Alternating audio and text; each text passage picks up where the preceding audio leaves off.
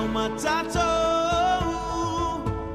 Tafi mawile pa atutu a savali pea Eleto e mama Oh yeah Fa amalolo si Taule tawalele Olo o soifu ale atua e au matato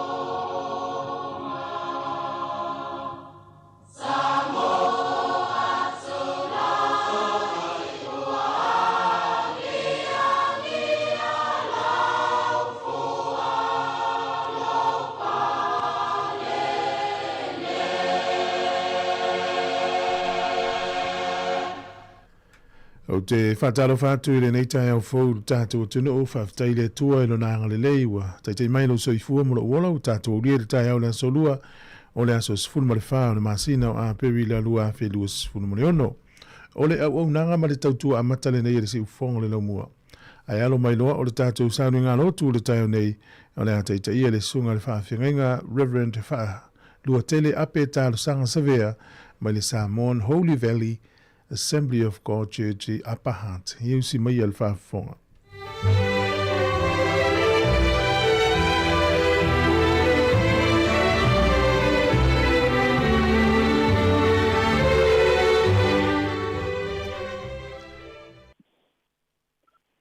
Waoni i uleo e le vahea tau moli mai e au o le langi. Tau moli mai fo'i e le matangi ma moli mai le sifonga maalie. Ma lele mai o le atua i le neitai ao.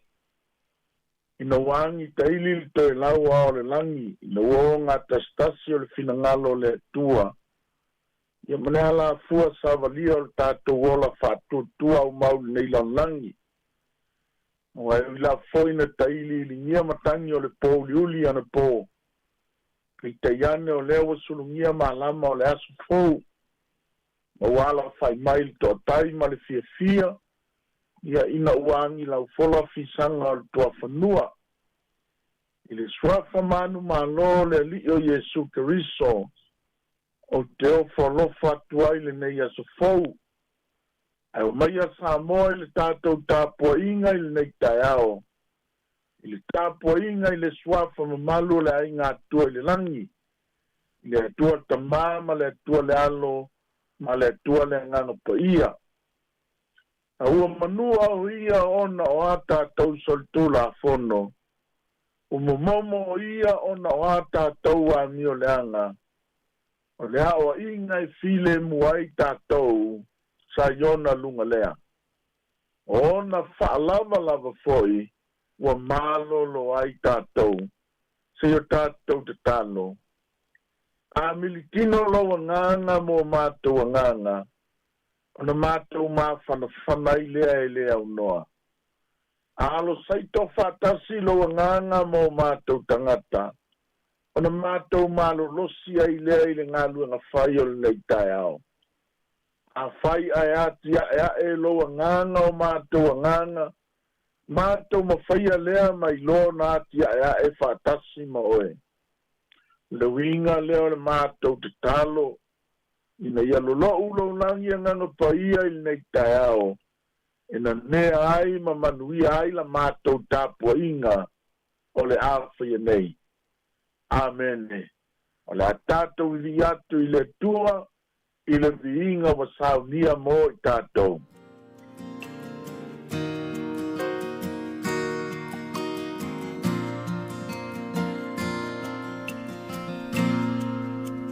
Faafetai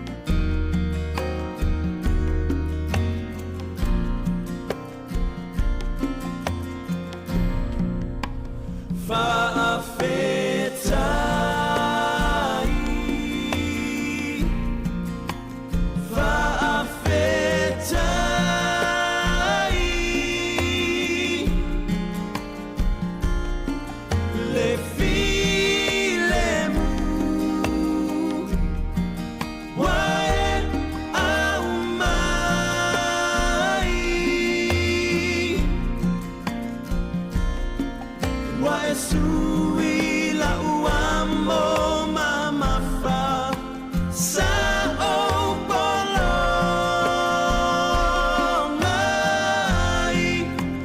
lo ufa aolae se mea manu oe faafetai Yesu faafetai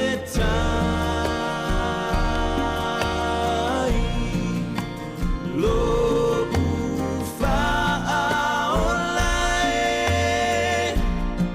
se mea manu oe faafetai Yesu faafetai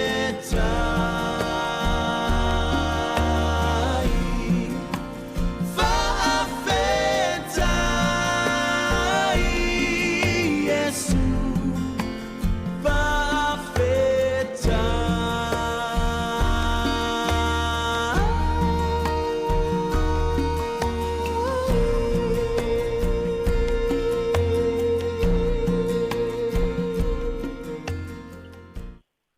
Matango fiena wa le viinga tau mori mai o nei tai au.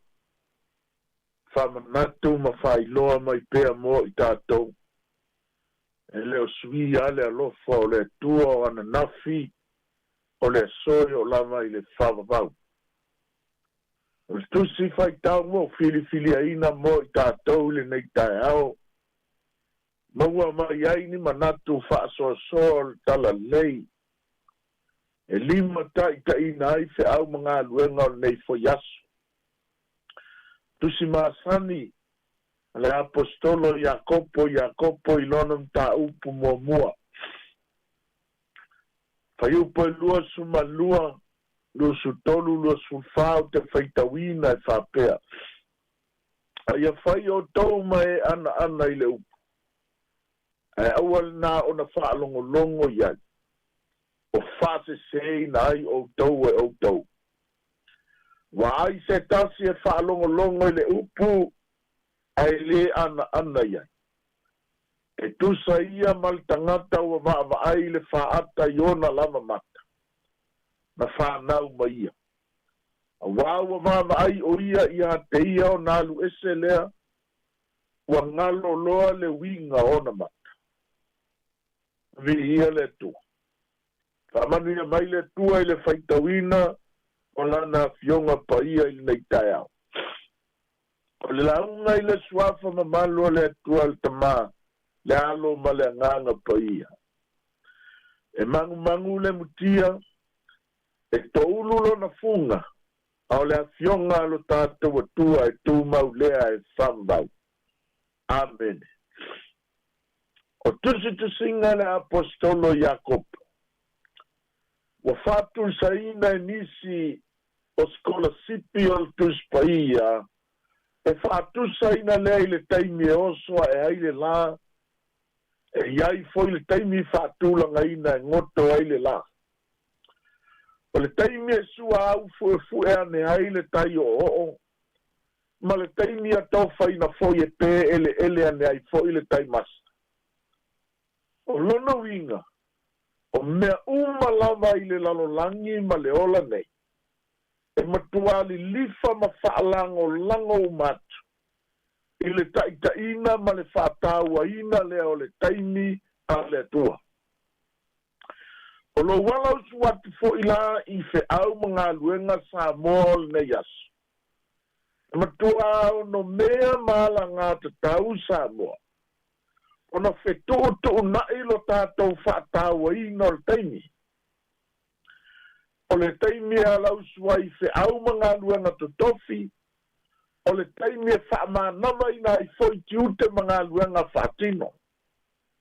Ina ia tala whea ngai maala ngā tutusa. Ma le taimi tuu ama noa mai o le tua. O le mea mon. e le mawhai, e le poto ma le iloa o tangata, ona ia suia taimi whaatulanga ina le tua. Ai o le whautuanga ma le tua lalo Sāmoa, e aona sui fua I tātou uma, I taimi ato whaina le tua mo I tātou. Le winga moni leo le tala le apostolo Jakopo mua, whai upo e luas funmale lua, whamai a ia whai o tau mai ana I le upu, ai le na o na wha longo iai, o whaase sei nai o tau. O le muanga ngana, e fua le ofu I le ie. E fua fo I le taanga I le tai, e fua fo I le tā I le tea. E fua lo manu malo ina o le ala usuatu I le tae ao le nei. I le teimi e te whaalongo I le upu, ma le teimi e te ana I le upu. Ona, tasi lea whaanoa noanga le tala le lei, ona o le toa tele o tangata kerisiano, e ola tautou lei ona o le taimi. E ola tusi lima ona o le taimi. Ma ola tautou ai, ma ola tau whaasese, nisi ona o le taimi. E fōlinga mai e manatu mai le taimi. Ke silingi ai na ai ma whapeane ai le toa tele o tangata kerisiano. O sātani ea o le whapongai o le tau whaasese I taimi. E moni ai ma whauwhaunga o le tasi whailaunga. E sao, ai le sao mo fo. A wā foi Sāmoa I le nei tai ao, o le tala le apostolo Jakopo, a tātou le ana I le taimi e fola, ma whaailoa ma iai le upo le atua, pei foi o le nei tai ao, wa tātou whaasese ina e tātou, ia tātou lama. A tātou le whaalongo le lei foi le taimi peona iai, le taimi ua fola I na ai le upu le nei tai ao, wa tātou whaasese ina ai, ma tātou whaatoi lalo ina ai e tātou, ia tātou lama I le nei tai ao, lono winga, e iu ina tātou o, se ai lama, I le alau suatu I le nei tai ao. Winga moni leo le autua ma whauwhaunga o le tala le lei. E lima taita ina ai fe au mga luenga o nei aso, whaau puina whapea, tātou sama mali taimi o whaamani yanga le tua. Tātou sama mali I taimi o whaamani yanga a le tua. Auale mai mawina le telo le taimi ola tau tūlei ai. Auale mai mawina le telo taimi e ola fe whaama sino ai. Aia whaalu ma le tatau le taimi e ana ai ma whaalongo I le upo le atua soifua le lio le ola. Upo tātou te sama mali ai I ana whaamanianga. Tala a Jakopo le apostolo e ai le mafua anga o le fisota inga. I le vama la lata I le tame ma le fafine. O le isi le nei o mafua anga pera na whaitawina o lo tala noa ma i ai le tusi a Jakopo o le esenga o le taimi e whao ngai na ai ma tilo ai le tane I le whaata. Ma le taimi e se mali uli wa i ai le fafine e na te whao ngai na ai luma o le whaata. Ele mea moni. E sea tilo umise tane, I se whaata I se tae ao, o nā la usu ai lei se au mga luenga. E pia fōlinga mai wa nā o se mainga I se taimi pūpūla. E vama ai le whaata o nā alu lea. Ao le whawhine. E se mali uli wa I se taimi umi lava, I luma o whaata. I lona mafua anga tā ua Sāmoa. Ona o le whaata ua ina le lei e le whawhine, o lona tamali anga fale fafine. I so se taimi, ma so se aso, ma so se amanoa. Nā tura I o le soifuanga o le tame ma le fafine, ua whaonga ina le apostolo Iakopo, e mo moli mai ai se fe au whaale nganga mo I tātou. Ia o le ata oto ese la ni ese esenga, pe whaapewheona whaonga ina le tame, ma le fafine o le whaata. Ai se isu I tonu le mata o le tala le lei, pe whaapewheona whaatinoina, ma whaatele tele aima ia whaanati-nati, o na tau whaofi le mata upo Iakopo I fuafuanga whai whaatangata ola, a o ala usu I ngā luenga whai o leso. Ina ia usitai ma tātou whaalongolongo atu I le upu, ma ia usitai ma ana I le whaatonu mai o le upu. Ina ia whaamauni aina ai, le moni o le tātou autu, ia tātou sāwa vali whaamanianga mai le tua. E manuia ai fe au mga luenga to tofi o le aso. O whalafolanga le tua mo ona tangata, e soto ilusu tolu whai upoelua lima. Whamai a ia o tau ana ia I oma, loo o tau atua. Ona whaamanuia le tua o lau mea ai, a toa malau vai, o te whaatea e se foi mai a toi. O le mea moni, e tātou te le whesiringi a ina Sāmoa, le ngāluenga lilo le ngana pa ia. O le ngana pa ia, ua mawhai o na whaatusa ina e le tala le lei, o ia o le whaata manino I o tātou tangata.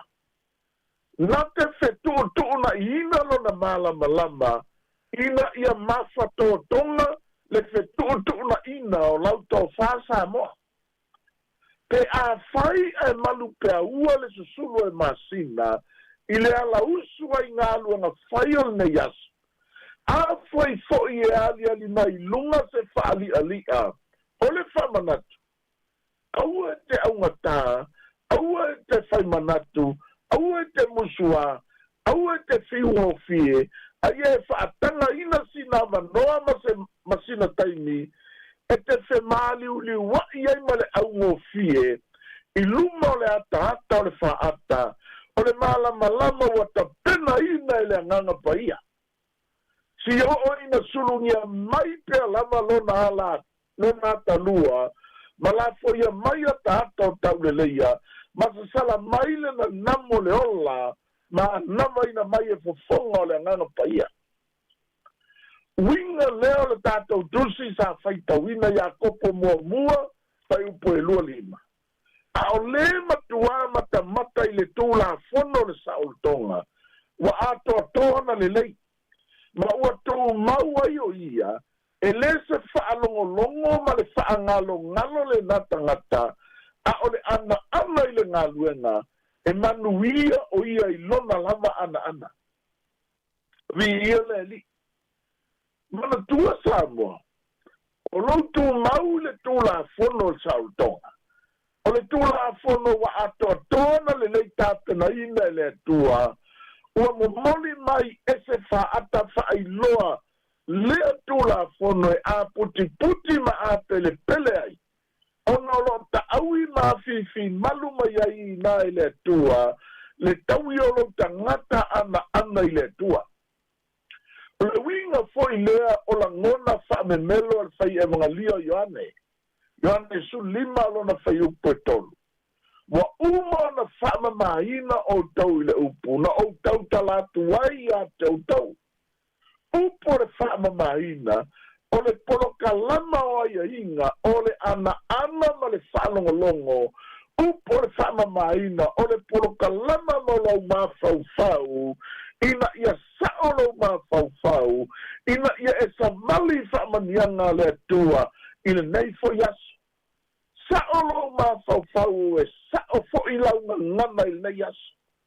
E sao fo I lau savalinga mau ngā luanga pātino I le nei yasu. Mana tua Sāmoa le maenga lea.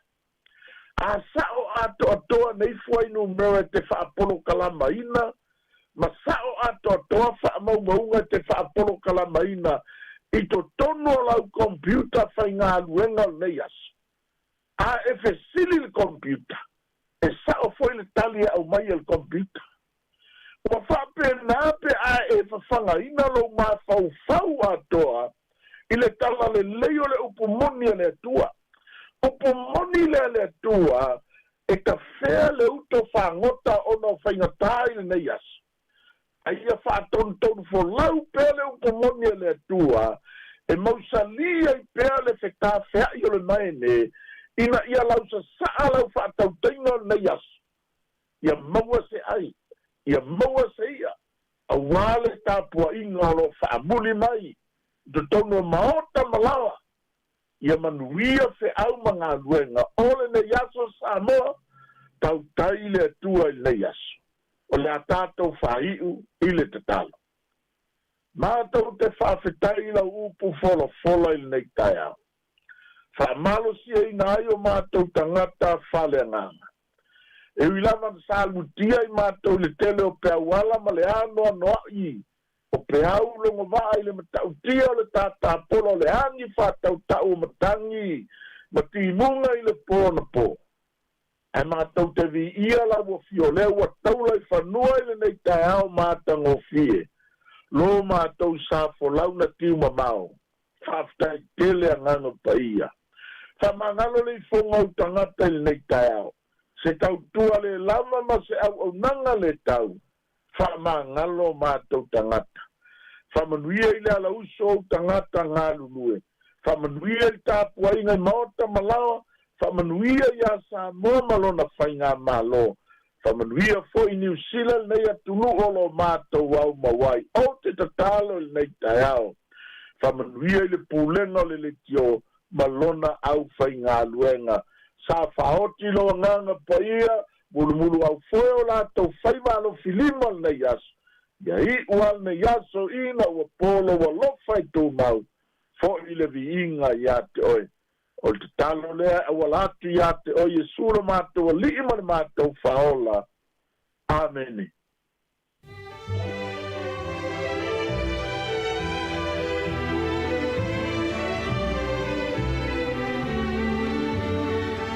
Ole na ua whafonga na tino ui tātou sauri ngā loto le nei tai au na taita ia le na uauna sunga le whawhenga Reverend Whaalua Tele ape talo sanga sevea mai le kalesia le Samoan Holy Valley Assembly of God Church I Upper Hutt. Ia ole nganga le whawhetai mori atu whamalo lava tāpena le sunga le whawhenga whamenuia tele le tua I fuafuanga ma lau singa le nei aso ia whawhetai mātangu fie le ufolfola Nga tele whaftai mo te talo whamanuianga. O le teimi lea ua luas furuma le 5 minute ua te nei ia le fitu, a whalifitu le tātou porokalame ia o le ata o le tae au. Au sumel whafonga i le pese whaaleanganga, ia tātou sāwa wali iluma, I piona whatau ina le nei aso I tātou uwha malusi au mo tātou, ia, au sumel whafonga I le pese whaaleanganga o nei tae au.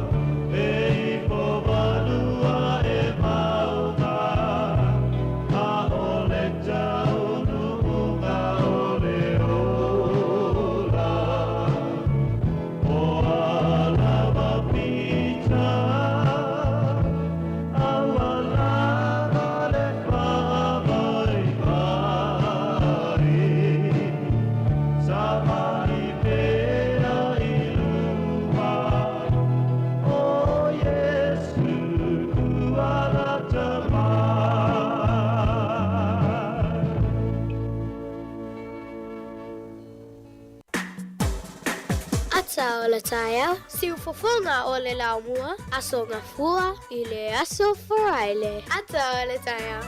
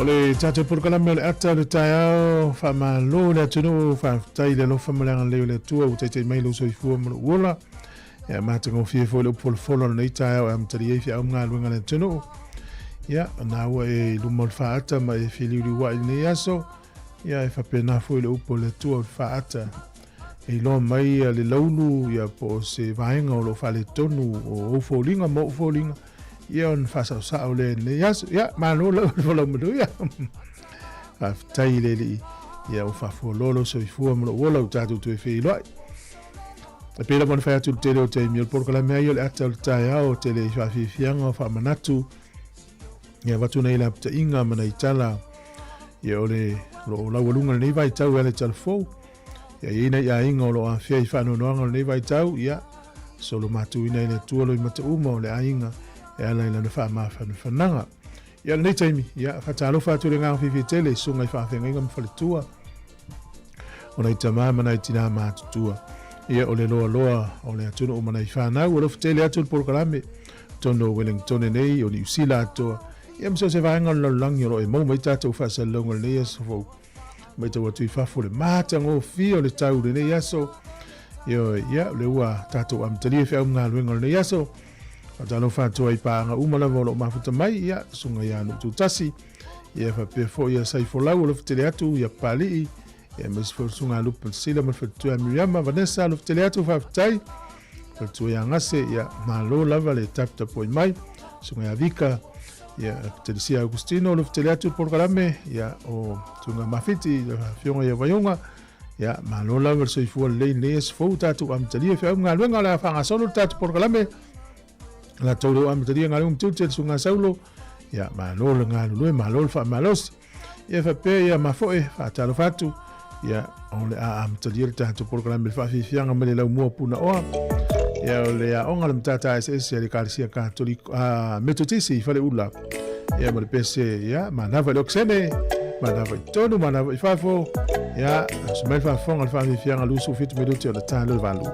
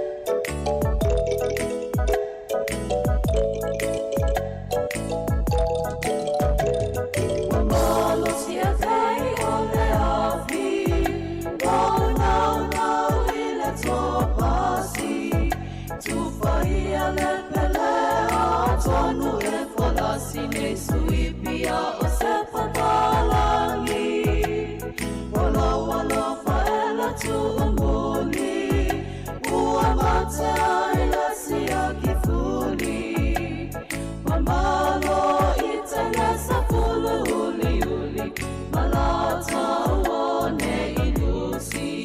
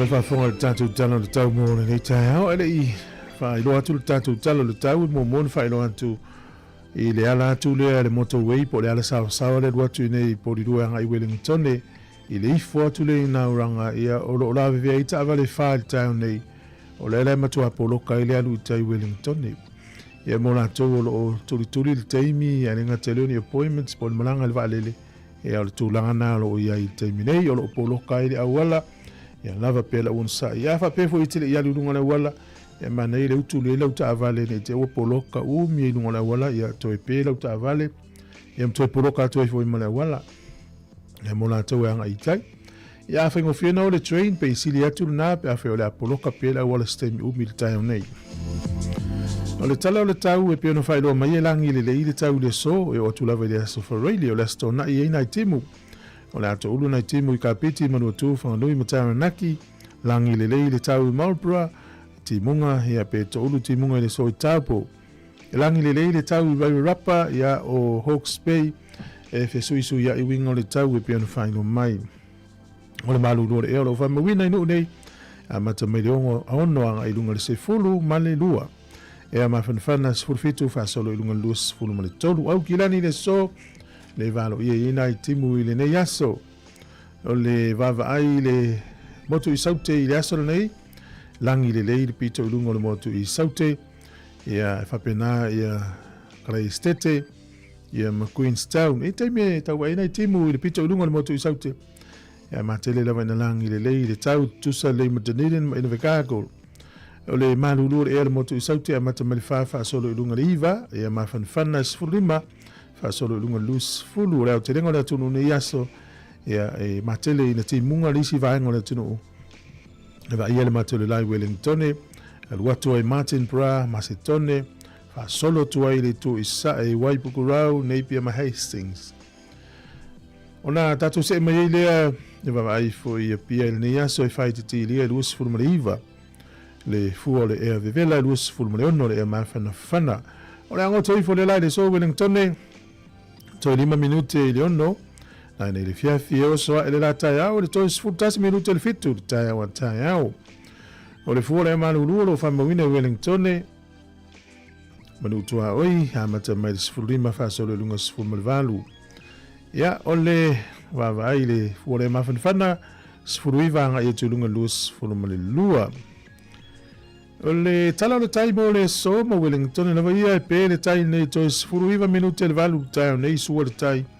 Toi sfulutasi minute le lua e le auli no toi pe le tai toi valu minute i le valu na nei le fiafi o porirua ya sua le tai nei le tele titi le fitu pe le tai te le tasi le auli ona toi sua le tai toi lua sfulfitu minute le valu na nei le po tala na le tau ma le tala le tai mo le silfia le tatu tino ya o ai la fodan tupe nei aso ya fa malo la valanga le leina ya inga ya tasi tala ni usila mo la tupe Australia e valus fulu ma le tasene tupe Amerika e lima fitu sene tala fiti tala lua fa sene tupe Sāmoa tala lima sfulu fa sene ale la umana ia la tala lima fa sene tupe Sāmoa le so ya ma le tala tonga po le paanga tonga tastesi ma le lua iva le paanga tonga le so tasi tala ni usila mo la tupe Sāmoa tala lima sfulu ma le fa sene ile asono nei ya malola fa tai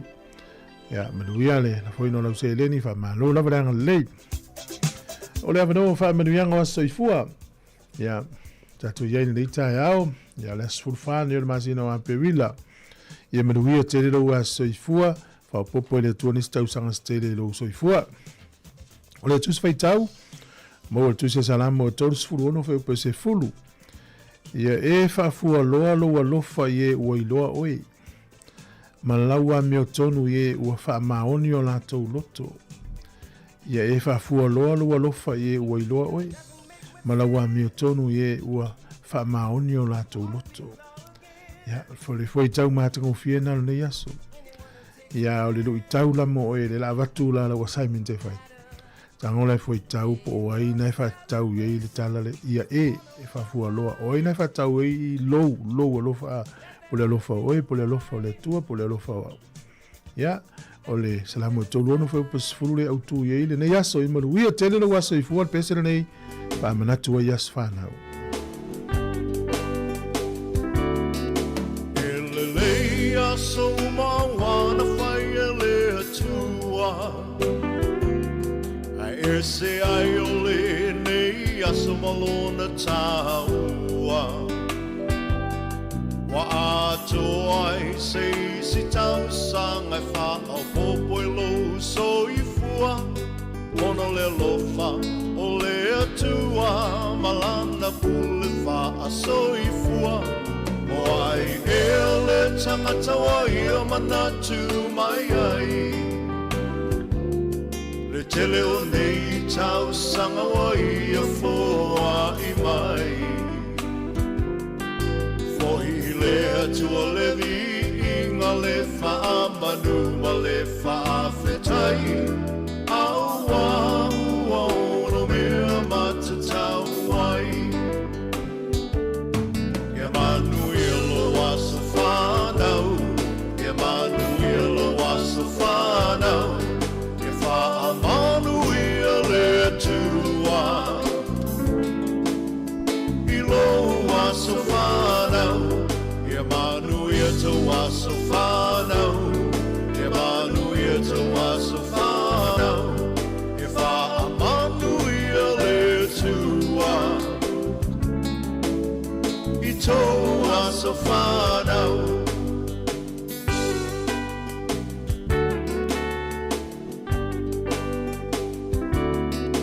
Le atua e le mase ualo na fina ngalo Sa moli le nei aso e ale le tatalo Le atua wha fofonga tatalo O le atua e tali mana o ia fo'i E mali e ai o tatou mana o wha a fita uli whetai ai le o langa Mai o le tino e tapa tau tali ai le malanga whetai le atua ilana wha malolo mamana mai malo si ai maula le tele o nei tau sanga Emmanuel was a whanau Emmanuel was a whanau E wha Emmanuel e tua Ilo was a whanau Emmanuel to was a whanau Emmanuel to was a whanau E wha Emmanuel e tua Ito was a whanau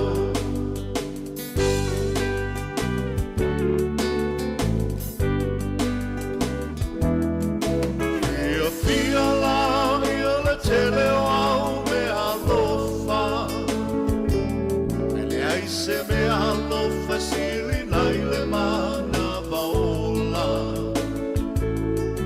O le fina malo le atua O le tia e le maseua Awa e wha i fo i le moto Ai e toli fo i le matua Wai le tau pati mai o ai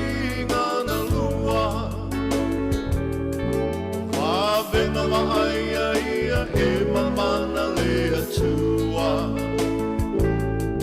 Tātou te talo ia wha au popoina e le atua O nisi aso na se mana o ngau atua ia whaia pelo fina ngalo Emmanuel o wasa whanau Emmanuel o wasa whanau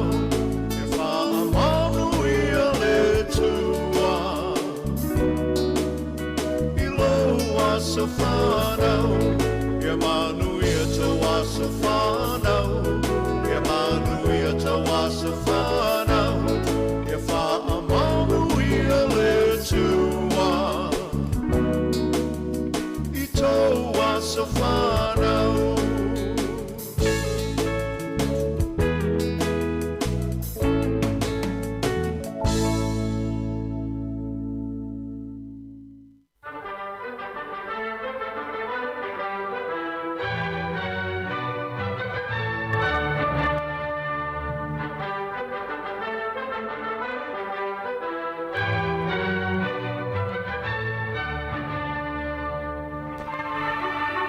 Talafatu le tunu malo soifua ia o le aso sful mal fa pe wila o le talafaso le pito foi I mena tupu ai I tausanga mawai. O le so tausanga e tasi valu o tangata suafa ia Noah Webster. O le so ia na ia whaia I le lo minga ina ia copyright pe fatu la fonoina ia le dictionary po le lomi tusi le na ia whaia. Tangata suafa ia Noah Webster. O le so tausanga tasi valu no liman tangata waleina ai ia le Palestine o Amerika le nawa I tau Abraham Lincoln na whanaina tangata suafa ia Wilkes Booth ia manamaliu o ia le aso sifulima o apewila tausanga lava na tasi valu no lima o le so na whanaina ai o ia tulou lava. O le aso nei I le tausanga e tasi iwa tasi lua o le vaa foi le Titanic o le so na soa I le vaa lea se poloka aisa I le vasa I le North Atlantic Ocean. I le utato I lota la le vaa lea na ngoto I lava. I le poloka aisa lea le sa whailea tatifanga. O le aso nei tausanga e tasiiva o ono. O le whaola o langa tele po le revival lea sa whaia I tutonu o Los Angeles I Amerika. I le o le ingoa le wha ingoa I o Azusa Street Revival. Ia peo I lea na whanau mai ai, matoi whaola ola mai ai pe a fua le vaitau le tasilima le na ese mai ai, ia Martin Luther mai I le katoliko I te tonu o siaman. E peila sa wai I lava, pe a fua le lilingi fo le ngampa ia le vaitau na uma, a fio Yesu le langi. Toi whaola ola mai ia Martin Luther. Toi o mai le vaitau le tasiva o ono I le aso se fulma le whaam pe wila. O le whaifi au po le li I fola e suafa ia William J. Seymour. O le li I Afrika Amerika. Sa whaia la se potopotonga tele na whaia I Azusa Street. Lea lana tupu mai le revival po le whaololanga tele lea e whapea na toi ai se ainga na tupu i le awhiawhi au pito lunga i na ua tautala le tele o tangata na iai ngā ngana ese. Lea lana whaasau e lava lea o mai le teiminei lea ua tāo laola matupu ai ia le aonga le wha Pentekoso. Na tupu lai le sol tausanga ta siva ono i te tono Los Angeles i Amerika.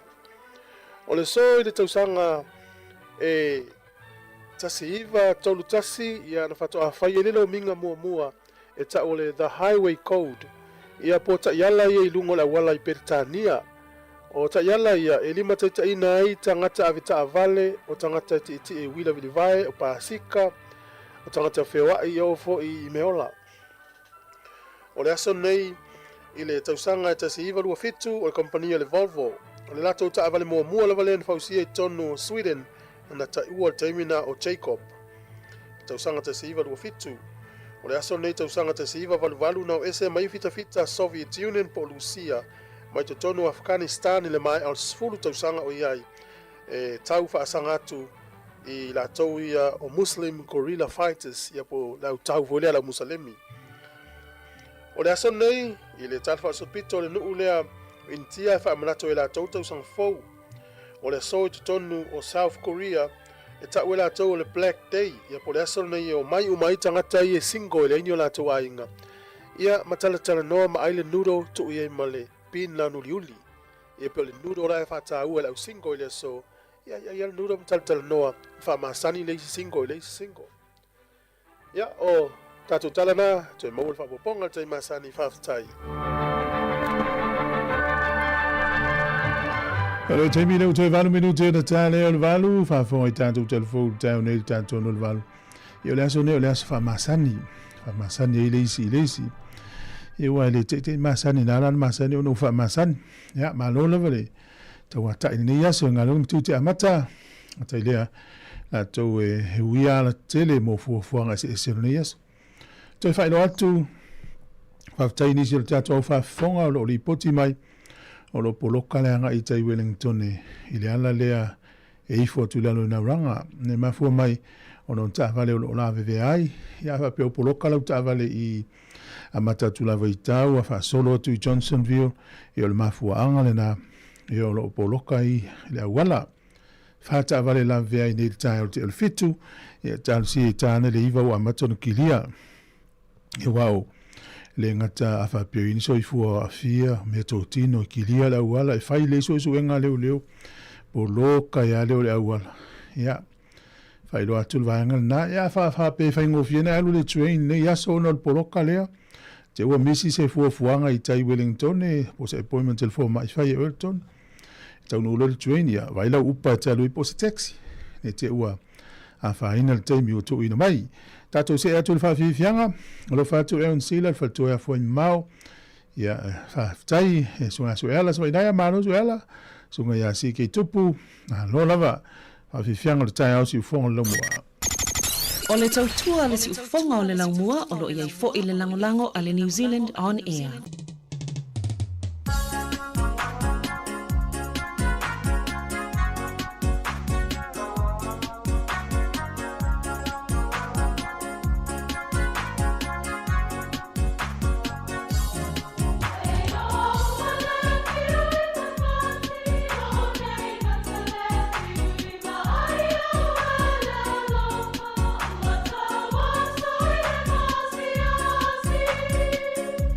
Oh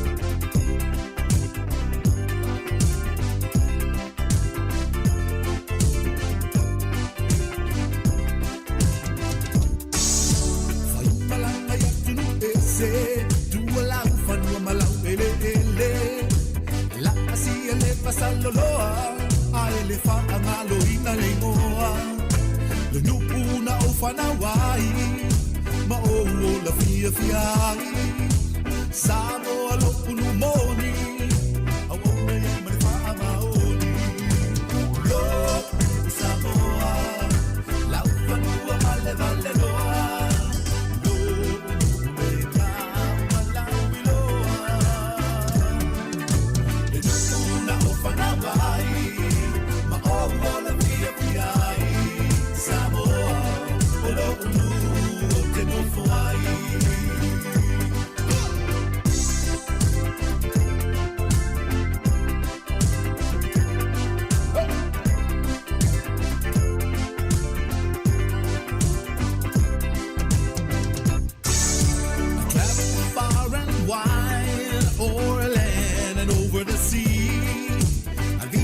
a lot of places just to roam and wild and free. Le nuuna o whanawai, ma o la fia fiai. Sāmoa lo unu moni, au ona iai ma le wha maoni. Lo Sāmoa, lau whanua vale vale noa.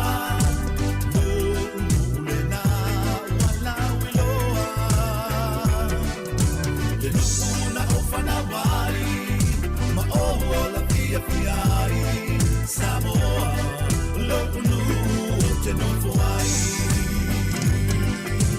Lopu Sāmoa, lau whanua vale vale noa. Lopu le nā ua lau i loa. Te nuuna o whanawai, ma o la pia pia ai. Sāmoa, o lopunu o te nofo ai. Sāmoa, lau whanua vale vale noa. Lopu nā ua lau i loa. Te nuuna o whanawai, ma o la pia pia ai.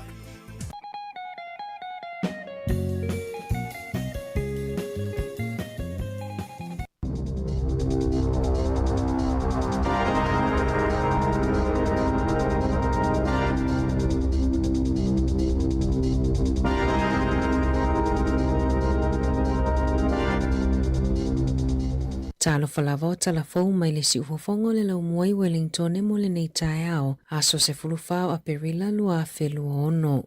Ua whaamauina le mautu ma le lava o le penisini i tutono ni usila le taimi nei. E le o iei si tūlanga o whaalawelawe ai le sapalaina o le penisini e tusai mali po tila tamai. I whaamaumaunga la tamai ale embi o lo o whaalia ai e li masfuruiwa tesi ma le fitu aso o lo o lava ai le penisini. Whaititia mai leono lua tesi ma leono aso na whaamauina i isi li poti e le imamao atu. E whaase furuiwa tesi ma le tasi aso e lava ai le sapalai o le tiso pa mai le 5 tasi tesi ma le fitu aso na iai. E 5 wa ala uta o lo o fuafua e taunu umai i le isi lua aso o lo manai. Whaapea wa aiva o lo o fuafua e taunu umai i le tolu wa i aso o lo manai.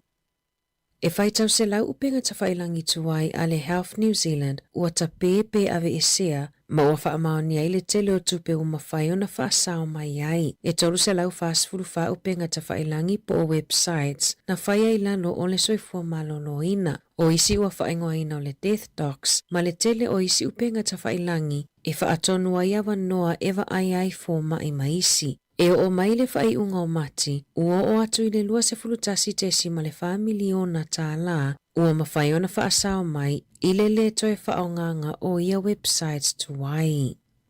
E se lau walu se furuli i poti o wha atau tangatanga se ngase, e le i au ina atu i fō mai, pe ona maua isu enga ale soi fō malolo i nā New Zealand. E wina talo sanga ina i fō mai i ungo scans, po o wha atai la fō ina atu. Whaailoa Alex Pem o le sui o te taitoke rau, o se whaale tonu i masini te konolosi, le mafua anga o le whaatua i ona maua i fō mai o i ungo wha ata. O le tele o scans, e le ila fō ina i fō mai e mai a iuni o le lua afe lua 5, ma le tele o isi wha ata i le lua afe lua 3. E le ia afia le saunga le mua o tangatanga se ngase i le awhawhi tauli, pei ona tā ua e le Health New Zealand.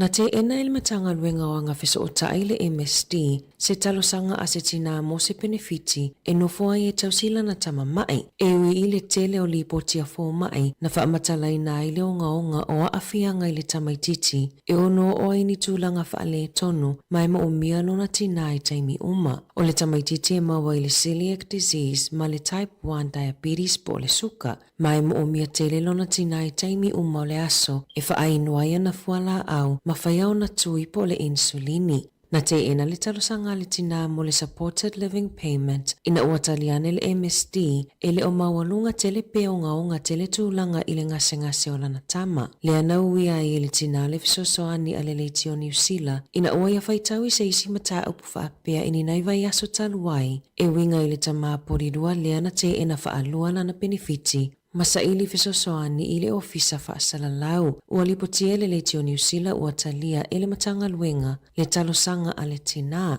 ina ua mai au natu i fesili. Ua whaato ese Graham Allpress o le sui o le MSD ile tina malana tama. Ma whaapea sa le te tau lava o na te ina le talosanga a le tina mai na te leilo fo i po o aina whaia ia i loilonga ai po o ato mai o ia i lātou na lātou whaia i nei whai unga le tala wheangai. O iai nisi tulu i whaupopo i tau o tau mafa, ai mai se le taunga tau le penisini. Ai ua mawhaiona whasoa mai e le au whaitoa whao le tamau ainga, ni meto tia mo ainga, e whesosoa ni ai i paketi, whaapea le whasosoa i nau se leni i le vai aso. Mua, e mawhaiona tusi se fuafuanga po se plan o tau mafa e kuka i le vai aso, i le taimia o whaia pa o supermarketi. Nga i fo e whaatau, e au mai lava na o mea e mo o mia, asi lunga o penga ta whailangi a supermarketi, e wa ai le ese nga o tau o loa, o na whaatusa lea, ai le i whaia whaataunga. Tāua fo ile whaatele fuala au whaisua pe a whaia ngā sesenga e le te le aise mi te whaonga. Ma ia te wile aisa malosi po ole fulisa mea ai e tutoe e le lei e umi ai o nā o ngā.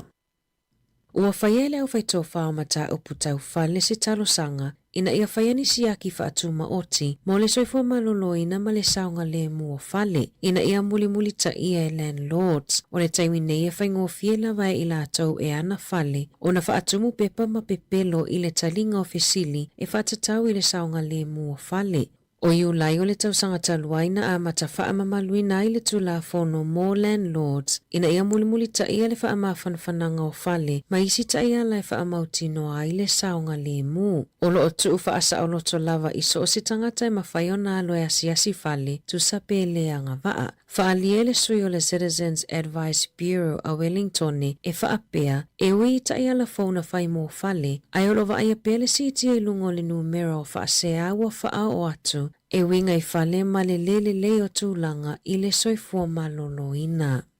O le mata o na lolomi le aso whanau o le tangata i lungo le ata mo le laisene awe ta avale. E whaamalosia ateli ai le puipuinga o lea whainga ua ta atele i isi atunuu. Na whaalie Chris Rodley o le sui o le NCTA e whaapea o lea whainga fau e whaaititi ai le mawhai o na whao ngā sese e le autau whaavalea laisene awe ta avale a isi tangata. E mata o na mawhai o na lolomi le aso whanau i lungo o laisene pe ai alo e whaafaulo laisene pe su e fo se laisene fau pe ona lipotia le One News.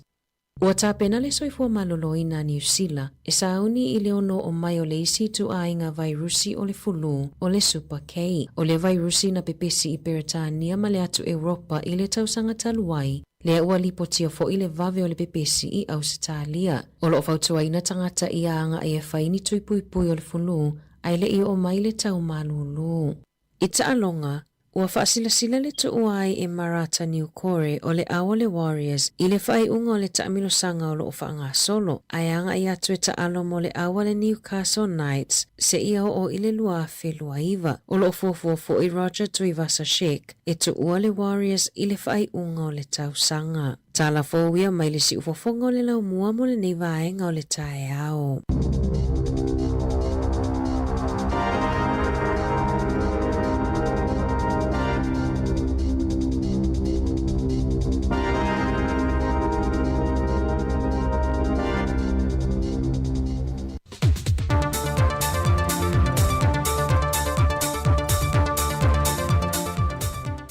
nganga fia whaatalo whaatualo tātua tano le nei fo i asolua i le whaopopongo tala i meolo te tupu le tātua tano i Sāmoa o se mai ilo whaafonga.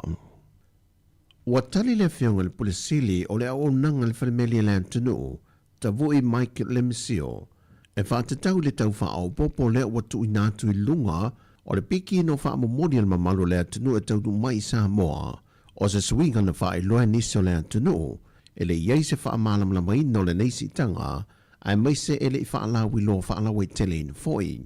Ele tūlanga lea po tasi whawa yaso, tasi le masina. Ono tūlanga lava leo si tanga mai le waalele le New Zealand. Mo le awina to tato o loa ia po pasu, po whaamo moli fo ia nei tato tangata e awele ia tunu mau, so o se vaenga lo langi. O le whaamo moe lewa iai.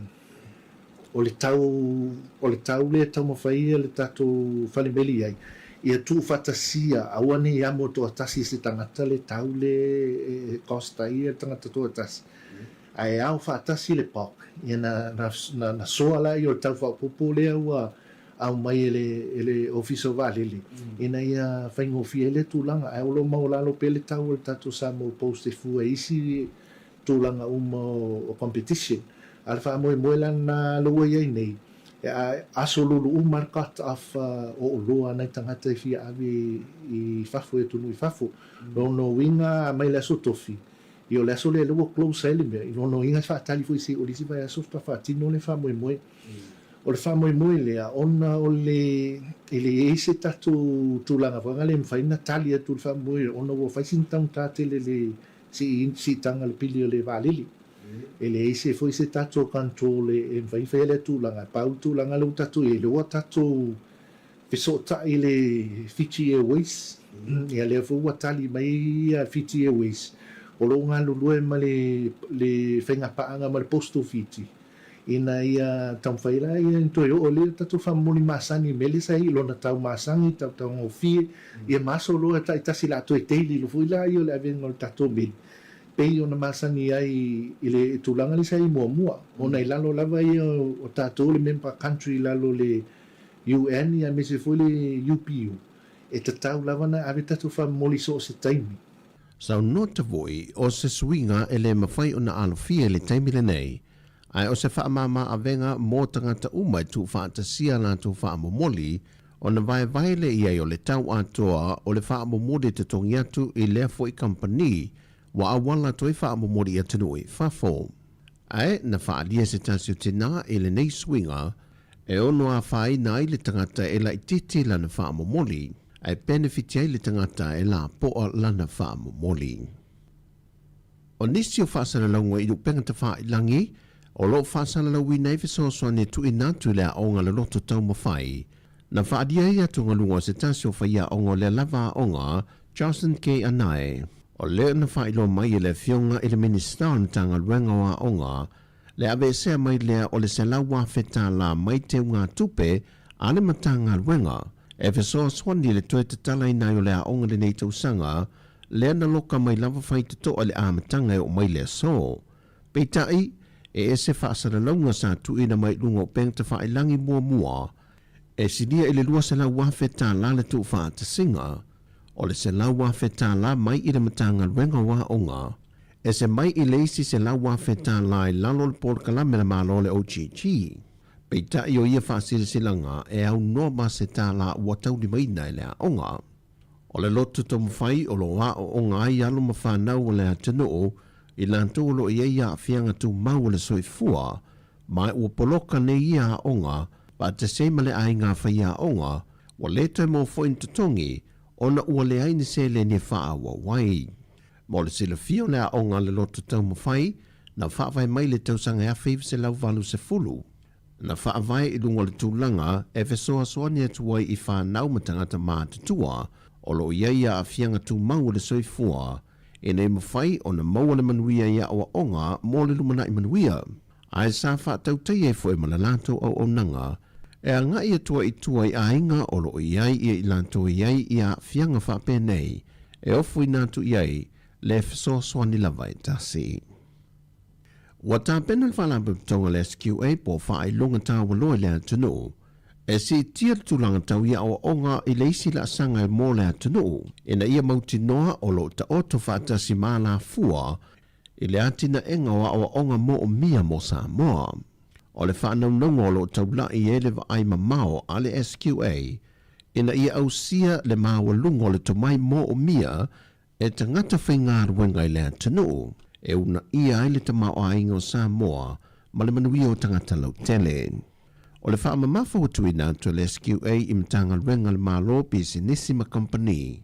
E tā ua le ausia o wha ai longa mawa le lunga mai universite ua wha ai wina mai eia o onga, e si tia ai le tūlanga I tu mai e wha tino ina ai ngā ruenga e so se au o nanga lo o ngā lulu e ai. O le wha ai unga le vayaso na wha lau I lo wha lau I tele nai, le a fuafanga le ofisa o wha ai longa tā waloa a le atunu. E le tala whasoro pito mtanga ruenga o wha atu anga mwhainga whaiva, o se tamaita I mua le ua tōwhia le tōwhinga o le ofisa sili, e se whai unga le whontanga le kāpeneta le vayaso umawai. Le ua whiriwhiria I le awhionga a whamasanga tai mali e tane matatu mua, nā te tau aveina le tōwhinga mō le isi tolu tausanga. O a whamasanga ua silia I le lua se fulu tausanga o ngā lua e le mtanga ruenga o wha atu anga, e na wha se ane le tausanga lua awhe ma le tolu, e le vaenga pōlenga le mtanga ruenga, au le whiriwhiri ai o ia le lua awhe se fulu mana walu, a vema se tanso pole lango, se i o mai le teimile nei ua whiriwhiri ai, e a vema office sili. O lo ia o mia wha I longa mau le lunga, I le tipiloma I le to mai tau wha atu anga, tikeri I tu langa lava I tau wha atu anga, wha pia foi ma le tipiloma mai le to mai lava tau wha atu anga, mai le University of Pasifika, le USAP. O tana fōi o le ni aso, anga le leile tue fōwhanga le awhenga iei malo tātou o tunu, whasoi fōia.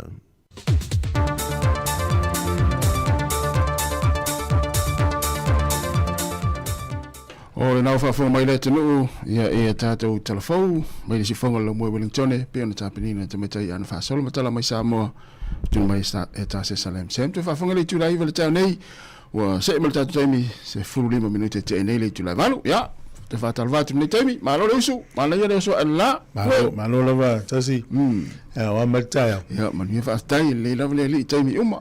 Moni le lei, sao le lei le sangonga. Ia, ua mumu whaasora ato tātou ofisa e lo taunu mai. Ia, whawheo le aso. Le aso wa ula. Ia, le aso whamasani. Ia, ona tā oi tātou talo mena tupu talo whaasora pito lo lang. Ia, moni le lei. Lau whaalonga mai loa waluatu tala na. Ia, wapea, o le mumu ala ia pi tau piniki. O le aso whamasani. Eu faço terminante de yala. Mas era assim que se vou levar um outro. Mas nem foi nem ngang nem já soi. Le fele tu não não wa. Corre sauti. Mas nem já. Uai ale foi esse aso fapia. Ia e ta eu nos fulu ale se ali eu nos fulu esta mai tai. Ola fe mate ia. Ja, du ngale op fe mate. La fe mate ia lo wo leva na tauna to sorveli ma. Tau tino ngala po ai lumole. La o fie mal potong. Ai milita o mal fa masan. Ia. E fole le ma fu on fa pena. Le vang fa pena o le ile sta fole le live o tele ne fia tele me le lot. Ai finga ta on ta watu. Ja, ta. Te lo yo nei los porclame na ri ta o porclame la ta ta. Ja, almeno. Vai nai te fero todas. Ja, wat ta on fa masani. Ja, fa to tele la to na yo ilungo on fo afi. I te nga luenga. Se tala no tanga tana yo o tafa. E te ya o fiki la tinta.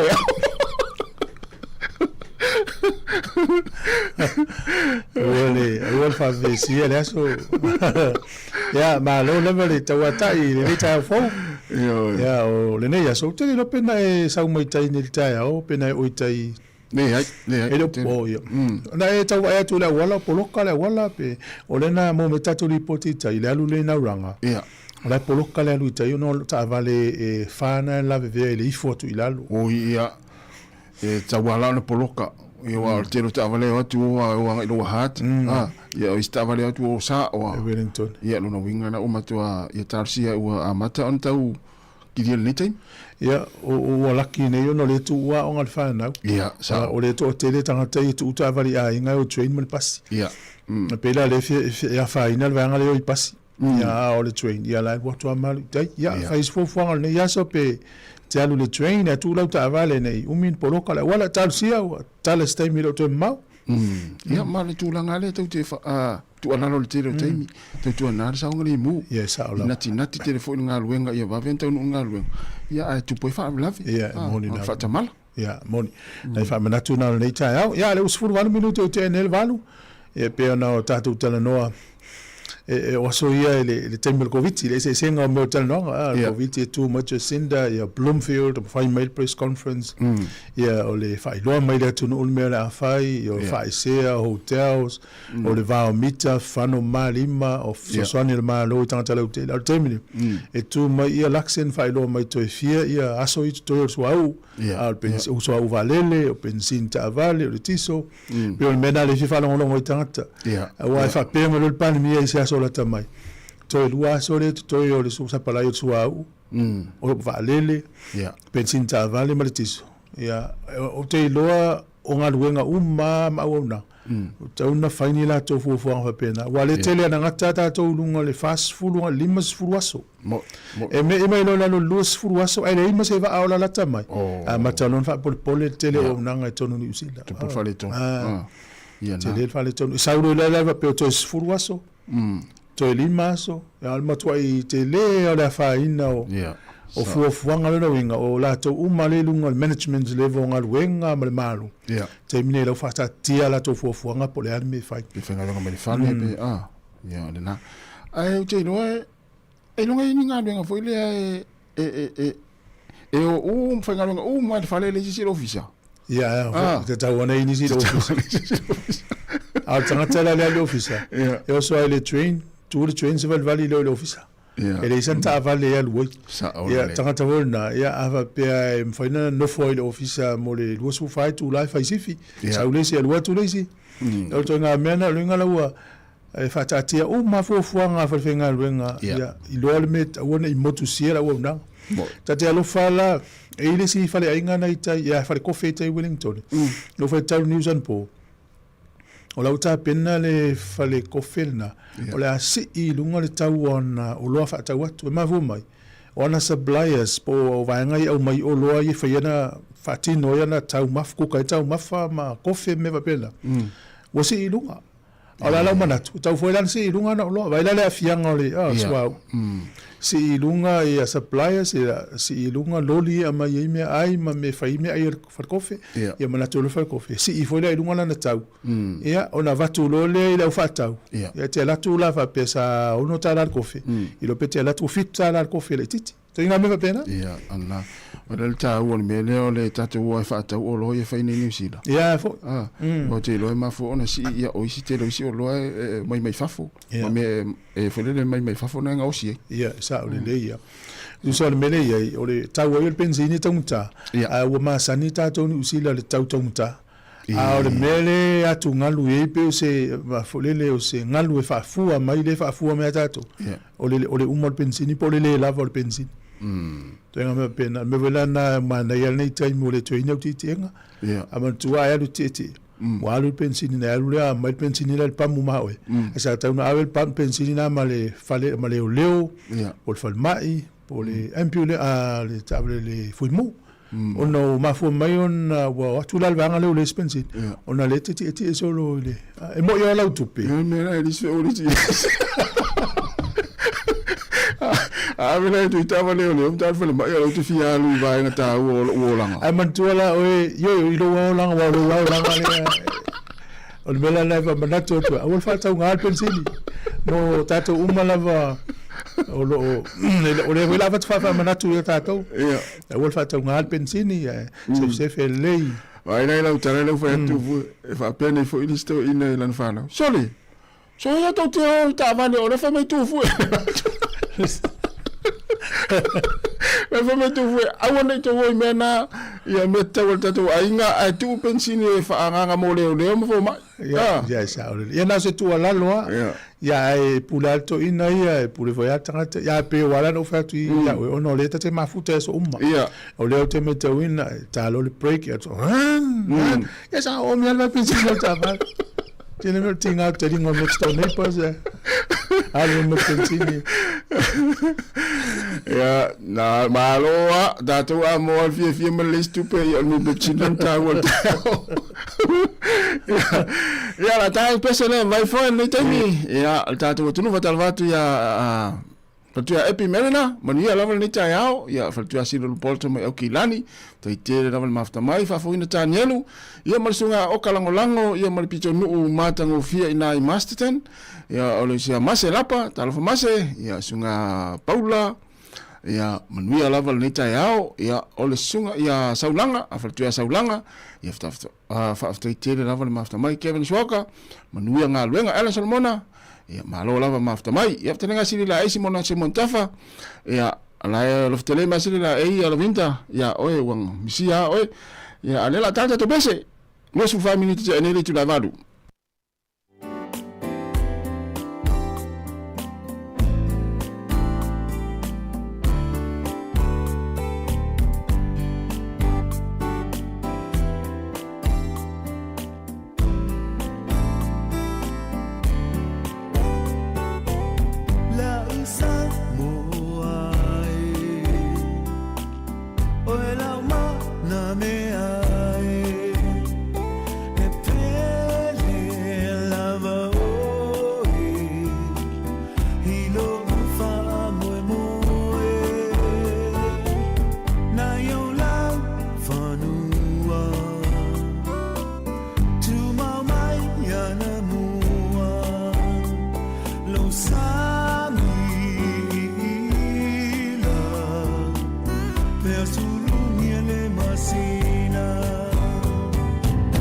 Sāmoa la Sāmoa,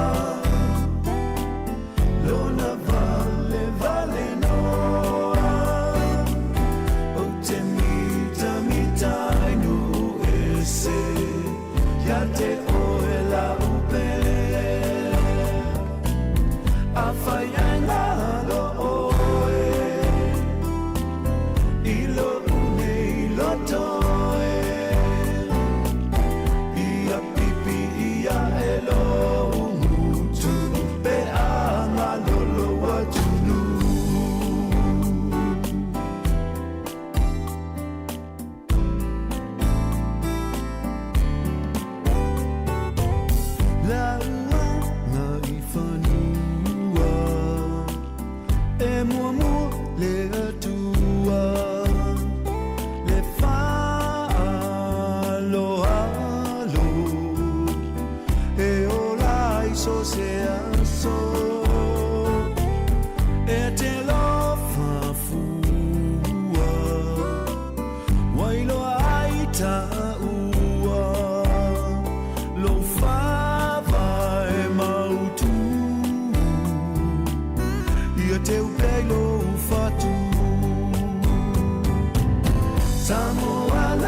Sāmoa, lona vale vale noa, o te mita inu ese, ya te oe la upele, a whaianga lo oe, ilo une ilo toe, ia pipi ia elo mutu pe ama lolo watunu.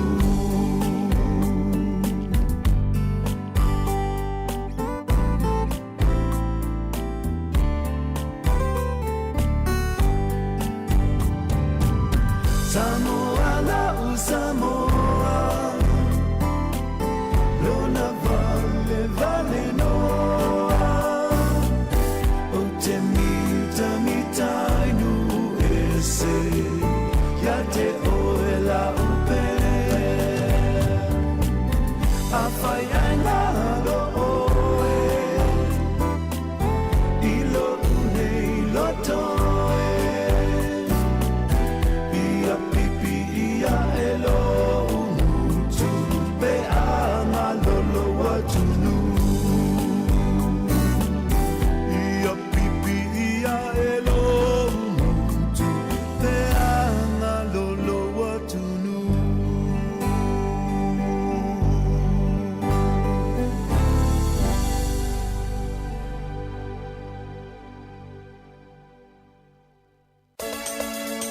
O mawhai nei ona whaatau top up al Digicel li lunga le website le ClickX Pacific. Mawhai fo ona la fo lau se le ni mai cash al Digicel li Sāmoa tonga whiti ma Vanuatu i le fi na o le 5 tala. E le leile rate i aso taitasi mai whai mo fia fo ona le sitala ai oe. Asi asi le website www.clickx.com. E lafo ai sau top up al Digicel. E lafo ai fo i sau tupe le mai cash al Digicel li Sāmoa tonga whiti ma Vanuatu. O li si whamtalanga whafsota i le o lua tasi, 5 tolu whawha. O lua tasi, 5 tolu whawha. Sekia Digicel. E tusa ma lo mātou tū langa e veai ma ofisa whaasalalau, mātou te tau sisia tū la whono, was aunia le Broadcasting Standards Authority, a whaia fia whaia sau whaasea i se mata upuna e whaafofonga i ai, e le Sāmoa Capital Radio, e te tauna la whamailau whaasea tusia, e le tua tusi, 5 tasi Mancavan Avenue, Porirua, Wellingtone, po o le e-maili mai, tealu.morrissey@samoacapitalradio.co.nz. E te tauna whaia i te tono le 20 aso whai ngā luenga, talo ona whaia le whaasalaunga, a whai e le o whaamalieina oe i se whai onga ua tuina atu. E mawhai ona tuina sao lau whaasea i le te mana whanonga kai baho po le Broadcasting Standards Authority. E mawanisi whaamatalanga i le whaanga solonga e whaialoa i ai lau whaasea i le upenga ta whailangi bsa.govt.nz whaafetai. Ata o le taia, siu fofonga o le laumua, aso ngā fua i le aso foraile. Ata o le taia. Ya le la tatu programa le ata le taia le wa afatonu lava le tula valu, si whanga lau mua Wellington, ya malo lava le mafta mai. Fuene te upa uia te ule lua pokale muni ma sunga wharinga le ota. Ya. E stato fuile le whaunga o le mi masina. Ma o me, whaia me, masina fau. Pe ole tala persaunoanga wharinga. Pe ole masina le o me, pitusini la tumu whaunga. Ole mafuanga. La tauia na pasi, na umale la tau pepa i ate sema. Ya. Ia le na maka loa, ma whaputuputu whatoa taimil nei. O le mānei fo le masina leo me i lo utal tonunga i meo whaunga. Ia oai taimil nai le tumu intangata i peo kirismasi, pisi maranga valele. Ia peila le whaunga le masina fauto, tele nei whanau, la ua lato iloa o i mātua, ua lato iloa la whauna o lato walo. Ia, mo le masina fau. Ua paule vai ngana utawhia mai le tau mana tua lua tanoang. Sa no sunga whaaringa pe o le whaunga le masina fau, o le whaunga pito sili lea o na te le i Victoria lalwa ia. Ia, ma whaunga leo me, i pia fua ia te sema. E lau vo ilo lisi. E le porkala mea le malo Sāmoa, o ma nei ala vai la o whalongolongo atu il forsanga fo ia le sunga le minsta o waonga. Ne whaaria i tina fo ia e oi avea la tau whanau le aonga. Ia. O la wele polokala me fua e wha onga i la tau e whai mawhaia onga whesoa soani. O na utau wha alongo tu sau noanga le minstawa onga Sāmoa. E inisi sa ui mal polokala me lea. Lau ave mapule a onga inisi primary school. O mawhape, sole. Tasi ai nei tele lope na e mai tauina me lea o le tumu na iti na ia onga yo aveta mitira onga mano no foia sa ole talana so atoa so o sea o mesi era na malifa la le o tele voia na tu mo ato ina faiao e se man nei o fufu ngana nai lo tonu sa ole ia o se tulele ia wa pe ia ole si me ma foi ona no fo umi nei ma tuina ma le to eta wo mai to eta wa tu le pisi ia ala o nei ma tuina e matuata pena lele io ave foi lá tu tipo tiki foi ave fala no foi io nana te o masani si matua ma fai a malato fala tu foi tu ma yo leao ia sa o lele ia le la fu nga pena tato malo ia o tangola fa so atu na inisi foi o te masani ia mala ia fu nga na mo uto ia au le mela ma ne la fa no forsanga le administrawa nga Sāmoa tu sai o la uva vai lato e whaatupe e ni scholarship. Yeah. E le toto ngia el tinalo na pili a onga. Ia malai loa leia e minsta mal mtangal. I e whenga tai nei mātua ni to e whaatupe ala te waong. A le ua mola venor whaate te inga o le porkalami. Le la tau whai tonu ai le vā o le a mata le aonga ma tu o le aonga i lo tatonunga na winga na taunu o ma tu hata ingo malifa tu le tali po le fine ia le tama po le teine alu lo talo universite tolu al fai tu la to fo i mai ia piki tamiti o le fale le la fa aonga ona avele le fai aonga so ani ia a mana o to fa la tele ia ona fa wo pele ai to tongi la ma lo le pili aonga ia ma to tongi fo ila mo to tongi le fai aonga la ma le ia langa wo mai ta wina fo te mile o lu nei examo te mile ma li fa fo le e te ai to ti fa le na to moitina ia o la fa ia le mena le mo le tamaiti no fo ile aso ato te mile ia ma le tele wa o le matua ma nei o le fo ai se fo le tele i wa fa so fia fo ile le fia le tamaiti te la o e tal ma lo ngai vai mai le sa fa to alontina to no fa na to no sa o le ya tal siel na fa mo ya wa le lipotina sa no in minsta pe a male duo se lau mo tupu ava no fa ya onga le fa tumua ya o le ala to mo fa ina ia mau fa tumu ma va no na ina ia tofu uma onga fa ya onga le mo mien fa onga ya ya ma le fu na alo ne ye ta to na sa mo me se na tina le o la onga jal ma avela wa to onga ma lo pentala ma lo mala wasi ono to imta utia la vole mele lo fa longo la ni tato fa longo por kala mele sa uni el fale to ya anakolia te tu salea mal mele na avia fa ya onga wo manatu e fa isia onga mata i tuaile no ule le fanga le sa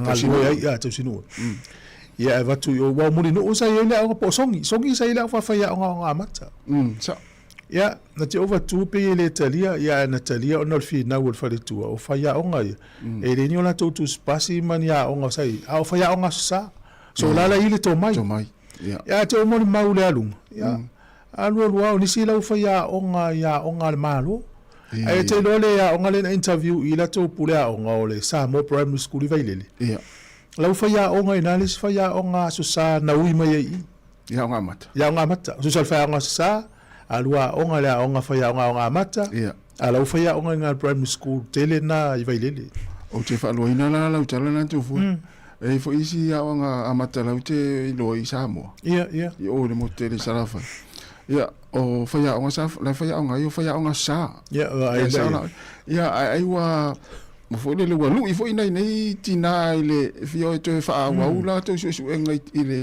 ile nai university na to foi to ang mo to sanga tas va ila ya la fa ya wolte va ila mal ya sa o le talan na e fa la tala ese uma ya la sanga o so ifuanga o tangata mo na to mai pe film ta pule le fatala no to ana masavelina el por kala me na wotinam ta mai ile va ingo ta mai ti mal age group mo le ngatu pulanga le ya fatata ingo ele se to mai o tangata foi le e maulunga lon to mai me tau tupe maulunga lon to mai me tau tula fono ai o malol to mai vai ngota mai tia va le di matau sanga sfurutasi e pa wal mela mana oi a le vili leo pe sasalta mai tia e ona mafu me le to mai fa to e a wina le leila fa ya laiti na e fa ya mai me to mai fa to le e alu nei te mi fa ngalo fa na kinta kat e te la tu i o le tele o tamaiti laiti e te wa ai ti na ye ngā lulu ai mateine ai wai ule lei me wa umana o le la tu te le o le la tu to mai le vai ngā tamaiti a foi le te mi la tu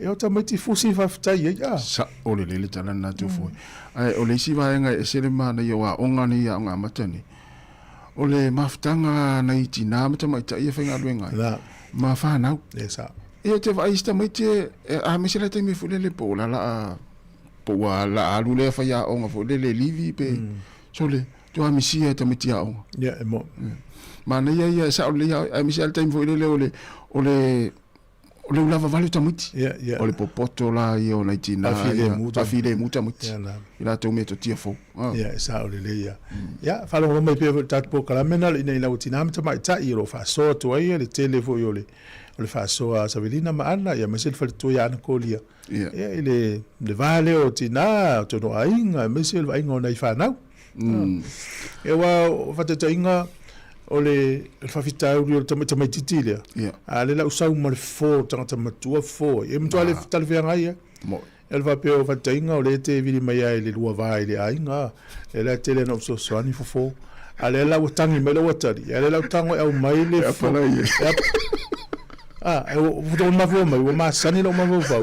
Pa wa yo fa fita lo te fo o la. O lua va lua. O lua ai.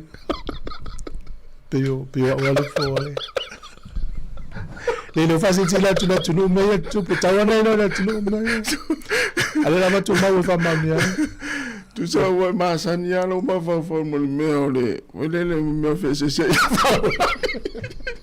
Le ala o tangi mo se o tari I vo le se so son. Ala o tango apala ye ni mo me la le o e se fa un ngali. Ya ma tu asa o ya. Ma tu a le fta ya. Ya le la fa ilo tu le tu. Ta won ti le vie le tu me. O alon na fi fa lo le sia hinga. O te la tu ya la fa ya fo le e a onga fo le fa onga il te min nei. E sta mo ti ra hinga na te o lua. Just la fa tu singa tala fo ye tu singa fa yupu. E ta wa o fa sa mo la ti pe ta yono ta usanga. Ya man. E fa ye ti na e fa la tu fina matua. O ia man e te. Ya o la tu lo usa fa I pe so mata I fa inga fa yupu le wori. A venga fa yupu fa ta ta longa fa ingol fa yaso. Oh ya. La fa mai ta matua le. Ya. Fai mai ni lua fai upu le ta longa Hurricanes ma le Blues. Oh ia. Fai mai lo malisi le titina le fai uru hippi na. Mai. Ua fia lo tamana pu.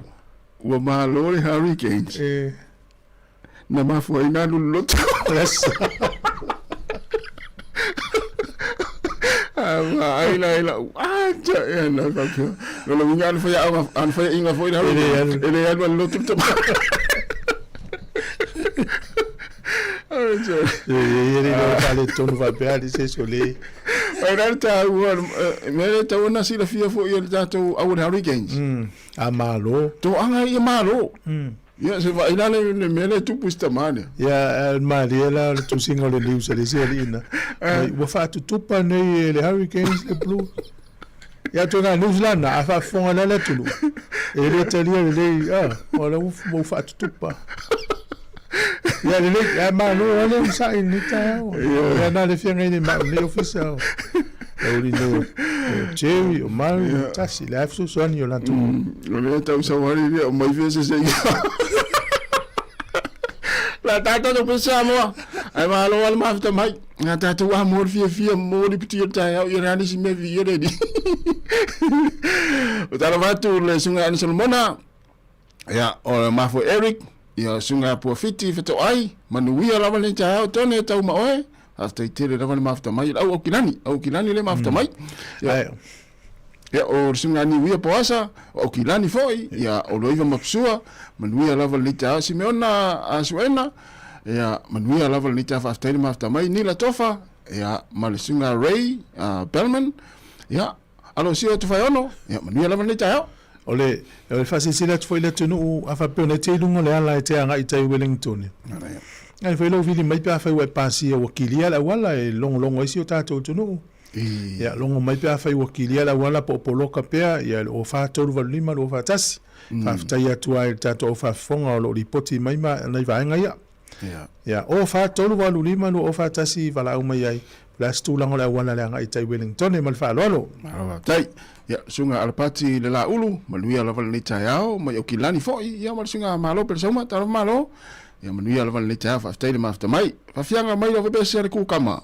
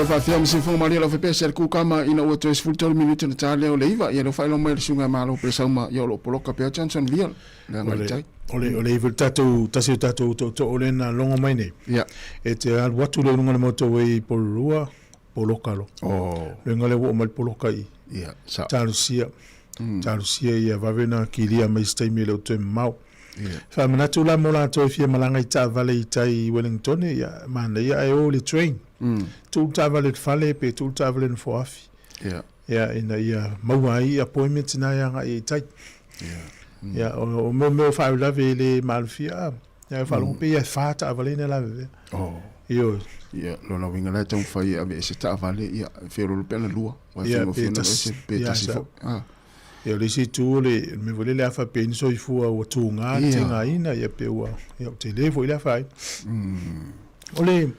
ole mta pule tu pu mai nei o I le Strait Hormuz le ala va le ila talata Iran o le wa fa lia Donald Trump ia o le la poloka Amerika wa ti fengta ia la me ia la fa lia Donald Trump o le la watu ia va le Navy America a fai a fa la ina Iran ia va le Navy America le la fa el poloka ia o le a fa ngoto unga ila no vana ia wa o la foi la siaki uma e America tu sa mal fa le PlayStation va a fi o fa le tu mo va mai fa fo ona pe le na sa u la va ina I fa mtalanga fa via o la tamo fai ia o fesile la tu stala ana fesile fo ia le fesile la fa mtala mai o la ua fa le aso na ilo ava tu saina po North Korea ni me tau tonu Iran so so ni tau ya la o le tina fesile le fa tu na tu fo ia Donald Trump ya na fa unga ia fa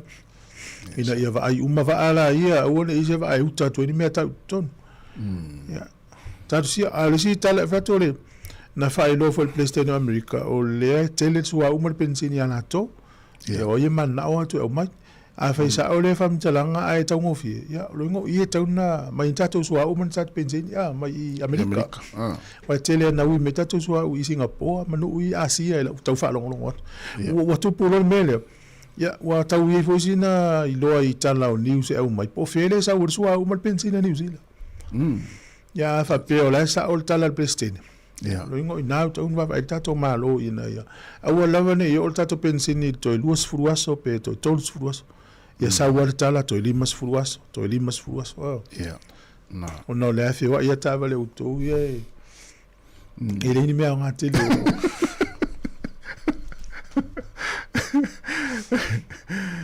ya malo ya le fu tawa ya sa le fu tawa le taimi ya almena ya pula tanga te lo ta vale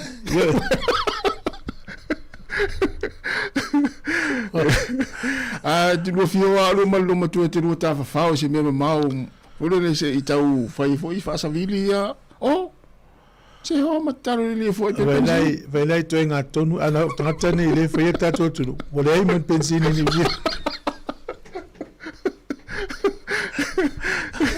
Awal popole mio le ola nei. Io popole mio le la. Ole. Wa tauna. Vai nei to mai le te mine. Ya, wa tau foi na talent avale alu le malu si angola. Ia. Ole le ia lungo afinungo fale o ta avale ia me io solar panels. Pu e mai le la alu ta avale so nga mela le. Ya pela le solar ne. Fa wa ia ta avale ele walu spenzini. De walu se mala uma le peno le lunga fale o tava do foi moleanga ai luma uta no vai to na lo o ye ai si le to ila to ngata vale lo isto ngata vale fo ye o le inis to ngata vale na tauria Pacifica wa la tau sanga to era sa wa tamana ya le o fa pela o lunga fale o tava le ini me fo le te vai tu la lunga a o lunga fale o tava le na la fia i to tonu na ya solar panels e fa nga tava ya no la ya ya pa wale le tu la le te ua la te le sinu ai ti munga i tatu nu ya fiwa si ta vale tatu nu o tu o fa ya to sinave ma sa le ya be o ma to mo le la se nga yo ko nga so lo uma yo nu la fa nga ma la to Mama te no e vai e tas. E pole tu tonga o tu e se wa ya. Tasi te tonga ma tu se me pensi. Wa na upale mia. O mele te faia. Wa, hala me para e fu le se o ke pensi. Se o. O e ta fa o mo e fa nga le pensi. Me le langa nei pala. Me le nga o ta va. Nei tanga ta si wa ben fo tonga late. Le po si po la fai. Se o. O fa ma. Tu fa fo Sāmoa tanga tanga. Ya, malo ale va. Malo ale. Ta fa mo le fai mastone. Ya. Masoda? Masole la stona. Ya. Tu fi lo ai na wa fai lo tu alto atusi. Ya, on est tatoué vai na manu ula tane ia. Fai tatu tala mali. Ola nganga o malanga to tatu litio, ia fi lo ai malau fa fonga. Ya. Mai sto fo tuanga o ni vai ngai fa le ati de tatu o na. Ya. Ya matato militino fa tasi te la temi na fa fonga mai mo mai. Ya e tau te le fi lo. E la o mato atu tatu fi lo ai fai tatu tala mali na so tatu fi ai. Ya o dia le lo fo le tu. So lo fo lim mal masina o. Masina o perila. Ya vai. Ya, malo, manaya. Ya, ole wa la tariva, 50 minutes tariva, ya ai la va tu fa fianga le vai fo nei taimi. Tol va tu singa singa penny, manuia lava nei taiao, ma lo presión fa te tele lava li poti mai, fa ya sion a Mose. Ya o Erika ma oe, manuia lava nei taiao, ya talo vai. Ya manuia fo ile mo tatu tunu, ya ma mata mai mata fola, ya male ofea. Male la le o Australia, ya talo va tu. Ya lo te la tu Wellington fa stai mo tupe le na fo mai ya o lo mo mai ya lo fa ngal vai ngal na fo mai tupe lo mo fsua ya mo ya la mo ni ta ya fa stai la va ya le mafto mai ta tu programa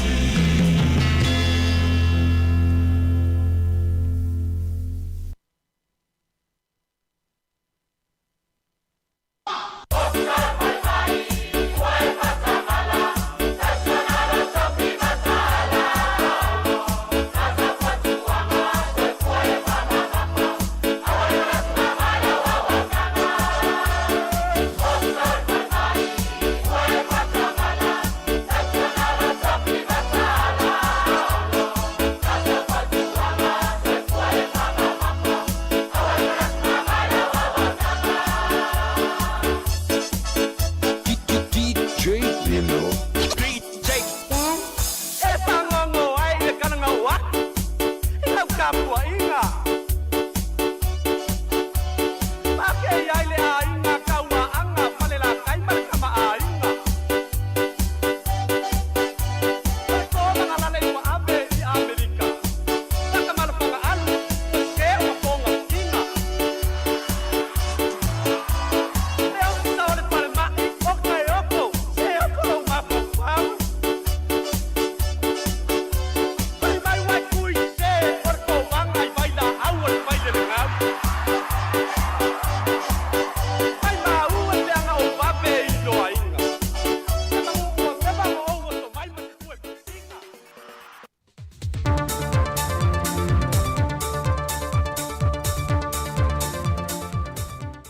Nganga fia whaatalo whatuelo tātua tanu re nei fo e aso lua e le whaopopongo tala I meolo te tupulu tātua tanu I Sāmoa o se mai ilo whaafonga.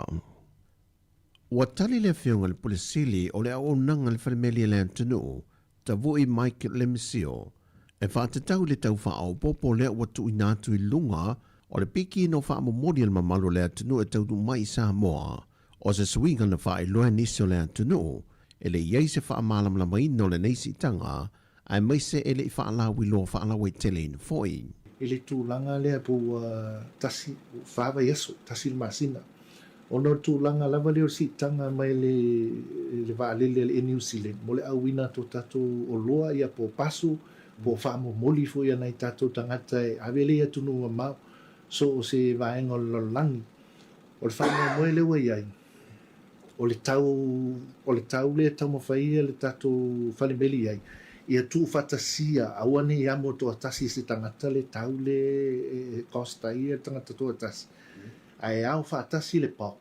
Ia na soa la i o tau whapopo le au mai ele ofiso valele.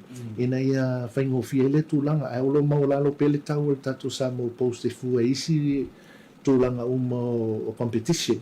Alfa moe lan na loa iai nei. Aso lulu markat af o loa nei tangata fia ave I fafu e tunu I fafu. Rono winga mai la sotofi. Io la sole lo close element. Rono winga fa tali fu si olisi vai a sosta fa tino le fa moe. O le fa moe le ona o le ele ese tatu tulanga fa ngale mfaina tali tu fa moe ona wo fa sin tanta tele le si tanga le pili le valili.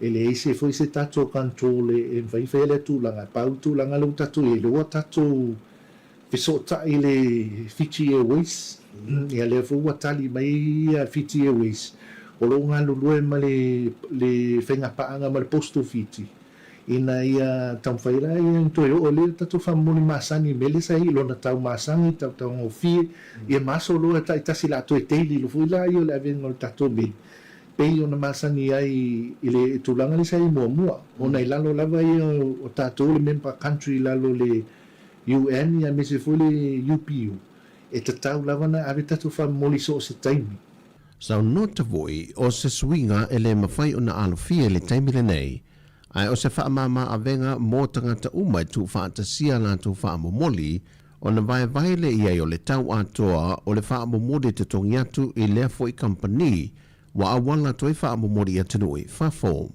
Ai na whaalia se tasio tina ele nei swinga e ono a whai na le tangata e la ititi lana whaamomori ai benefiti ai le tangata e la poa lana whaamomori.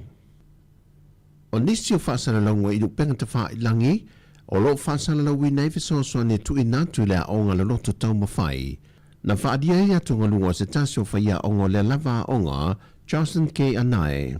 O le na whailo mai le fionga I le minister tanga luenga wa onga, le ave sea mai lea o le salawa feta la mai te unga tupe a le matanga luenga, e fesoa swani le toe te talai nai o lea onga le nei tausanga, le na loka mai lava whai te toa le amatanga e o mai le so.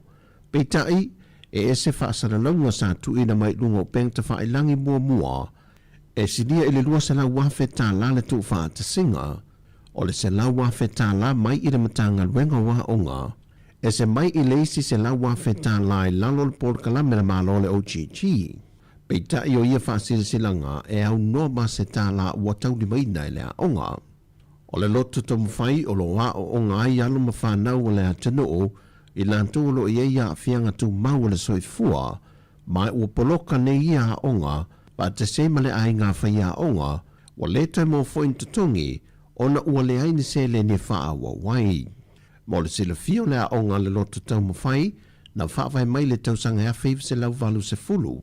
Na whaavai I lungo le tūlanga e fesoa soani atu wai I whanau matangata maa tutua o lo ia a fianga tu mau le soifua e nei mawhai o na maua le manuia ia o onga mo le lumana I manuia.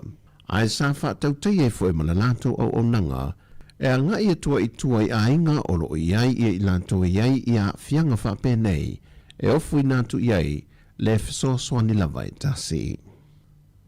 Wa tā pena le whanamba tonga le SQA po wha I longa tā waloa le atanu e si tia tulanga tau ia o onga I le isi la sanga I mo le atanu e na ia mauti noa o lo ta oto whaatasi maa la fua I le atina enga wa o onga mo o mia mo Sāmoa. O le whanau nongo o lo taula I ele wa ai mamao a le SQA e na ia au sia le mawa lungo le tomai mo o mia e tangata whainga ruenga I le atanu e una ia ai le tamao a inga o Sāmoa ma le manui o tangata lau tele. O le whaama mafa o tuina to le SQA I mtanga ruenga le malo Pisinissima Company e tā ua le ausia o wha ai longa mawa le lunga mai universite ua wha ai wina mai eia o onga e si tia ai le tūlanga I to mai e wha tino I nai ngā ruenga e so se au o nanga lo o ngā lulu e ai. O le wha ai unga le vayaso na wha lau I lo wha lau e tele nai le fuafanga le ofisa o wha ai longa tāwa loa a le atanu. E le tala whasoro pito le tanga ruenga o wha atu anga mwhainga whaiva o se tamai tai mo mua le ua tōwhia le tōwhinga o le ofisa sili e se whai unga le whontanga le kāpenata le vayaso umawai. Le ua whiriwhiri ai le awhionga a whamasanga tai mali e tane matatu mua nā te tau aveina le tōwhinga mō le isi tolu tausanga. O a whamasanga ua silia I le lua se fulu tausanga o ngā lua e le mtanga ruenga o wha atu anga e na wha se ane le tausanga lua awhi ma le tolu e le vāanga pōlenga le mtanga ruenga au le whiriwhiri ai o ia le lua awhi se fulu ma le valu a vema se tanso pole lango se i o mai le teimile nei ua whiriwhiri ai e a vema office sili. O lo ia o mia wha I longa mau le lunga I le tipiloma I le to mai tau wha atu anga tikeri I tu langa lava I tau wha atu anga wha pe foi ma le tipiloma mai le to mai lava tau wha atu anga ma di Universite al Pasifika le USAP. O tana fōwi o le ni aso anga le leile tue fōwhanga le awhianga iei malo tātu o tunu wha soi fōia.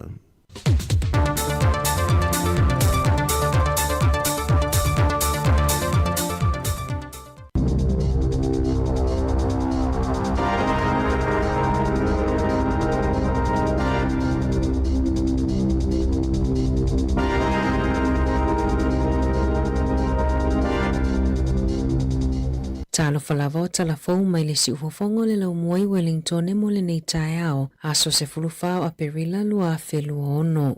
Ua wha mauina le mautu ma le lava o le penisini I tutono ni usila le taimi nei. E le o iei si tūlanga o wha alave ai le sapala ino le penisini e tusai mali po tila tamai. I wha maumaunga la tamai ale embi o lo o wha alia ai e li masfuruiwa tesi ma le fitu aso o lo o lava ai le penisini. Wha ai titia mai le ono lua tesi ma le ono aso na wha mauina I isi li poti e le ima mao atu. E wha se furuiwa tesi ma le tasi aso e lava ai le sapalai o le tiso pa mai le 5 tasi tesi ma le fitu aso na iai. E 5 wa ala uta o lo fuafua e taunu umai I le isi lua aso o lo manai wha apea wa aiva o lo fuafua e taunu umai I le tolu wa aso o lo manai.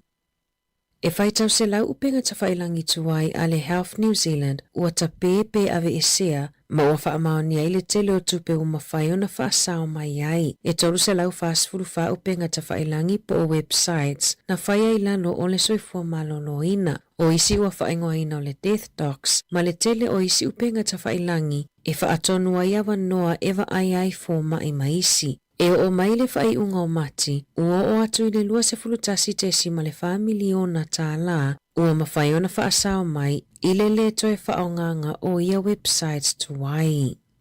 E se lau walu se furuli po tio wha atau tanga se ngase, e le e awina atu I fō mai, pe ona mawa isu enga ale soi fō malolo I nā New Zealand. E wina talo sanga ina I fō mai I ungo scans, po o wha atai la fō ina atu. Whaailoa Alex Pem o le sui o te taitoke rau, o se wha le tonu I masini te konolosi, le mafua anga o le whaatua I ona maua I fō mai o I ungo wha ata. O le tele o scans, e le ila fō ina I fō mai e mai a iuni o le lua afe lua 5, ma le tele o isi wha ata I le lua afe lua 3. E le ia afia le saunga le mua tanga se ngase I le a whaafita uli, pe ona tā ua ele Health New Zealand. Na te ena il matanga luenga o anga fiso o taile MSD, se talosanga a se tina mo se benefiti, e nofo ai e tausila na tama mai, e ui ile tele o li potia fo mai, na whaamatala ina ile o ngaonga o a afianga ile tamaititi, e ono o ini tūlanga whaale tonu, mai mo o mia no na tina I taimi uma. O le tamaititi e maua ile celiac disease, ma le type 1 diabetes po le suka, mai mo o mia tele lo na tina I taimi uma o le aso, e whaainoa na fuala au, ma whaiau na tui po le insulini. Na te ena le talosanga le tina mo le supported living payment, ina ua taliane le MSD, e le o mawalunga tele peonga o ngā tele tūlanga I le ngase o lana tama. Le ana uia I le tina le fisosoani a le leiti o New Zealand, ina ua ia whaitau I se isi mata upu whaapea ini naiwai aso taluai, e winga I le tama porirua le ana te ena whaalua lana benefiti, masa ili fisosoani ile ofisa whaasalalau, ua lipotia le leiti o New Zealand ua talia ele matanga luenga, le talosanga a le tina, ina ua mai au na tu I fesili, ua whaato ese Graham Allpress o le sui o le MSD, ile tina malana tama, ma whaapea, sa le te tau lava na te ina le talosanga a le tina, mai na te leilo a fo ipo o aina whaia ia I loilonga, ai po o ato mai o ia I lātou, na lātou whaia I nei whai unga le tala whea ngai. O iai nisi tulu I whaupopo I tau o tau mafa, ai mai se le taunga tau le penisini, ai o mawhaiona whasoa mai le au whaitoa whao le tamau a ainga, ni meto tia mo a ainga, e feso soa ni ai I paketi, whaapea le whasoa soa I nau se leni I le vai aso. Mua, e mawhaiona tusi se fuafuanga po se plan o tau mafa e kuka I le vai aso, I le taimia o whaia pa o supermarketi. Nga I fo e whaatau, e au mai lava na o mea e mo o mia, asiasi lunga o penga ta whailangi a supermarketi, e waava aile esenga o tau o loa, o na whaatusa lea, aile I whaia whaataunga. Tāua fo ele whaatele fuala au whaisua pe a whaia ngā sesenga e le tele aise mi te whaonga. Ma ia te wile aisa malosi po ole fulisa mea ai e tutoe ele lei e umi ai o nā o ngā. Ua whaiele au whaitoa whao mata upu tau whale se talosanga ina ia whaiani siaki whaatuma oti mo le soifua malolo ina ma le saunga le mua whale ina ia muli ta ia e landlords o le taimi nei e whaingo fiela vai I lātou e ana whale o na whaatumu pepa ma pepelo I le talinga o fesili e whaatatau I le saunga le mua whale.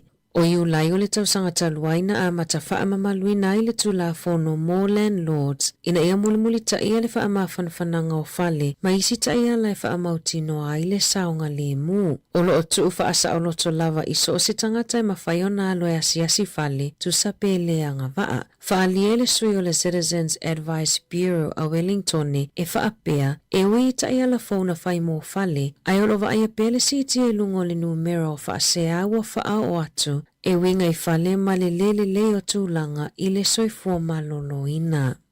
O le mata o na lolomi le aso whanau o le tangata I lunga o le ata mo le laisene awe ta avale, e whaamalo si a ateli ai le puipuinga, o le whainga ua ta atele I isi atunuu. Na whaalie Chris Rodley o le sui o le NCTA e whaapea, o le whainga fau e whaaititi ai le mawhai o na whao ngase se e le autau whaavalea, laisene awe ta avale a isi tangata. E mata o na mawhai o na lolomi le aso whanau I lunga o laisene, pe ai alo e whaafaulo laisene, pe su e fo se laisene fau, pe ona lipotia le One News.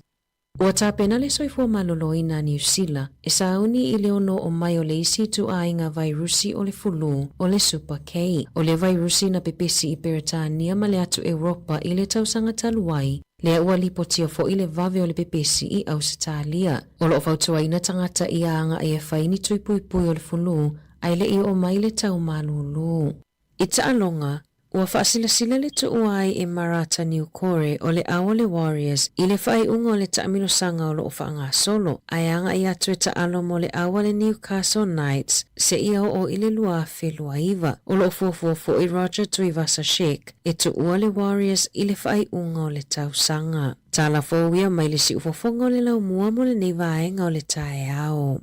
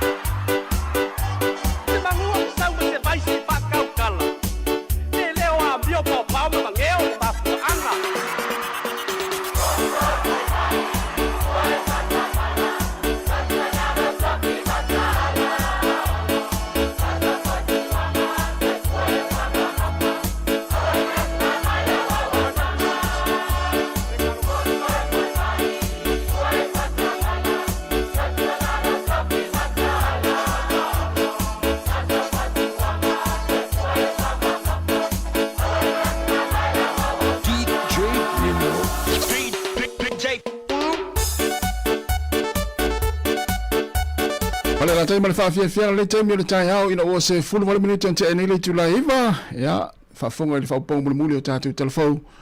Ia i le tūlai se fulu ma le lua i le aulia na nei matala mai Sāmoa. Ia, olo tātou e pele pukulame le ata le tai au. Ia, toi whaamalo ma toi whaatalawhatu whaaftaitere atu le sunga ia malo pele sauma lea ua ripatia mai. Ia, ua kilia le aruanga i tai Wellingtone. Ia mo tātou ia e sauni malanga le nei tai au. Ia, i waalele. Ia, tau a ona... vave o le malai valele ia tapena le lau whainga malanga au ni isi mea toe tupu mai ia ma toe vevesia ia o le teimel whainga malanga taua telefoi vaenga lea o le vave o na taunu o le malai valele ia e pe toe tolu pe toe luai tu lai le ia lun malanga ia mo ni vaenga fo le tupu muli mai ia me se la to inga fala fa pea ia le lo me tupu lunga la wala i te ua afia ia ta vale lunga la wala pe ona ile tai au i Wellington ia ona fa tua ia le o fainga malanga ia ma tua ia o le malele ona no winga ava pe o le te malanga i le tasi ia po le tasi te me lo va ia po se fululua ia o le te mine ua tau ona i lunga la wala ia anga ia tun malele so se malele lava Wellington au kilani kala estete ia po so se tunu lava na te mafuta mai ai ia tawa ona vavi o i malele ta pena le fainga malanga ina ia i umalmanuia ia mani fo fainga malanga o i lava le malanga le yaso ia isio tatu tunu i Sāmoa i fofuanga fale ainga ia o fono tanga fale kalesia ia maso se vaenga lava pona fo i ua yalu te tafao le tele o livina ia manuia lava fainga malanga ia na onto fa amna tuatu e tele i ele tu ua ia le fale ia to e tanga iane po ua tu tonu au talavai tauna ave tono le atopau ia mala ato folele ave ilunga tauna ave ilunga ia foala au i vanga fa pena ia vai si tanga te folele mla o mia foala au lunga le vale e inu ia luas for minuto te ni le tulaiva mana il fainga faule wa mai il vanga le Anzac TA ia por vanga folele fla fe malanga inga lunga wala ia o leo a mata ona lolomi ia sofa nau ia ilunga lo laisene avita vale ia etau tu titi in mo mele ole le mafai ana faonga se le auto fa valea ia laisene oisi avita vale ia matupu ai ma fa le lunga la wala ia o se tu le ma ne foi le swinga ia lo winga la so se taimi ai faonga ilo o se kia tu ele o ia iso mole fainga lo fa il taimi nei yo o le wa mata ona no lomi ya sofa na u lungo lo laisene ya fateta ingo au ya o lo wata ya o lo lomi male wasfa na ya ya lungo fia ye ele o leo ai misi hata imi poloka o sole ele ela esela tangata le esel tangata le sauta vale ya tu na fa pena pu pinga la bolsa ngale mu ya misi o le telo la uta fa vale o le wel taimi nei ya ile nga o yo laisene wis ai faonga ai misi temi foi le poloka le fisil men leo po ilo ngo tango ta o ilo ngo ia on matua ia ele to saola mena le temi nei il fainga foule o ia ia le wa lo lomi lo asofana ilunga lo le sene ia na i vanga fa mana to le tai ao afa pe fo yo nai wa o vanga o mai ia le va tu tatu telefone ana fa solo le tai ao ia e la vanga le o le sene ia mo lomino lo asofana ilunga lo le sene Malisi vai ngale na mai tatu telefo. Afa pele tau nu atu ia sau fa ata. Ia sa fa sau fa ata le tau sangan te nei. Ale a te fa ata le tali al taimi nei. Ia ele i o tu lava le unga lo fa ata. Ia le on winga o ela le si le mo i ia i le tero fa ata le i o lava i lau fo ma e ma fo mai. Ia e pe ona fa alia. Ia ona tu langa fo le o le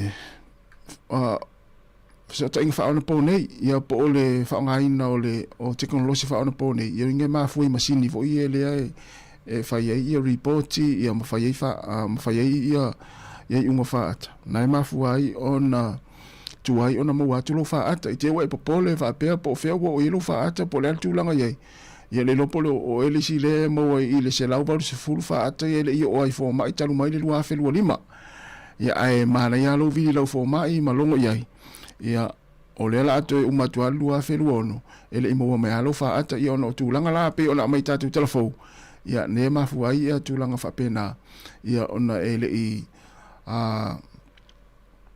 ona ole afianga mo meo fa ngai no masini fa ona pone ia i tulanga fa pena ningo mo meo report na mafu ai ma tua ai ona mo atu lo fa ata pe fa pena lo fa ata fa lua feluo lima na ele io ele mo atu la valtemi nei ia ma nei ya ole video tato fo mai ia e longo ia tu langa na ia pe fa pe la ele i taria lava ia le unga lo fa ata ia o nisi na vaenga i ni ta o nisi vaenga ta u le na ma nei ia fo i le na u fa longo tu e mo u va ia tu ai tato telefone nei ta ia o le fa o so fio langona stasio tina ina ua le mafai ia ma le talia lana talo sanga ia e te enai ia lana talo sanga sa fai ia ele vaenga le mtanga luenga o le MSD po anga fesota ia le sa taru sanga le tina ia mo se benefiti no fo ia tau sisi ana tama mai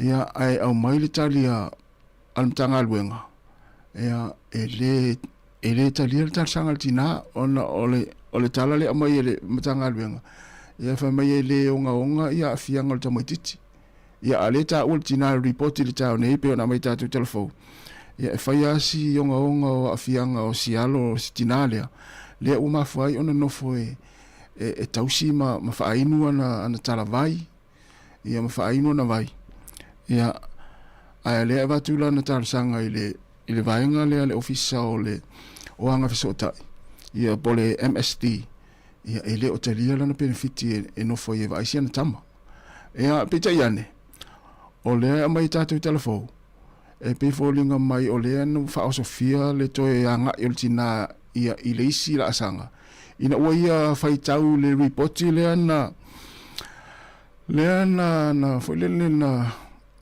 matu lunga le tatu telefon ia mal tatu wala leo inai vai aso tuna ia tu istama poli rua le sa ta ma fai fo ila na benefit ia ite ena fo ia la na tarsanga ia leana anga i loa ia le ainga stamalia polidua ia ele le tioni sila ia mafina wina lon ta upulela na mafuai ona anga i le tinalia ia Mosef Sosoani i le Radio New Zealand ia ona sa fai tau le mta upule stamalia ia nai ulava ina toi manuia ia lana tau mfainga ia mfato ese ia le mtanga luenga pita yane o le lana uia fo il tinalia le fo le ia la sanga le nanga il tama polrua ia astal fia multina ia o lea ua talia ia lana tarsanga ina ua tu ifesili ia ele vaenga le Radio New Zealand ia lea ua toe fato ese ai foi ia se tasi o sui al mtanga luenga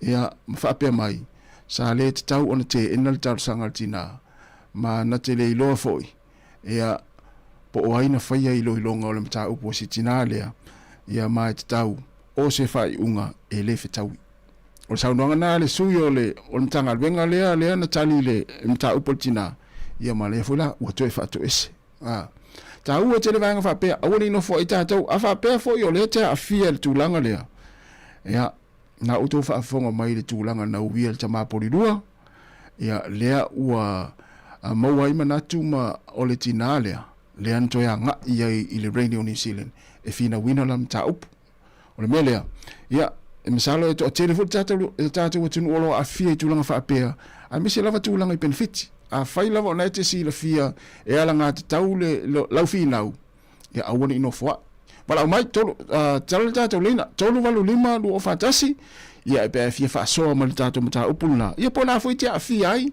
pe sa e a fia ai foi ia o a foi ni awala na e uia ia na umanu ia ila tātou sanga ia pe la mata upulna na avatu nei tātou telefou ia le foi la ua fa amnia ina le fi nau stinalia ia le ua mo ila na benefiti e nofo e vai ma tau sisian tama ua mai ia ole na 2 minuto te nei le tu la eva talo va tu le sia tio tu no fi talo tio manuia lava le ta fa stai ma sta mai o sia William telefo manuia lava le ta William ia sunga vai fale ma si va to fa ia vai fale manuia lava le ta ia fa stai lava le ma sta mai ia manuia fo ile le ta o tatu tunu i tonu ainga ia o lungo tatu pinga te failangi ma le tatu Facebook ma le YouTube ia ma le tatu website le na patalo fatu i la tolo fa longo mai ia i tonu ngā luenga i le www.samoacapitalradio.co.nz lusu ral minuta te nei le tula iwa tsalo tatu le na fi fa so ma le ta upulina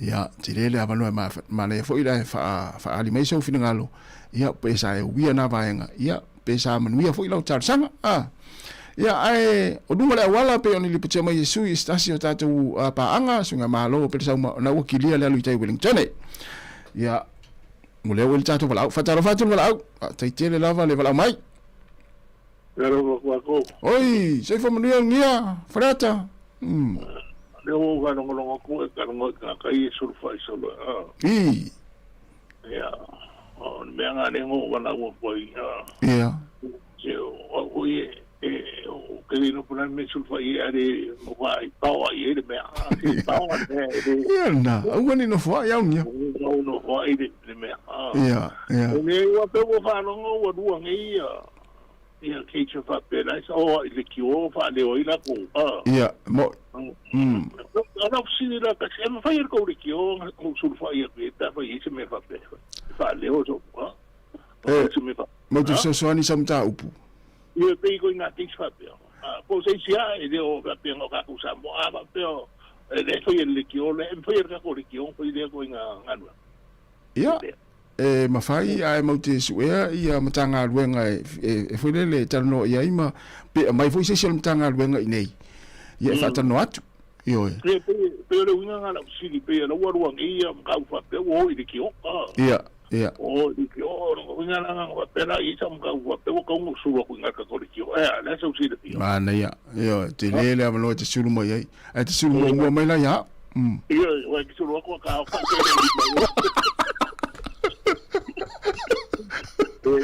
no que la cosa que me están en línea que me lo una parla pues me balancear como lo poco ahora se está irónico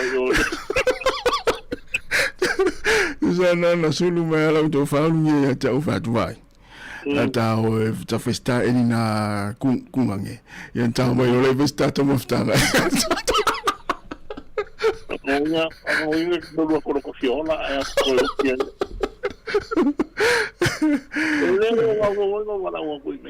ia pero pues no fia cosas que me o soy la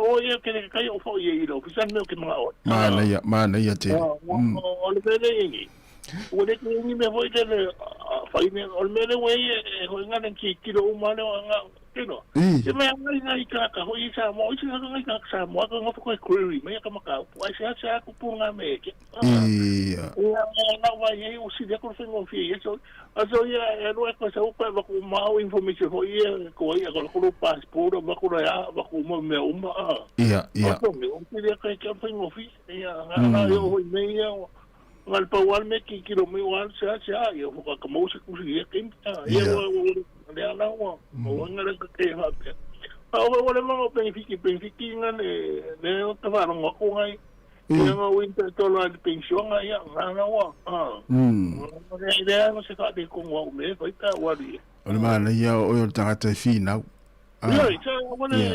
no fo ma ni pe ki lo mo ke ngi o be o yo ba ya si ko ina le ko ma ko ina le kai ano ko nga le lokal nga ang aking makuha iya ako yo idunga ide masinga por makeke europea ole lua fe lua valu lo trengo nia ia ole ua fa mo e o tu te sanga na ua mafai ona o tanga te no fo dunga vate te so enga na fa scientist ia o wa no makura le o kasida de fa europeo kasi mo o ruona sa ora que se vea a mi casa ahora que se vea mucho más de yo hay un poco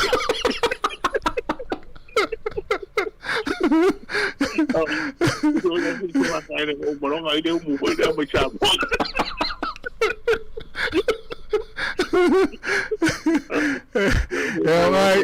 mr Lengoria ngai tanga te fo e ona fa o pe ne fo le fi vila tu mer ai ngai fa sa nga tu pe mo liu mo sa fa no ne fa o pe sa ai do fi tu le gi do yo ai o pe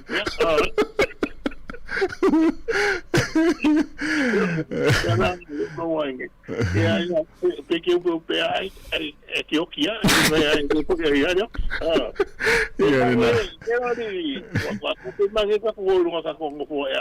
nga de pe ala Civic ko ya ala kala kasko ala ko ko ya ko fe me que ano que o dice wa wala kala ko wa ya la esa me lo wala tala te no ani lang ya ala ba lo ko ya ko fa ala ko almana ya fo yon wa nga del fa la tala te no ani lang ya o fo le tate lo ai po fe le tu le la ta du po le tu nga vale po le e mo doria na o que roda que me como yo po mo nga ngoi de ko nga ngo Olha, asa warkoki. Ko le asa warkoki. Malo. Mana ko nga, so de fika nga mese ko ma ke me la ni ka ya. Mana ya. Ya fa te la na ftale ngia. Mo ngia no waso do. Ya mo ngia fo de ya so fatu. Ya fa wa. Ya tanga ngia. Ya tamasa tamui. To 2 minuto na tale ole tu la se fulu. Tale pelta to lena te pe fia wala mai ta tum ta upu na ta tu ta no. Pole afu isem ta upu cha fa fonga mai ai ta tu telefon ta la mai Sāmoa. Te lera no ta tu fa so ye. Ya ma ta tu va ai le fu le fa so ma le nga fa alo ya fa so mana ya ta va tu ya wena fu vai ya manuia lava le ta nga wa fila pepe. Te te lava le mafta ma ya la vai fa fia fianga. Fa fonga mai ta tu no si fonga no la mo Wellington o yo le usa uli sta tu vala. Ya. Ta va tu vala ma lo lava le on sai mai. Ya, se forma nguia. Oi. Uma toina. Mas se for lua. Vamos tá. Wa kai ni ka yo fo. Ya o uma maderia wao. Dia, malo foi. Ta ko finga buena. Ai. Ya. Vamos tá ya. O manguia lava fa kai de lo foreri. Ya. Malo. Fa kai de wa. Wa sola ese apure. Sa moi sa ya. Polo fela tu si ana o falong cha fai sa ma vai ngal fa kadino le fa.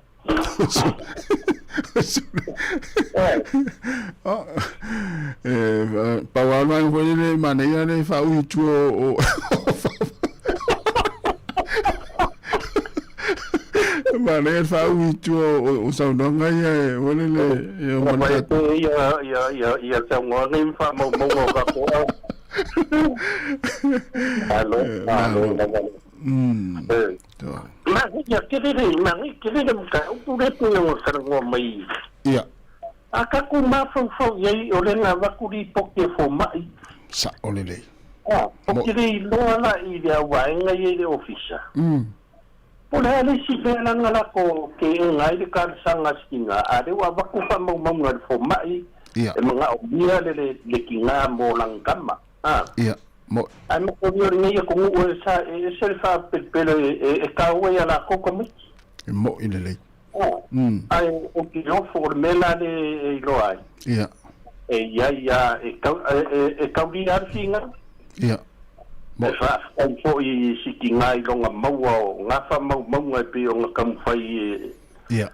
Kama po lua vo i ka u family wa ka fu suaf ya pe o ko mai i fa ka inga le yo isi me o le ta wana le ta upure fo ina ri ai lunga le na va tu ta to le tio nei va ya so tona ya tu ia ese ta ma po lua le ya le na mau le le tina le ya le ma fai tau ia le case le na fina wista ma le ma so na inga po lua le na ma fu ai ona na te ena ma ya lan talo sanga nga i lon tina le Radio New Zealand le na fai el tema por rolia le la na tu ifesili lo le tioni Radio New Zealand ia le mtanga lwenga ia mai lo ai te le alfa le ton ele te tau ona te enel ta sanga tina yon fa lista si o lo fai ngwa na ka via nga o sesia ale ba ko kamiki mo awa ka pe po se meo le luas fu ka sanga kamiki ya ke ka ka fe ngai ke nga wa ram fai kamiki nga fai nga kuin mo fai ngo so la au mo ya ai fa fai de finga o le la ka ko lo ai e pe ya ngo ko sanga ke o ke ai mi fa pe o ka ke ngo fo mo ya vai foi la kama ya ngia ya kilang kinga nga so uma ya luai makinga mai ai mai era official e wa kwa urungia le kiu ka ya uma e tanga kai ke rongo fia kala ka fo ye i lo ai tanga ka fo de la fire case si kinga ya de na pa ko se pure sidio kampo ore mkanga duela ya na fa ese ma ar mesi kalo si ai mo uma mai ku pe lo ku ai kenya ma kai apalai ya O le si vaenga le ua mai I fo ile le mo tātou ia o I fo ile le o ofisa nei. O le ua ta ua ilo ai. O le tele au mata upu ia pei ona ta ua ele tangata o le tanga luenga le na fatu esiltina. O le tele la winga. E tau mai, o le tele au mata upu le o tātou ia I ofisa nei. Na e ngata mea I luma I keisi mena tua awhai atu awhai mai le ai, wale ai. Ea o toi fo ilo le fale wale ai sisi mea toi anga ia. Sa o le leia. E nei kainge ke finga o kwa whai mai. Ia e kaparo te mga o mia le mene tia po le pule. Moi. Ka ngaka konga nga whaia mai lor whai unga ia ka ika. Ia. Ia ngo ka saulo ia mele e wakua e si karia o aku I sere karia. Mo inelei. Ia sere ia ngaku langa me siri whafkai. Ia. Whafkai au ia wakaria le apalai e siro makua. Ia. Mo inelei. O me kau ka mai. Ia o ka peo keofo o ka wofo ka ngata nga whaia ia. Sa oso. Ia ia ka mau ore mea o rawa baku wha mau ngar wharma. E lei wasi me siri o lewa fo I melki ngai fo ma. Ia. Lewa I loe fo ma I whai li poki ave mga mia singa I kaimi umore o le aso. Sa olele. Mo. Ia na lo lava le. Ia or kulanga la le pe a whakfela ia pe o ka koule wa iei lai senga kaimi ngai o le ala kaimi la o omi ai mea ia la asa. Ia o ko meki anga whai alako. Ia te ro le se tūlanga whapena wa o le wa amata. Lo amata ona lo lomi ya so fa na I lai sene. Ia I le vaenga le wanga ia ia le ia Kavaref. Ia. Ia se tūlanga le ia le lua. Ia foi le mo le puinga ona tangata ia le nga o ia isi lai sene foi le ta o le ngol leo ma. Ia nga. Ia silinga o ia ke longa ai pe fa kari se expire lo ka ko fa fo un ko api le nga kulanga ya fa wa makarni kamia ia pe nga I fo ya le ofisa pe ai mane ya nga le ofisa pe amana o ye lo lomi lo le sa fa na ma tu fa pena ia wale le ala ai o ni so fa kari lungo ka po lenga tai tele lava le lua tai kele ya ke o ko ka ku ni ya so ya ai me so aso umor ba ya so ia ma pe ma sa lungo ngo ku ya manguia fo fo ngor nge ya so ia fa tai tele lava lo fianga al fatu mtsila ia fa pena sai fo ia la tanta to pense ia vai fo nei tai ia tala pelta to leina te fala mai no to sfuri minuto na tale o le tu la se fulu o programa el pulenga no por lua pe atari tu la se fulu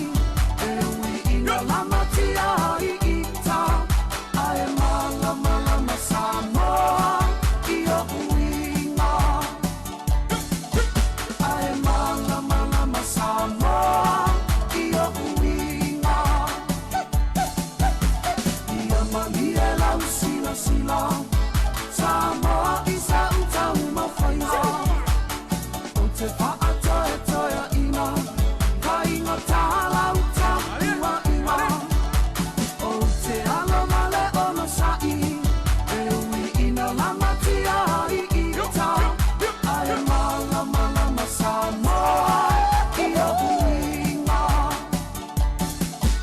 Ae mala mala ma Sāmoa i o uinga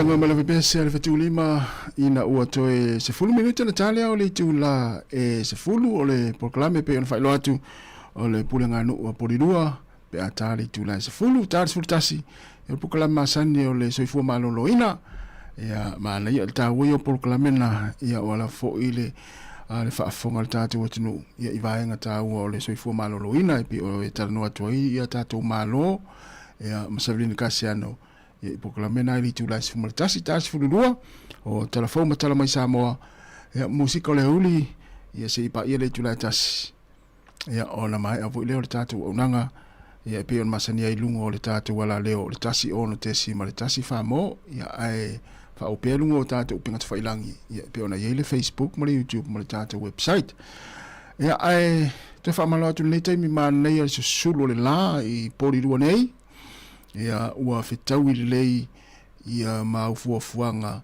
ia sari whataunu ina le whaiunga le vaiaso o lea polua ia le maitau atu ia matua le ei maseao e whalave lave ia ili susulu le la lona winga o tātou le au no whawhale o lo whaafonga mai ia msalo to tele na ua pao ia masini tā lava lava ia awale le whaamaina o lava lava o ainga tūlou nei tai au ia ai pa o isi rum kuka wale pitiel to ina malom tu le ala tar se fulu na mo mois yo nai fana wa onga tamala na ia o le fai al koko le isa mal ko pai ia le tu wala ia ta fa ia o mai ia pe ia sa lo to le ulo koko le isa mal ko pai yo fa tele la puka ko pai pe fa pe to tele tamait ia ai fu al tele puka ia to tele se fa na pe to fulu lua ia ai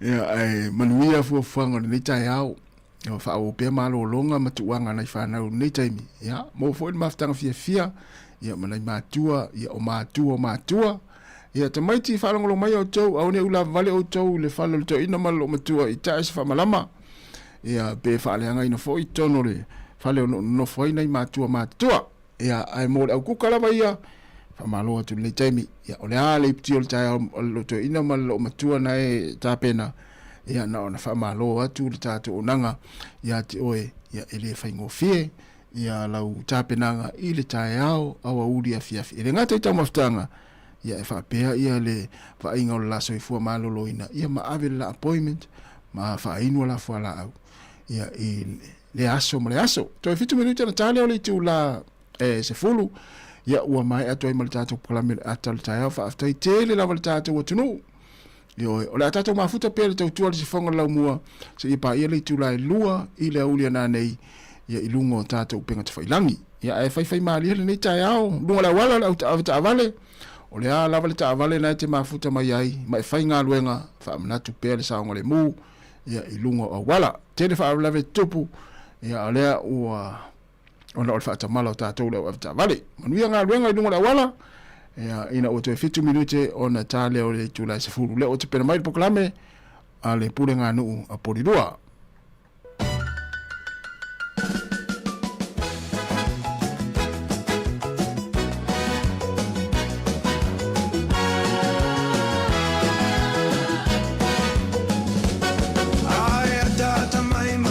Siva mai, siva mai, siva mai, siva siva mai. Lue o vai lulu o lima siva mai, siva mai, siva mai. Lue o vai ma toma fai ata mai. Wow. Ata mai. Ata mai. Ata mai. Ay ay ay ata mai.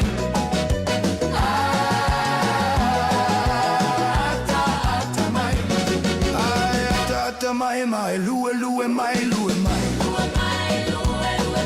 lue o vai lulu o lima siva mai siva mai fusi la o panga mai toma vai ata mai ata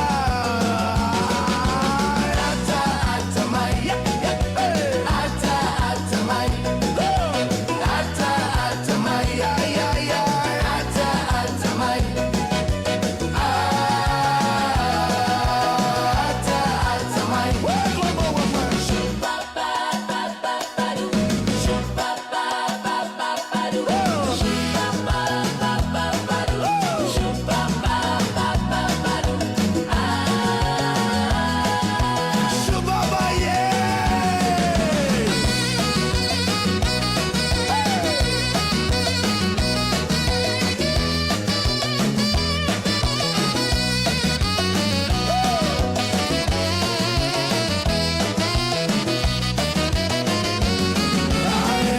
ata mai mai siva siva mai siva mai siva mai siva siva mai lue o vai lulu o lima siva mai siva mai siva siva mai fusi la upanga mai toma fai ata mai ai ai ai ai ai ai ai ata mai ata mai ata mai ai ai ai ata mai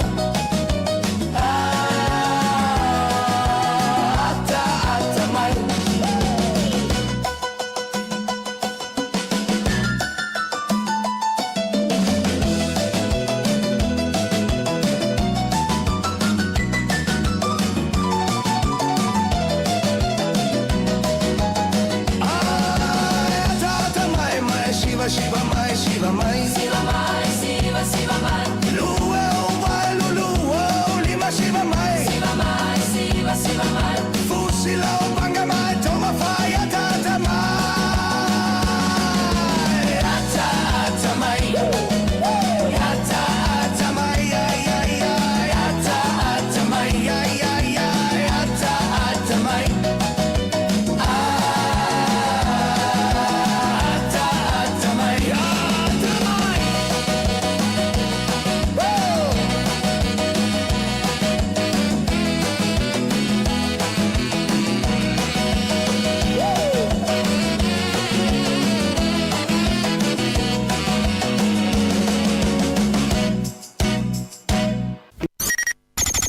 O le tautua le si ufonga o le naumua o lo iai fo i le langolango a le New Zealand On Air.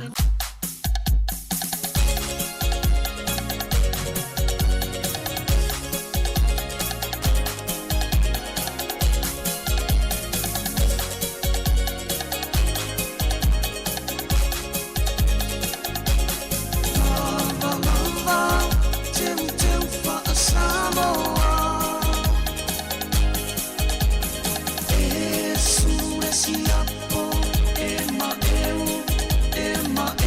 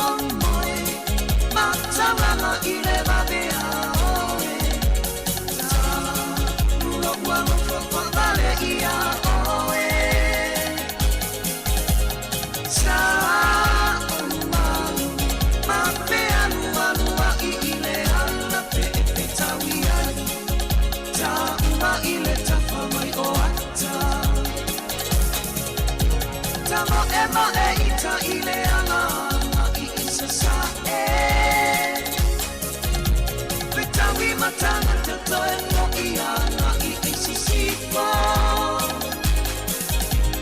E ta ino I sia mea paala ni manea Wa ina mea tele Ile la uleva o tele kea Tamo emo e ita ile ana I isa sa e Vitawi matanga tato e po I ana I isi sipo E ta ino I sia mea paala ni manea Wa ina mea tele Ile la uleva o tele kea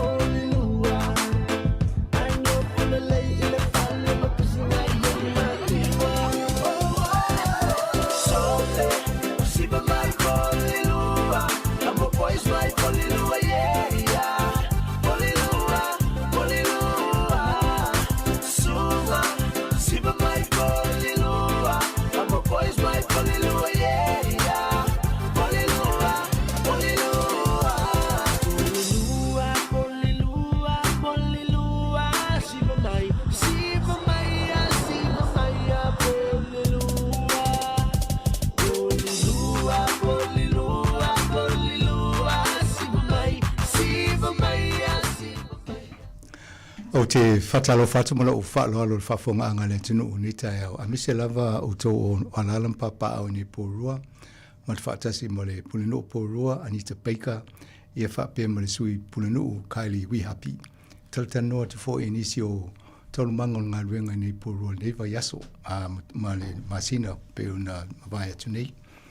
Talofa kia orana. Welcome to Sāmoa Capital Radio again this morning. Kia ora. Kia ora. Welcome having us back. I think for people that are watching the show, should probably see the mirror in arm sling. Yep, she's got her hand. She's very brave to come and do the interview this morning. She's in pain, and she decided to come and, work still continues. So thank you for coming in and do this. That's all right. My first day out. It's great. Yeah, o le foi whaatasi e peo nei e tato po kalamitaru le matata no atu. So Kylie, how has things been with you since we last spoke on air? Oh, great. Thank you. It's been a busy time, I guess, with winter sports coming up. So I've been involved with a lot of our local netball trials and things like that, not just as a coach but as umpire. I just spent the last 10 days on the Gold Coast with my whānau, which was quite nice. I have to admit I was freezing today though, so I had to put the old Kathmandu jacket back on to venture out. But no, it's nice to be back, and actually it's a beautiful day today, so I can't complain. In Pōrua, very nice. Yes. Yeah, apparently the weather was great anyway. It was while nice, I was away, yeah. so nothing to complain about. And Anita, apart from having the an surgery, operation, it's been really busy. There's lots happening in the community and functions. I only had one thing over Easter, which was nice, but yeah. Perhaps we can start with everybody's been talking about the cost of petrol and the cost of living, but cost of petrol in Porua. What's the council doing to help the workers? And so we have a rule where our staff can work 2 days a week at home at the moment. Yeah. So we kept that over from COVID, so we're using that where needed. We've got a fleet of electric vehicles, so we're using those rather than the petrol vehicles where we can. We're continuing on all our mowing. We're zooming into meetings, so like instead of going into town, I've been zooming into meetings. And just watching everything we do. So instead of taking 2 trucks, you can take 1 truck depending on what you're doing. So we're really careful, especially with our diesel vehicles, because we know that cost has really driven up. So luckily there is the electric ones to use. So we are being careful, and and I'm encouraging other people to do the same. Look, I don't have to go out. Obviously I can't drive for 8 weeks, so we're saving petrol that way. But my little chauffeur's here, like Kylie's picking me up, as he's picking me up tomorrow. But it's very expensive to fill your car up. So we are trying to save ways around council, because any money extra we spend, we've got to get from somewhere else. Yeah, when I look at some of the farmers and being interviewed and the cost they've gone up, the diesels and that, and I thought, how can you pour thousands of dollars worth of fuel in some of these truck companies? And well, you can see while the food prices have gone up again because of the cost to get them to market. So it's really tight. Everybody out there is suffering, everybody you talk to. I see a couple of businesses online this morning saying, if people don't come and support us, we're going to be closing. So there are people struggling, and people are choosing, you might have gone to a coffee shop before and had a meal, they're sharing something. But we're trying to keep local businesses open. So like at the weekend, Kaitahi was lucky because they had the Grand Traverse in there, so they had a lot of people through for that venue. So having things locally and using local business is the way to go. Thank you. Ole, vaenga le tal no ene futa le fa fero e futa to malo falungia. Ya ni te peikal pulenu e fa pe makaili we happy. Ole sui pulenu. Ia tal no fo ital moita to pokala metal wai mo le fufuanga mo le vaenga le wo ye ia o le lau tale noa le tūlanga o iei fo i le pūlenga anu malana ia fufuanga e fesoasoani ai au whaingaruenga ona o le tau o le pensini ma tau o le soifuanga le teimine e leo whai lo le pūleno e tai lua aso le vai aso le tu e whaingaruenga ma le whale ia ma iei si ngaruenga tau ona whaatino o lo whaatino a iei fo isi o ngaruenga a whape luolo li sama saino o e leo whai tasi le loli ia ma fufuanga whapena ine whawhaingo fi ai Falia folo na ianga e fia fole le tūlanga le iei na istanga tepe o whaiwhatoanga. I le taumata o le tau le swa o me whapena. Ia e waro i lunga ma le tau o tatou a soifuanga i tūlanga o me tau mawhai whatau i whale o loa. Ia ma vaenga na. Ia o le matel tatou pokalai ma le tai o ni il vaenga o tau o soifuanga tatou. Let's look at some of the things that you've been dealing with or about to deal with. Civic Awards, that's one of your great sort of event. It sure is, and it recognises, locals have made a huge, significant impact for our communities. So a Civic Award is a pretty prestigious award that you can get in Porirua City. So when it comes to community, there's service to sport, there's health and well-being. Community service is only just, part of it. So you've also got health and well-being and education, youth and culture. So we really encourage our residents, because our residents know our residents really well, to nominate people for the Civic Awards. And you can do that online. You can actually fill out an online registration form. If online is not for everybody, then you can go to the front desk at the council, and someone will be able to give you a form. But the nominations close on the 8th of May, Friday 8th of May, and the actual event is on the 7th of July. The only rule is you have to have done your service for 5 or more years. Yeah. And the community is starting to send applications in already. I've had a number from the Pacific community, so I'm pleased that people are actually starting to get on board and do it, but we'd like some more. So the nominations start on the 5th? They've opened. Open now. Oh, open now. And closes on? The 8th of May. 8th of May. Correct. And the service has got to be running 5 years plus. 5 years plus. Thank you. O le vainga le tala noa nei, e la tō whailunga tau loa fo i e whailunga i nei, la tō i au nanga o loo whangai o i tono o pulenga nui pōrua. I le lau tau o leo a matane o te talawa no e whai atua i e tau sanga po whaurot fo ini inisi e whaatua tu inisi o tangata i tono pōrua. Whala tonga po tangata o tasi, tai tō tasi. E mwhai o na whaatua atu i a le whape whaamuta le vaenga le aso valu o le masina fou. Ia me, ia ai o tangata e tauna watu po whala tonga. E tauna 5 tausanga talu o na whanga i e tonu ma whaiala tonga ruenga i tonu pōrua. Ia pōrunga atu fo. Ia mai rea e whaamna tuatua le temini ina ia wawa ai le tūlanga o tā longa o au nanga o tautua o lo whaia sosoani i tangata po i tonu o pōrua. Ia malisi e vaenga i haonga o tūlanga o soifua maloloina. O te tonu tele o nanga sosa au nanga o whai temini e mo mia e mwhai o na mo whailunga tau loa lea. Ia le tau lato o le Civic Awards. Ia maneira wawa i tūlanga le ina ia whatonu mo le anga i luma. So the nominations can be, obviously there'll be a form, people can go online and complete. Correct. Or somebody can come and say, oh, can you write, I'll talk to you in a language I understand and you write it down. Yeah, they could do that if they wanted to. Come into reception and ask for one of us. Yeah.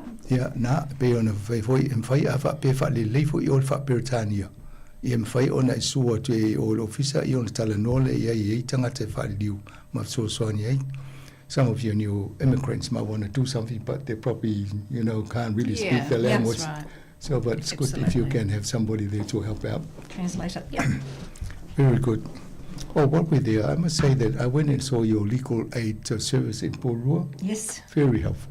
They're very good service, aren't they? Yeah, I was required to sign this thing, and then I went into it, and then I just thought, I'd go and check, and they're very helpful. Yeah, they are very good there. And there was a Cook Island elderly lady that looked after my, and I thought, oh, very good. JP. Yep. Leo tala noa e le vaenga lena o whaonga le au onanga nei Pōrua vai e vaso vai e o JP ia manei o la onanga I tonu Pōrua mo I la tō e whia mo so soani lea. Tiaki wai. This word keeps coming up and every time it comes up, our word for money starts with T. So when they look at Tiaki, I thought we're talking money here. No, we're talking water. The new organisation, which starts on the 1st of July and takes over the water billing. So people will lose the water that they are paying, the dollar figure they're paying in their rates out of the water bill, and it will go over to Te Aki Wai. But there will be an extra cost. The problem is we don't know what the extra cost will be at the moment. So we're finishing all the paperwork with all the councils. A couple of weeks ago in the paper they had some horrendous figures starting at 2,500 up to 7,500 for water figures for a year. Now that's not affordable, and I was really angry when I saw that $7,000 figure because people don't even pay rates that high, so you can't charge for water that high. So we've had a meeting with the Commerce Commission and the mayors and Te Aki Wai to sit down and work out affordability. We've got another meeting coming up. But bottom line is Te Aki Wai will set the price, not the councils, even though we are the owners.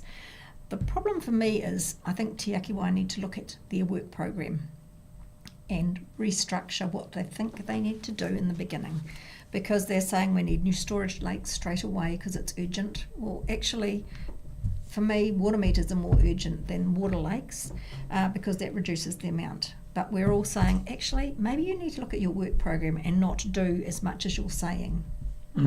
So these discussions will continue. We've got more meetings coming up.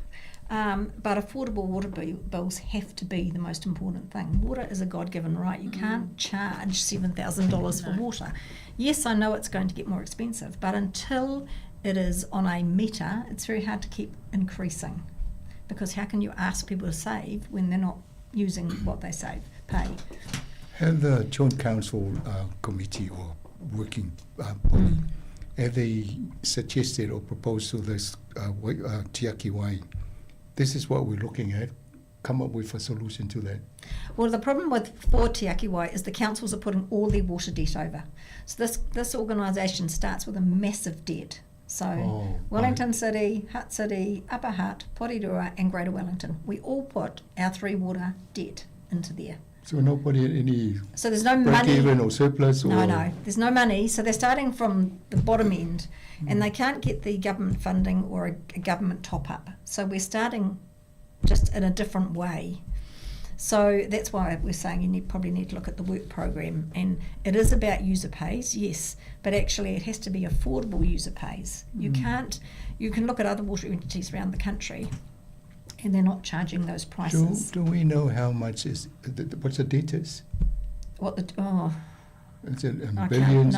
It is billions, but I can't give you the actual figure. Okay. Sorry, my head after my surgery is not here 5 days later.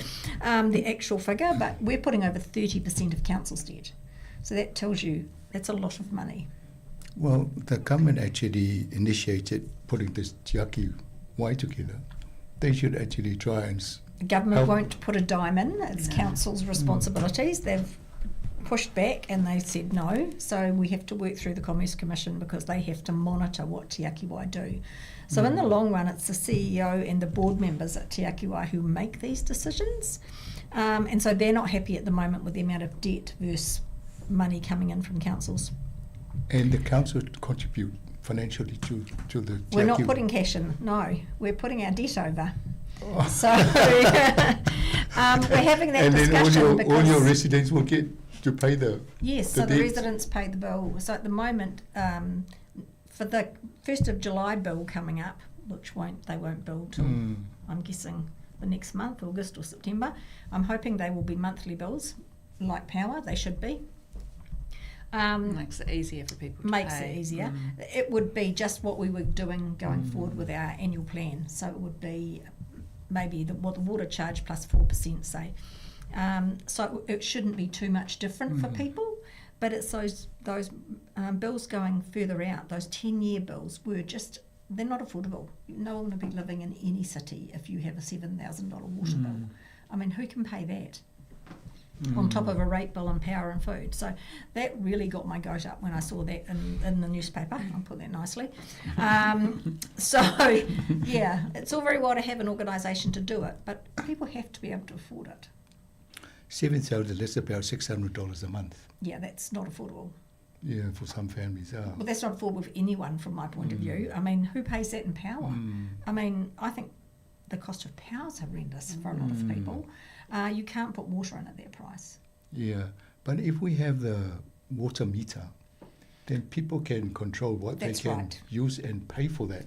Yeah, and that's why I think the water meters should be at the top of their list rather than the lakes to start with, because you want to stop people wasting water, and a meter does that. It's proven. All those places, Auckland, Tauranga, they've got meters, and they're not getting horrendous water bills. And then we find the leaks faster. So, yeah. Yeah, the government is it's working on the project to drill tunnels. Yep. And billions of dollars. Perhaps they should spend that money fixing the water first. Everything is user pays for this government. So, but the users are tapped out. You know, the wages aren't going up, the food's going up, power's going up, but this doesn't seem to a break for anyone. So when are you likely to get something signed off? Well, we have to be signed off. It opens on the 1st of July. Yes. This council signs a paper off in May. I think that's the final paper coming through. Maybe one more in June, and then that's it. So, we've had one meeting with the Commerce Commission. And will the rates be the same throughout the region? Or is it different for, like, Wellington, Porirua? Well, that's for them to decide. From my point of view, I would like harmonisation across the region. It would be fairer. We all get water from the same source. Correct. We're all putting more debt over, and I get that, but it's a new organisation starting from scratch. So from my point of view, I think water should be charged equally to everybody at the same price. And yes, that means that Porirua people will be getting a good deal from the debt that's sitting there from other councils, but actually water is a God-given right, and we're starting from scratch. So I'm pushing for harmonisation. Who's got more landmass out of the regions? Oh, well, Greater Wellington hold the whole, don't they? Right. And from the land mass of parks and everything else. But Wellington is the biggest city, and they have the largest debt, followed by the Lower Hutt, then us, so, and then Upper Hutt. Yeah. But to me, harmonisation is fair. Water comes from one source. The pipes go to the same cities. Yes. So start as you mean to go, and do it fairly. I've always wondered how much water is leaking all around the region, Wellington. Yeah.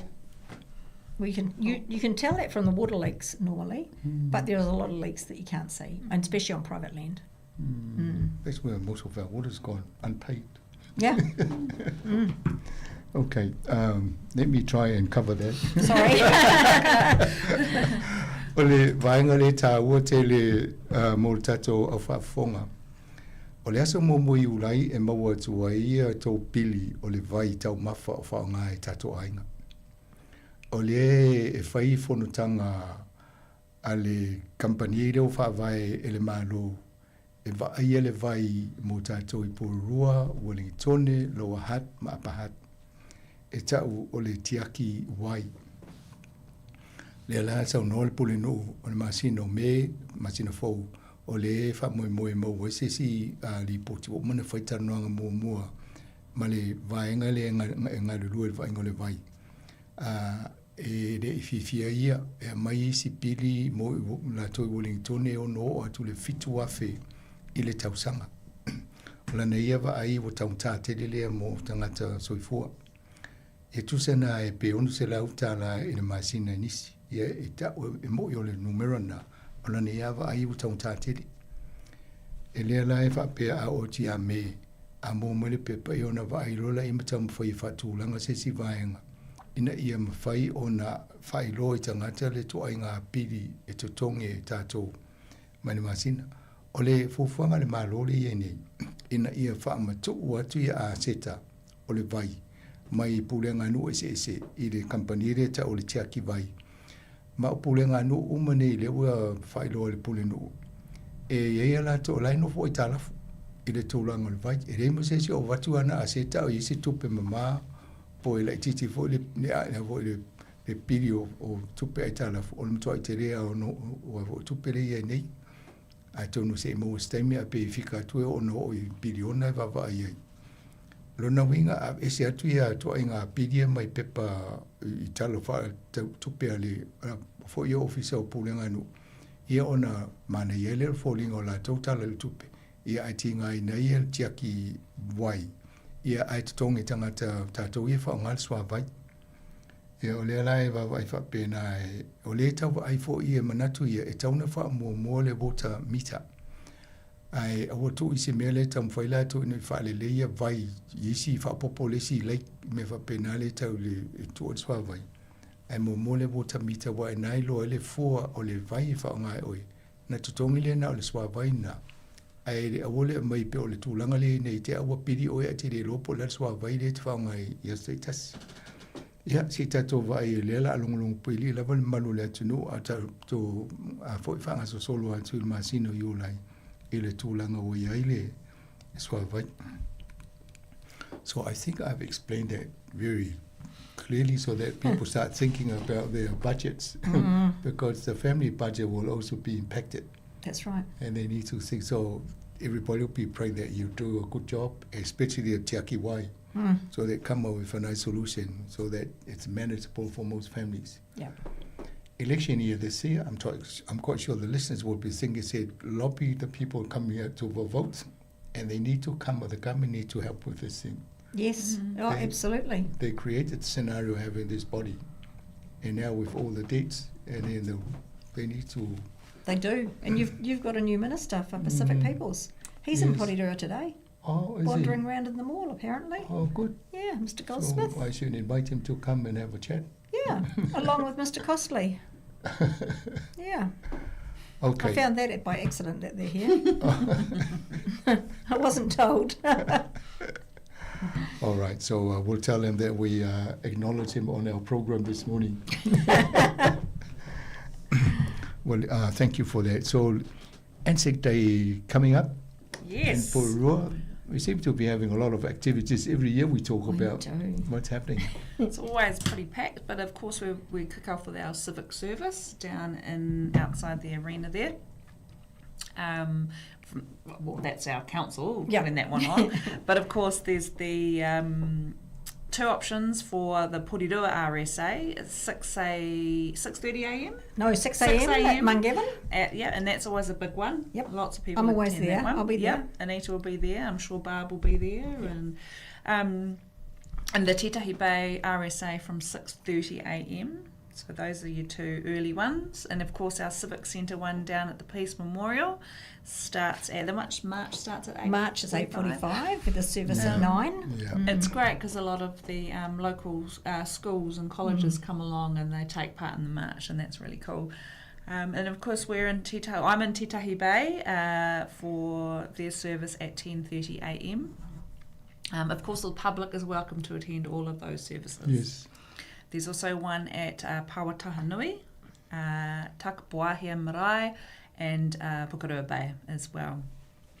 So Anzac Day is a big, huge day because, of course, we have the Warriors in town on Anzac Day as playing at the Someone at might Henry be excited Stadium. when she's going. So we've got all these amazing Anzac Day events, and then, of course, I'm sure a lot of people, it's sold out. So I'm sure a lot of people from Porirua will be attending. It would be a long day for a lot of people. Yeah. We're supposed to be at Masterton on that day. So we'll have to make sure we get back for the Warriors. Yeah, you have to watch it somewhere.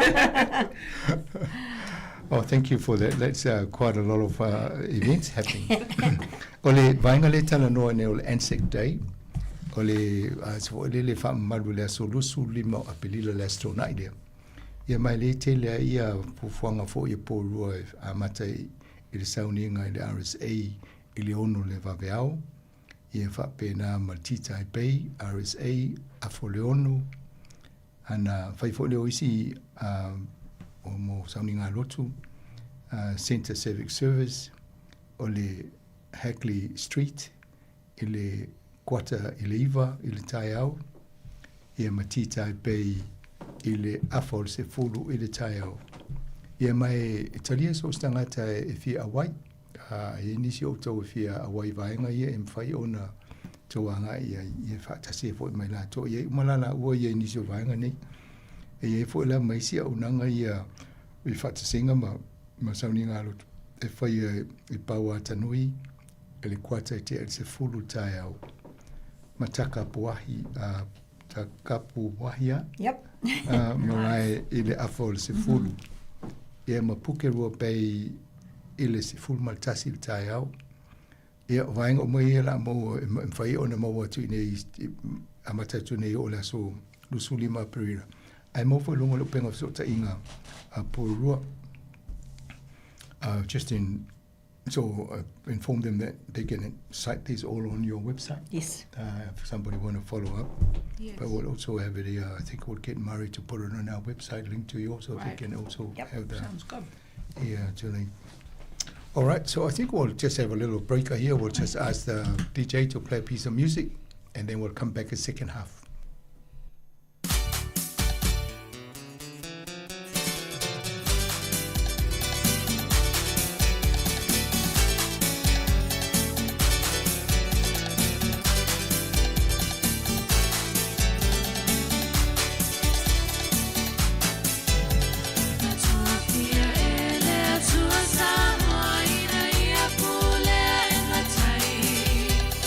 Awa no na sua kawa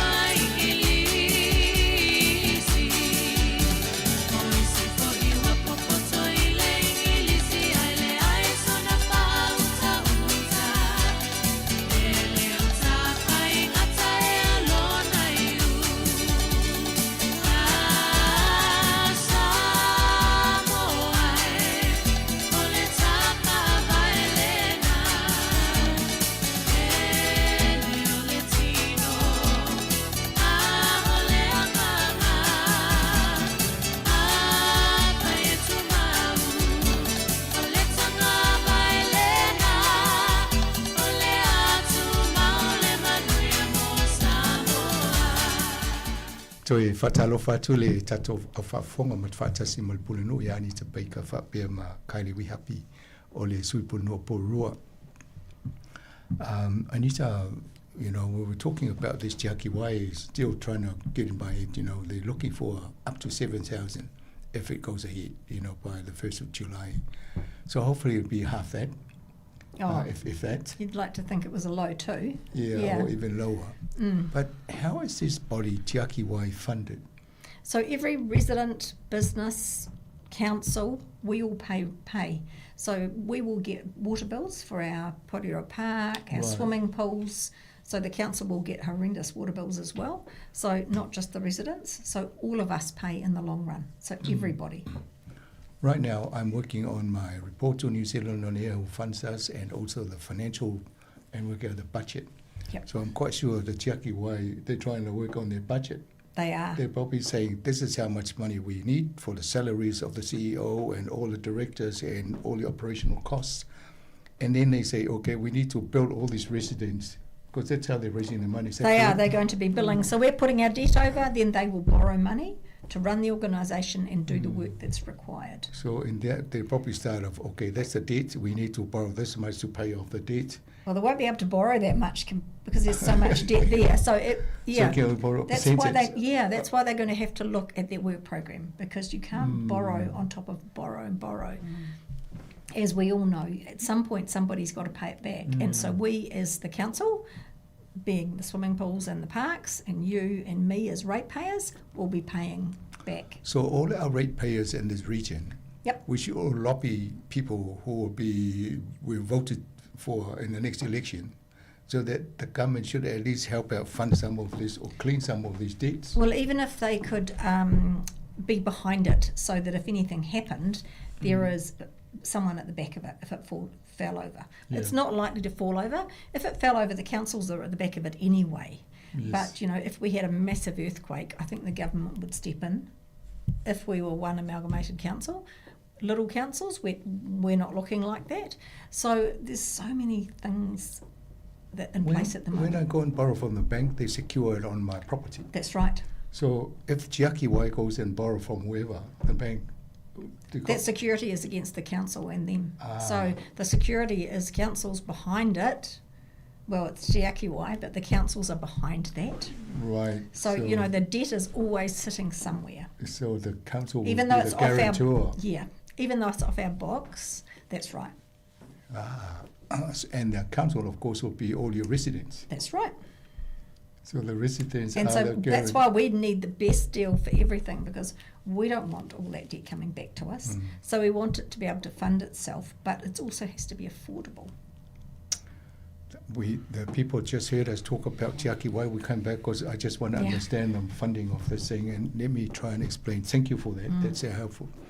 Ole satala no le vaenga le leva il tatu swavai. Ole no fasidi ne ia yo mawa fau tulanga ole fatu penga ole fatu tonga nei. Oyo fatu pea. Ole swing al fainga malo le ia nei ole fo i vaenga ole vai tono vaenga se New Zealand. Ole na leina toi suima avele va le avano le se toi ai ta la fu ma le fainga ole vai le mai pulenga no. Ai tu tono le tino le o le Jackie Wai. O le ala ua batu nei ma ai tā lafu o pulenga no ui e wha o apahat, o lauahat, o monitoring porua. Na nufo leo la tau wha wasenga mo le waingo whatulanga le paketi o tutonga la whainga ruenga. E ma isi lawa tupe whaanga yo i le tino leo le Jackie Wai. Ia ma le tonginga o ta lafu le iai. E lana whaino mai Anita, o le o pulenga anu uma, e no fui tu o lono winga, a e alu e whaisau mō kesi, po sau e ta lafu. E ele me wha mawaila o e ta lafu, po lo fale, po lo ta vale, po lala se me wha mawai. O le o Jackie Waila, o la tau le whai ele wha tanoanga ma le whaingo le paketi o le whanga yo ingo ngaruenga ia. A o tu o la tau le i pulenga anu, o la tau la le tau lo i li wha moi moi ia. Ai matauri o pulenga anu o tātou. Tātou umane tongi mo meo rates i pulenga anu. O lono inga to tongi e tātou ai tā lafu e whātu lai mai leo vaenga lea. I e tau tātou vai toi, ai mese fol tātou vai le malo. tausanga nei fai palota. Ai tala no stangata fo li fai pule po sesi fo I tawana o e palota iaia. Fai e po le asela to manatu le to inga ai tala fu le alela tang falta to le tiu. E su e po le tonu le au fai o le ai tala fu ai pe fa fiana te tongi. Ina ia tato malama le ia ai au tatoanga ia tul palota masina November. I think our job leading up to the election will find exactly what the date is and the plan to fund it. Because it will be us who will end up funding it. Oh, the plan's out with the debt figure in it. I just haven't got it in my brain, sorry. Okay, that's all right. So that's good. The consultation is open for them. Right. So they are, well, that's good on their to know. website. All right, thank you. Sorry, I had to bring it back. I'll No, just that's think about not a how problem. we fund it, how we're going to pay for this. Yeah. All right, so let's come back to the first Pacific flag raising. 11th of May is our first one. All right. We're starting up what feels like in the warm weather for Rotuma. Is our first one coming up, so I'm sure everyone will come down for that. I see this time they've said it's down at the Peace Memorial. Usually we hold them indoors because the weather's not great, so if we're not at the Peace Memorial, we'll be at Pātaka. So let's just see what happens on the day, because that's an 8 o'clock start. And the Peace Memorial is Aotearoa. Yeah, on the park, so it's not far. If we're not there, we're over at Pātaka. You're very lucky in Pōroa, you got that, proximity. Yes, we can just walk So from if one the to the weather's other. not good, you can just change. We've got an indoor flag at Pātaka, so we can do it inside, because we found we weren't getting many old people, and by having it indoors in the dance studio, we were getting a lot more people coming, so it's really good. And Rotuma, when did Rotuma join the... I think 6 years. All of a sudden they became the first.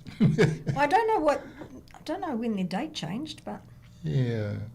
It must be their actual celebration back in Rotuma. it may be. Yeah, It just came out from the Pacific. because for Sāmoa it's the 1st of June and they do it at the end of May. They do it. Yeah. Okay. A big celebration in Sāmoa. And Okay. they must get you over there one day. Yes. They're now going back to the old style of celebrating 3 days off work. Oh wow. Yeah, so I'm aiming, That would be fun. I'm aiming to be there. Oh, for you're this. going? Yeah. I'm hoping. O le vainga le tala noa nei, o le fu a mata na vava ai i le whailonganga o aso tā ua whailonga ina o a fo i o tātou motu o Pasifika. O le asas futasi o mele la a mata i fo i le motu le o Rotuma. E na wha sol fo le o Sāmoa le awo i lo le wha i ungo mete le na a mata i o le aso mo iuni. Le wha malu ai le tuto tasi o le malo Sāmoa. Ia maisi ma motu ese o le atunu e wha pena o na wa i le.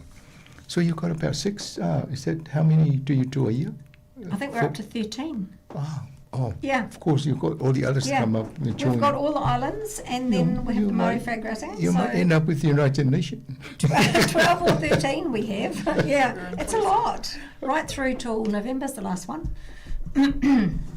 I can't remember who it is though without looking on my phone, but yeah. So you haven't got any for January to March? No. Sorry, April. No. And it starts in May and then They the rest start of the year. in your summer series over there, so your summer's coming into the yes, islands there, yes. isn't it? So it's getting warmer, so that's when they're on. Because I always complain, how can we have them in the middle of our winter? And they go, well, it's not winter over there. I think you should say next time, please have it in your country and invite me as a mayor to come over. Oh, to no, they'd probably invite me, but the residents would not like that cost. So- O le vaenga le tata noi nei mo meo o motu fo i reo a whailonga ino la tō aso tā ua pe o le tūtō tasi. I o le wau o le sifuru tolu ia nuu ia o whailonga ine tōnu porua lava la tō. Mai a mata mai la sūtasi o me e o tual whai ingo tausanga. Ia o le ai whatupula ia na amata mai le nta ua mumua e tō ono ia le wau ma neu sifuru tolu. Ia tono i stemi o mumua la a mai fo maisi so mai ai a maisi le ato Asia. Ia na tele ana i unu whamalu. Are there any Asian countries amongst the 13?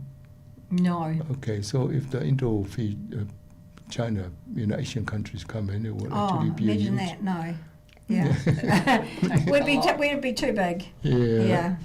It's all done under the Pacific Right. People's Organisation. What's it called? Yeah. Yes, people's. People. Collective. No. No. The The government. Ministry of Pacific Pacific Peoples. Peoples, Thank yeah. you. Sorry. Yeah, Total that's blank. all right. So Yeah. they run it all and put Okay. the calendar out. and then we do it. All right, thank you. So they I'll choose just, whether they take new people on. yeah, I just told them they were starting 11th and then right to the year. And then we come to the future of the cage. Yes. I remember that when Jacinda was there. Yes. And then Murray was there, interviewed her and took a video, live stream that. It was a good event. So Yeah, he did. well, Yeah, I was actually. there. That was Yeah. the big COVID one, and Yes. Clark was there. Yeah. Yeah. So you're doing some So refurbishing. community you just- sessions, yeah. So tomorrow, actually tomorrow, there's a big community engagement session on from 2:30 to 4 p.m. The cage for those is in Cannons Creek, because sometimes people don't know what the cage. People who live here know what the cage is. So people that come in from out of the town know it as Cannons Creek. So Cannons Creek Crate anyway. So there's food, prizes, basketball games, and the engagement session really is to find out from young people, kind of, how they want to use the space and utilise the area. So that's all happening tomorrow. Then it's up to council to find the budget, because we found out that underneath the cage is all the electrical and pipes and everything. So it's going to cost us more than we have at the moment, but we're hitting up Nuku'ura for one of their funds. So It's like the whole finding- idea is to try and get it level. It's like It's not finding level. asbestos in your ceiling Yeah. when you're trying to. Exactly. So, how much roughly do you think it'll cost whatever work will be done there? Yeah, that's a very good question. I'm not sure if there's much change under $1 million, but honestly, yes. yeah, don't know. There's a lot of concrete in there, and of course it's not level, so it has to be reset. Okay. So But I guess once you've done it, you do it once and do it right. do it right, and Yeah, that'll be there for. absolutely. O le vaenga le talanoa nei mātou o le toe whaatanoanga o le whaalelenga o le cage po le vaenga le tau e vaenga whaapitoa le I le Cannons Creek e sira fia manu o toi nei I polua. Te le na whai e whaatsinga sa e fo le taimi le COVID le sa e tangata o le malo sa mai mapua I nā hata ma sa mnoanga. E o nā sa poto e fo inisi polua sa e le tata ofisa. Mai o I le e le fufuanga e a mata whaatala noa I fina ngalo, masa I fina ngalo le malu o tau te porua. Ai me se whaia tu pulanga, a wao la tau lumana ina o tau porua. Ina I o mai tala noa I a mata mai le aso lulu le aso nei tai au, aso sfulu lima lea. Ia mai o le lua, o le afa le lua le uli o atu le wha. Ia ai wha peo, hopefully the weather is like this, then people can come to about 2:30. Ia o le ewa I mau atu o le tau e le tai au. E mana e foi losa vali na ina ele vaenga lea tu fale o loa e ma mata e foi mfano longo e foi tu e foi so fali so fina ngalo I fu fuanga la to ale la e foi ma meu ta ma foi fa ta wai I o ta longo o basketball e foi mo meu fai longa foi ni fai ona mo o tola wai ia mai le nfsiri po la le tau fa tau ia le mautonu famai le tala le tau pulenu fa le vela o le tele ia mo me paipa ma boia mo li le lalu lona winga tele ale ngal benga toi fa tu langa le ia va nga ia tonsia ia pole a miliona ia tasi ngal benga fa le ia ona mautu le mo la ngai luma. So good luck for that exercise tomorrow. And the Cannons Creek Library. It's Very quick update on that one. We're Yes. shutting the Bedford Reserve Wednesday week, the 22nd of April, Yes. to allow the building to start, so the earthworks and things will be done. And it's still on track to open in September this year. It's the most organised and to budget project we've had at council, so hopefully it will stay like that. I wanted to have a look at that because the Wellington one had just opened last month. Apparently that's Yeah. amazing. Yes. Like, I know someone who went and they said you can see why it costs so much. It's amazing. I haven't been, but I want to see because I know what it used to look like when I went there inside. But yeah, o le vaenga le matano o le Cannons Creek for le tusi le auto o le fa mo fo e tapuni e fo le awala le o le Bedford Reserve e mo to na e fa malulu wat e pe ia o tu langa fa peni a fainga wenga e amata tapunia mai le solusu lo aperila ina ia tam foi fa mai anga luenga lai tsoi ele fa moe e tatala lo ia le masino se tema ia mai ye tuinga le le pe ona ta o le pulino mo o toi fa ngai nei tono poru nei. Yeah, everybody will be looking forward to that, you know, when you open up in September. And quick update on the Tamariki and Rangatahi strategy. Yeah, so as you know, that Porirua has one of the youngest youth populations in the country, and one of our priorities is as our youth. And our commitment to young residents through initiatives. So the coolest thing that's coming up for them is the Careers Expo on the 5th of May. It's a huge event at the arena. It has grown and grown over the years. It's just amazing. Started in a school hall and then went to to Pātaka, and now it's just incredibly.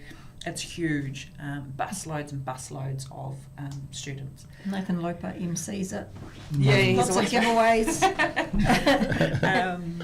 But it's an amazing event. So that's coming up on the 5th of May. The other thing is our Mahi Rangatahi program, which where young people come into council, into different areas and to do work experience. We've and got to learn. 10 students coming from which is awesome. The schools around Aotea, Porirua, Bishop Viard, Mana. Yep. So they work in like parks, the arena, in the office at council, all round. So 10 students from each of these colleges? One student from each. Well, there's 10 positions available, and right. they had to apply. 10. Yeah, and then they come for 6 weeks, 1 day a week for 6 weeks. Oh, and that's starting when? Very shortly. I've got a welcoming for them 2 weeks' right. time. Must be when school comes back. No, must be the Monday. It must be the first Monday is it in the May. 5th of May? It's 20th. Wouldn't it be the 20th of April? Yeah, it's towards the end of April. Right. Yeah. So that's another good, successful, looks like it's growing. Yeah, they really enjoy it. I catch up with them, go and speak to them at the beginning, along with our CE, and then they usually come and have morning tea with me in the mayor's office with their leads to see how they're going. And sometimes they come to council meetings, and that's always an interesting experience for them. Some of them will have finished or probably working now. The people No, these are all kids at school. So these are all still year 13s usually. Yeah. Yeah, but what I mean is over time, you've had this for how long? Oh, yes, the program's been going on for quite some time. Yeah, so yes. some of them have They could easily be working. Yeah, some of them have gone through our graduate programs, so yes, they have. Yeah. Ole vainga le tala noe nei mo le whamoe moe le i whatsinga arum whanau a misia i o tōu laiti. Tala vau wai tō tele le avo i tōpulanga tala vau ne peama le lusu limpasene e le tō tele o tōu le e tōno pōrua. E mai le e fufuanga le whai e le amata tula māsino fōfoi i nei pōrua. Whape timu whafo na whai le tōno me le e le tō arena. Ia mai le o māsani e fōi o tō. Ia mai le pa tā ua. E iava noa na se fulu, e maua iava noa e tala e afo e talusanga mai nisi o alam whanau ia aonga i tonu pōrua. I no mai le ngā lulu i peono waso le vai aso. I aso i e whatūlanga i tapenanga o mene. I e matou awai e soani e fo. Okay. The streamside planting. Yes, it's a huge initiative again. Yes. We're planting this year 108,000 plants from Horakiwi, Patanui, Taupo Swamp, Eastern Porirua and Rangatui. We haven't been up Rangatui before, which will be really nice. And it's all done with locals and volunteers, council workers, Ngāti Taua, and people who just come out to help. So it's the 900,000 is split between government and council. And we fund it, and so every year we just keep putting more and more plants in. So it's something that's going really well in our city, and we always get more volunteers than's needed. Last year we did Bothamley Park down here, so it'll be nice to go back up into Eastern Porirua. We've been up there a couple of times before, so yeah, it's going well. So last year you planted 170,000 plants. Yep. And how long has this project been on? What been going for? We started years, planting. Yeah, I'm in year 7. This is my 7th year as mayor, so we started way back then. So yeah, 7 years. So if you do 100, average of 100, yes, that's 700,000 plants that you planted over 7 years. We're trying to help the harbour and stop the silt. So there's a lot of work to do. Yeah. Are you getting some money out of the climate change fund? Surely, I mean... We haven't, this year we haven't got money. Last time we did, we got it out of climate change money for planting, but not this time. Oh, very good. It's good to see that you... Is that rubbish? Or planting? Planting. Oh, that's true. Let me have a look. We have got a day on the 29th of April, and I think it actually might be a rubbish clean rather than a planting day. At Kaitahi, we're starting at Kaitahi Harbour Clean from 12 till 3 because the last one was cancelled due to bad weather, and this one's run by Ngāti Taua. Okay. So that's anyone can turn up and do that. And I have to say, last time they did it was only 3 weeks ago, and they got 20 shopping trolleys out of the harbour. So it's not going well. Last time I was in Sydney, I actually saw some trolleys in the harbour. So really? It's not just so it's not just here. It's frustrating. Yes.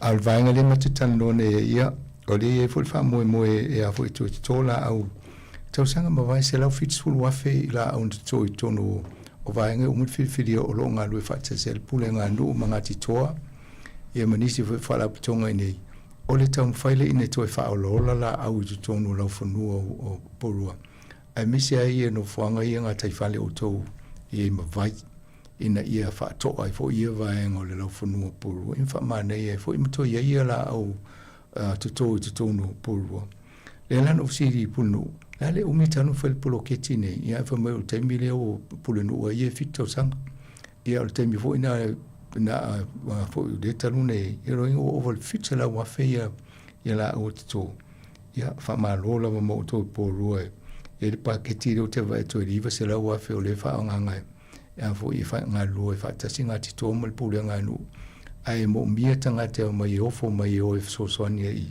ia a fi a wai I na fa so ta ile o pulenga no matau I o ile te fi ele tonga la au le fai ile masino me le si vai ngale tala no ne o le fa la foi fa manga nga tai fale o porua ki ia foi se ila pisi ia o ngati to vo ile la te ia vai ngale ia male fa ma watu la so lulu aso lu iva perila a mata le afrols furlua e toi whairinga adwenga lea ia mai o le mo mai o te muli na whairinga adwenga lea wha pēle pule no Sāmoa ma trolleys ia e toi alu whatau ia e leo I a vele trolley ia lea po i fo walu tia I se trolley le mo mai I vaenga leo o purua. Thank you for that. So and then our weekend of sport coming up. Phoenix. Well, we've got the 9th and 10th of May, so I know it's a few weeks away, but man, it's going to be massive. So the 9th of May, the Pulse are playing down at the arena, a night game at 7 o'clock. Then on the Sunday, we have the Phoenix women playing, and we're asking everybody to come and rock that park out and support them. It's the first time they've made the semis since they've had the new coach, Bev. And the stadium was voted the best place to play football in the whole league. Yes. So that was a big award that they got last time, even though I had to present the prize to the wrong When you team. say the whole league, is that the whole league, Australia including and Australia? New Zealand. Brilliant. Porua Park is the best place to play. And then the 10th at night is the Saints are coming out for a game on the 7th, and of course they had a big win at the weekend as well. The only one missing is the Hurricanes, but they had that huge win on Friday night. So all in all, a lot of sport in Porirua. And in Warriors, where did I see the Warriors? Oh, that's Anzac Day. Oh, Anzac Day. Yeah. Yep. Collie's anything Warriors. League. And netball. Yeah, league and netball. O tā longa te tele o lewa ai at fo i le tupu nei Porirua. O le Pulse Netball o le aso iwo me, fitu i le afiafi, o le Phoenix o le aso sfulu o me, tasi le auli, tausanga ina i pule ngā nuu, o le pule nuu ia, i tātou wha mole mai wha atumu le pakale i nei I nei porua o le ua to tele a tangata mai i le sailinga fo i o finangalo la tau i wawa i mo meo paka. O le e maua e le paka i nei porua o le best atmosphere. I atonu o le vainga i la tau i e sili mau i tau sa fio tangata ma la tau fo i anganga whaari e teimio tālunga. I lo isi lava malai Australia ma nei New Zealand. Ia male Saint Basketball o las fulfo me le afia file fitu. Ia umalta longa le Phoenix le tasi, ia o le po, ia a matala to le fitu. Ia o ta tulanga na ta longa o le masino me inei porua. Ia wa le la sa i fusi lunga le vainga i lunga ia le tato Phoenix. Ia le tau sanga il pule no mai mo yang. Thank you, ladies, and Anita, for you. I feel for you still hanging on it. You're trying your best. And thank you for coming in and sharing all this nice information about Purua. It's good to see the growth of Purua, despite all the other things, but you're doing your best. We are. We're trying hard, and it's positive out there, and everyone's enjoying the school holidays and nice weather. And Kylie, thank you for your work in the netball arena. Thank you. When I see the young ones come through, I say, I wonder whether she coached some of these people. Probably. Yeah. Final message for our listeners. Just enjoy the rest of the week. We were so lucky we got away with the cyclone. We have just been spared the weather. So thank you. I know it's tough for people, but try and enjoy the weather while it's nice, and have a fantastic week. Whawhatai for having us. Thank you. Ia o tatou tanoanga na le vo to e whamalusi au tu le pulunum whamalusi au fo i la tau ma wawa i tūlanga o le tau sui fuanga lele o whaingofia ia ai to wawa i fo i laki tatou i le fia tele le wha ia mai tatou to i mawhusi si au noto tala noa ia le teimi nei to wha sui fua.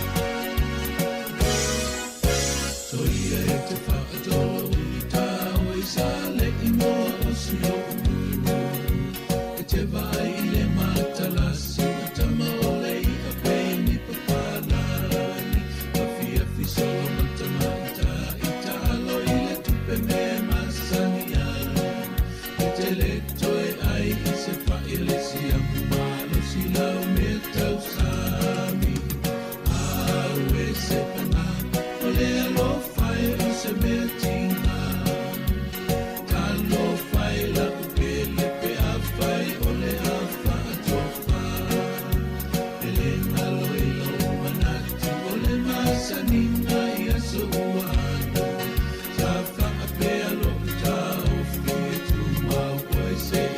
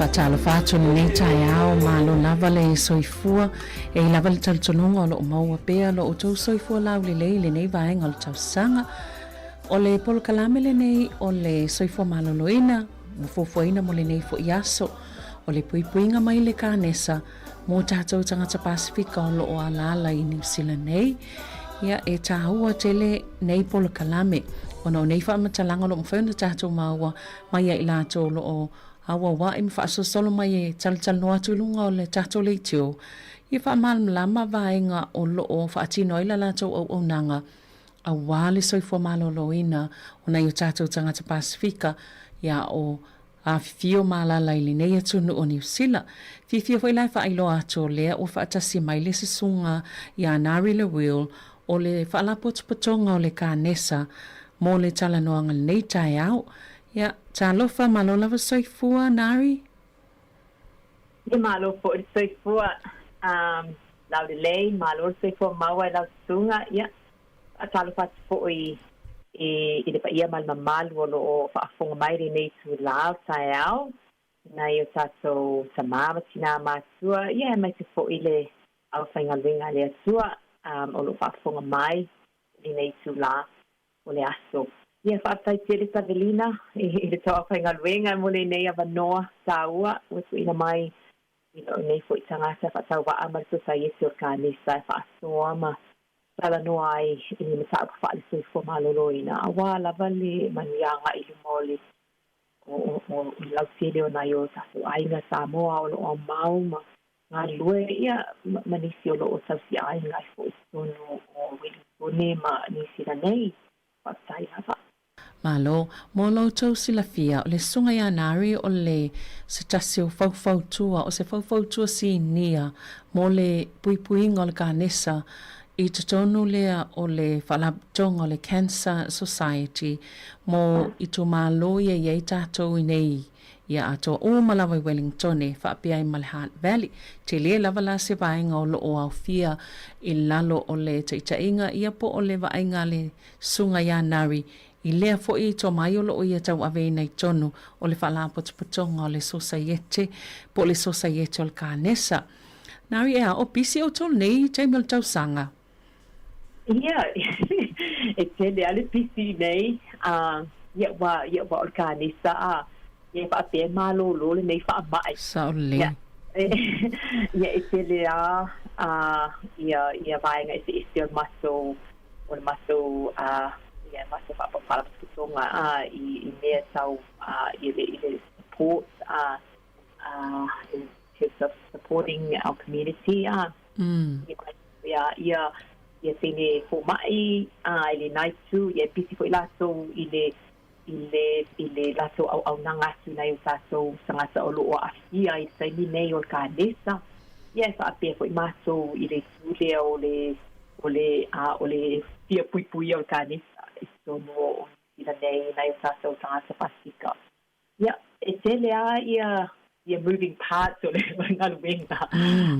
We have volunteers as well. Ia tangata ia tusoani nai tato tangata pe fa pe le mana o ia te awala e wai ilaso treatments. Yeah. Yeah, e tele ia tusoani malau au nanga ale society o kanisa I nayo tato tangata I guess that's why I'm very fortunate and blessed to have le nei apa noa Sabrina fautua swai fo'i and share some information about how we can prevent cancer in our family. Ia wa masalo le la o nei lau sang noanga I se vaenga fo ia po o haka ne saulo pito to tele lava ia tatu tangata Pasifika I tono New Zealand lo ha afiai Noi o le kanisa pe no faya swai e mo lunga tele la fa io tangata maliu mai nei mai I te tono Ni tua lava ai panga ia o le mai le nei e pe ona se fia la sele o le mafo nga sele le tipo ai le le ngase ma le babe ma review ai o sato tangasa e mai se lava tata Maori ma tata Pasifika le tu sama le busfulu ono wase tau sanga ma wa ka ni sai tau sanga sai tasi ma wa pa ya it's increasing, it's rising significantly going forward. Ole numera po na faile fasilina ona usanga sa wa faso soro ina mas masua aging is part of the risk factor.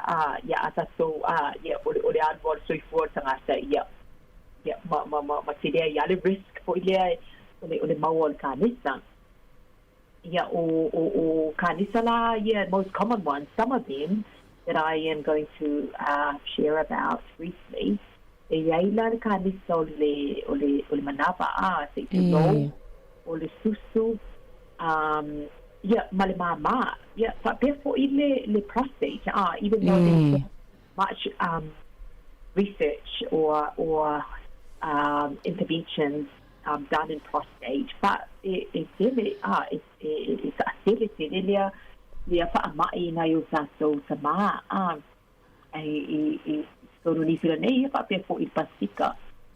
the areas that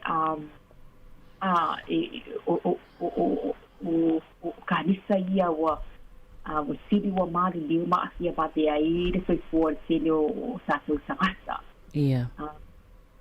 Linalai I give this a reminder they lo on say roa o sila fia tele la tele ia neka nista but I wanted to share for le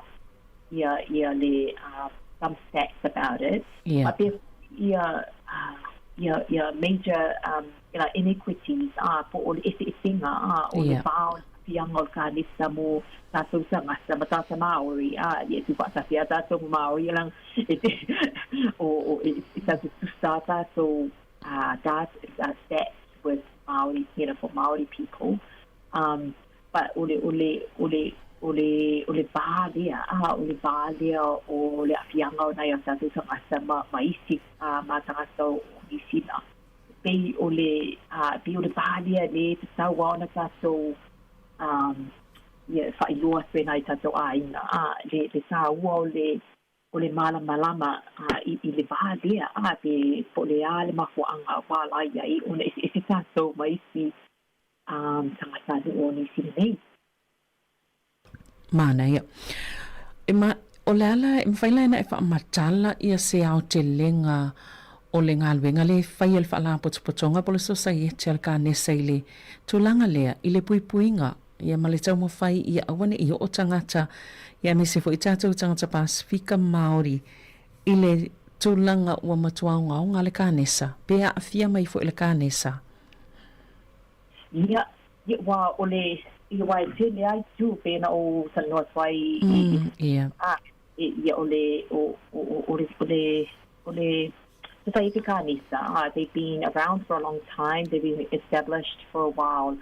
Ole focus ale society lia ole vai ole seswani male supporting o nai o tangata o going through treatment. Tātai mawar Kanisa. Ole teni nei ole health promotion for cancer prevention has become a key focus for idea ale ma no for wow wa whaidua mai suitinga o mawhai una prevent mawhai tātou na puipui anis cellular cancer up to 50% o kānisa e mai te a kānisa leo te whai atuai kānisa ia le tātele mo tātou breast cancer, bowel cancer o lung o kānisa ia e puipui e mawhai ona puipui there are risk factors that we can reduce or we can improve on or we can eliminate even. So ole ngā tere rāre ale society Kanisa ole tau mawhai ina ia whai roa i nai o tātou tangata i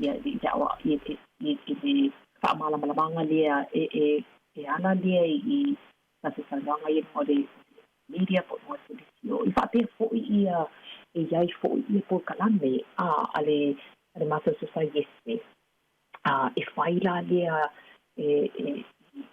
if I different communities all around Puriroa was a different team that managers at work kapiti if I before nei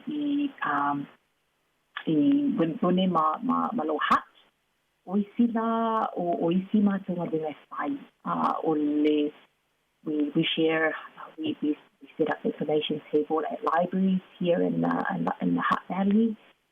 We support and partner or collaborate with other health services in the Wellington region because there are so many different health services or NGOs who share the same ideas in terms of intervention or cancer support in our areas. So ole matunga ringala na in terms of health promotion. Maso partner up with his maisi whalapatonga ile sharing ile whaswaina ole especially in terms of cancer. At the moment ole ata mawhai maso we're trying to I guess set up more programs for more Kalame because we would really like to get involved at the grassroots level with our with our communities. Awa ole focus ale malo is population health, right? So we want to focus on communities like church communities. It would be really good to be collaborating with churches and that way because that is population health right there. So we can, that's one of the areas that we're trying to get into. And so many different churches that the Cancer Society have worked with in the past. But we really want to reignite those links, those relationships with our churches. The different communities in the Hutt have come together with Maori iwi communities. It's really good in terms of breast cancer. So there's a lot of work going on in the communities there. So we are there as we're supporting these interventions, but we're trying also to I guess to set up some programs, for our communities, and it's not easy.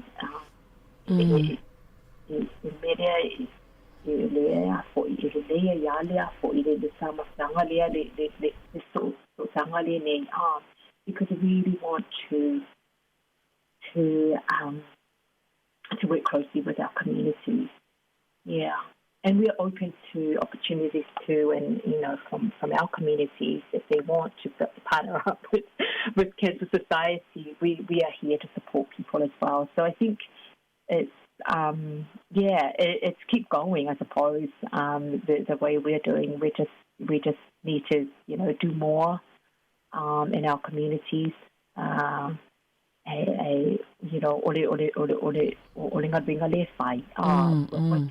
We are good at, obviously, is supporting those who are going through treatment. And we're trying to revive our relationships in terms of health promotion, working out. And, hearing from our communities is the best way.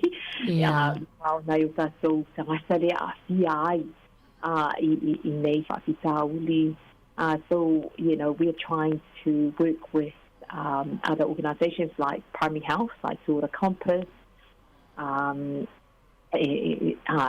because we want to learn as well as to how they, reach and engage with our communities. So I think that's the way to do it, is to work with and collaborate with other health services out there that support and serve our communities.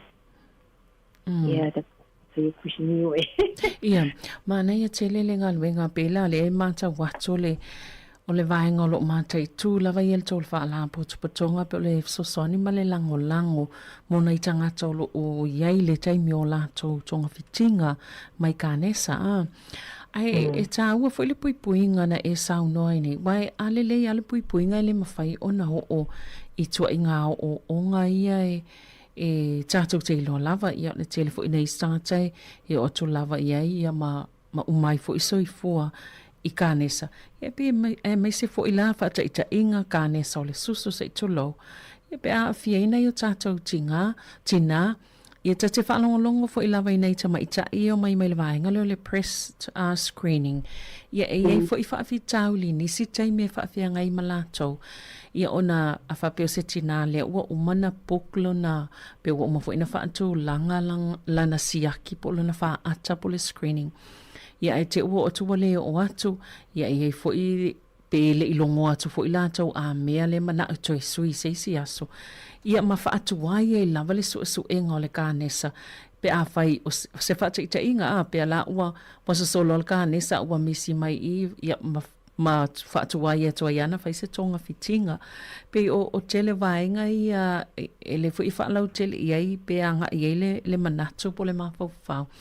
Ia ona o nei whaafitauli whaapea o loo whea ngai nei ma o tau i vaenga lawa i o le puipuinga i o le sosoni tangata o loo whea ngai ma o lātou tonga fitinga.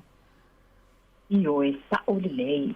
O le e pei o le au tūle nā o le vaenga lea maso o le cancer prevention. A wā o le mawhai e mawhai o le puipuia. I think that is the key message. We can prevent cancer up to 50%, especially in the breast. Pe a whapea la tātou te pe a tu mau. I know there are so many other issues, and that's why o te pia tala noa swai by o te taritonua. O lai fo iai mana na o na i o tātou tangata i le leile for maloloina. But there are other issues, the contributing factors there, these inequities, o key factors here wa mafua ya una whaingata te lele se whenga lea a tātou maisi tangasa anu nei inisila una o nei barriers. They're like they're like hurdles that they have to go over to get to their treatments. But I think part of the cancer prevention as well as education is trying to educate or empower our people. I mawhai lava una maua susuani ai ole Lord tangasa with taso le mea whai po ai e whafasutai. I think is another issue that has come through in the system. People, there's levels of socioeconomic deprivation, things like this that may prevent people, but there are health services were funded in Mado. Extra Sani Nayo Sasa Sangasa. It's Olalau Sanuanga there in Le Tulia, Bela Ole breast cancer, for example. One of the main things really to prevent, one of the main strategies for prevention of any illness is really maintaining a healthy body weight. The main things, and this is something that we can all do. In a fire taso, in a fire le taso lava. Yeah, but before na taso aina. Evidence, suggests that this can really reduce the risk associated with breast cancer. Regular physical activity. But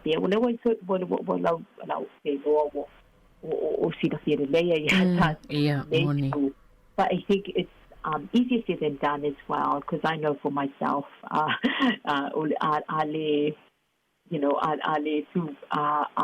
I don't have a habit of doing it, then it's easy to not do it.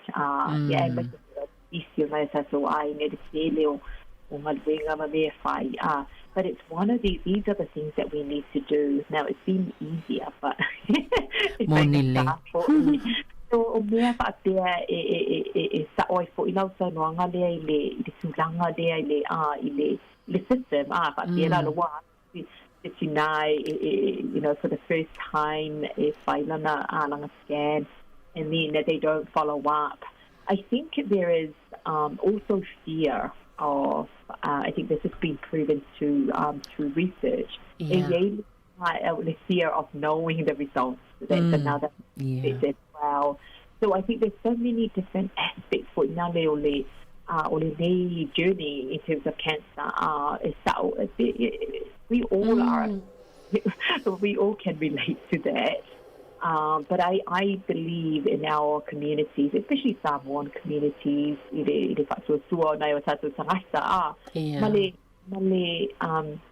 know, we're always positive. You know, I believe we are positive people. We are supportive of each other. I guess it's a suggestion on my part. E mawhai ana sosoani ai ia tato you know, church leaders you know, encouraging our mothers to do screening. I think that, and that support coming through church is so critical, it's so important, and I believe that our mothers will, you know, will work together to get through that journey. And the second, it will put the follow up. Well, interventions, but ISCA, you know, that has been proven through the breast screening, Aotearoa, o tina o whaasasi, na tina, rale ere atu sasi o mai si tina, mai friends or family or sisters. So looking at these strategies that we can do ourselves, because I think once we accept the fact that or we need to know, and once we accept, so if I go and get myself screened now, then that might prevent you from, you know, from well, if you do have the tumor or the cancer, the earlier the better. So you can have, it can be removed, right? But that means how early and how fast we catch it. And I think that's why the breast screening, Aotearoa, you know, the Ministry of Health, now it's why that's why we have this age like these, so we can start breast screening from the age of 45. And 69, although now it's extended to 74. So this is based on research. It's been proven the success rate if we get us, you know, all of us, mothers, sisters, and our daughters as well, who are at that age, to get screened for, you know, for cancer in the breast. So, you know, I guess that's part of my job. You know, I really would like to, you know, really encourage, really want to support our families through this.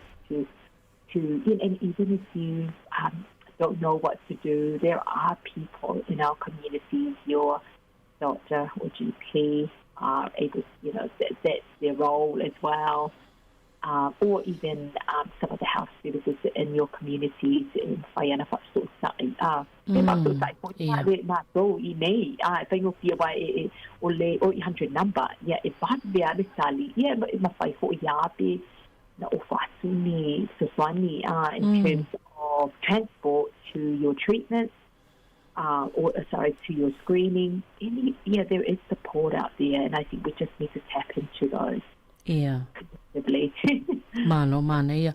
O lea e mata wato na ele Soswani malang lang whaina pe afa pe mo mia se se awala ia nga ia o faile tonga fitinga ia po o le screening po le fa ata fo le lei mana ia nei vaenga ia isi fo i taimi tato e na isi tangata e pe e fatu tunga ta fo ia mafo anga ia nari ia ai e o tato ia e faila vai le loto mali o tangata ia e le uma faila wana tu waile ngā luenga o le taulongo longo ona ole nau ina ia maua tangata o mala soifua lau le lei mala soifua maloloina ia umio na maule maftanga le ainga ma le whanau ia ai ona o pi o mai nei a lena e sauno ai o atu le 5% o kanesa e mawhai ona pui a e leo o i el tangata pe a whapea e iloa a wala ia mawhainga nei e mawhai ona taofi ai leo o atu ia vaenga Iyo, sa o le lei Aya, sa o le ia masalanga ia whawhitauli, the barriers, I think, that's known now in the system, and there are a lack of, transport difficulties, whapea fo ia taimi, e manao mia, do work and, commitments and caregiving. So there are, I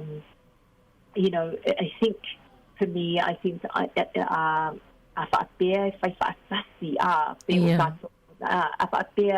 I think sometimes it can be a bit overbearing. But I think as Pacifica, as Samoans, I think if we work together, I think we can increase that number of screening for our mums, for our for our people, because I have no doubt for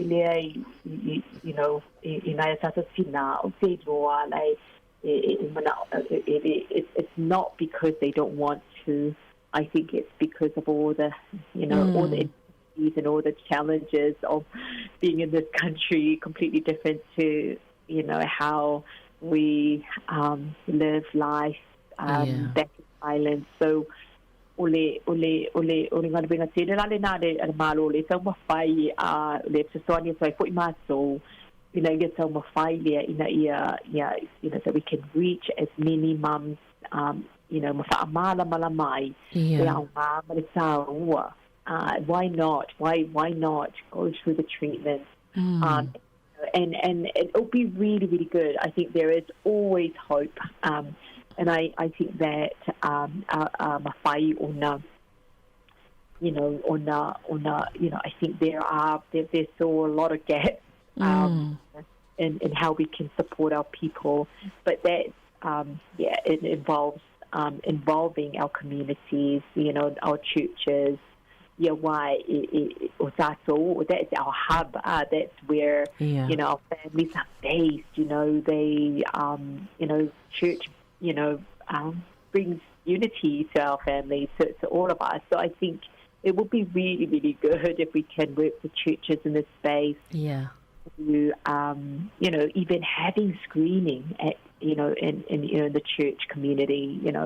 Why not? And I think, if that's something that we can do so that our families, our mothers and even our fathers can just go down the road and get screened, because that's basically what it is basically essentially that's what it is. It's just go through, get screened, and then if there is something that needs to be looked at more, then there you can. It's all free, that's the thing. Like, you don't have to pay for any of that.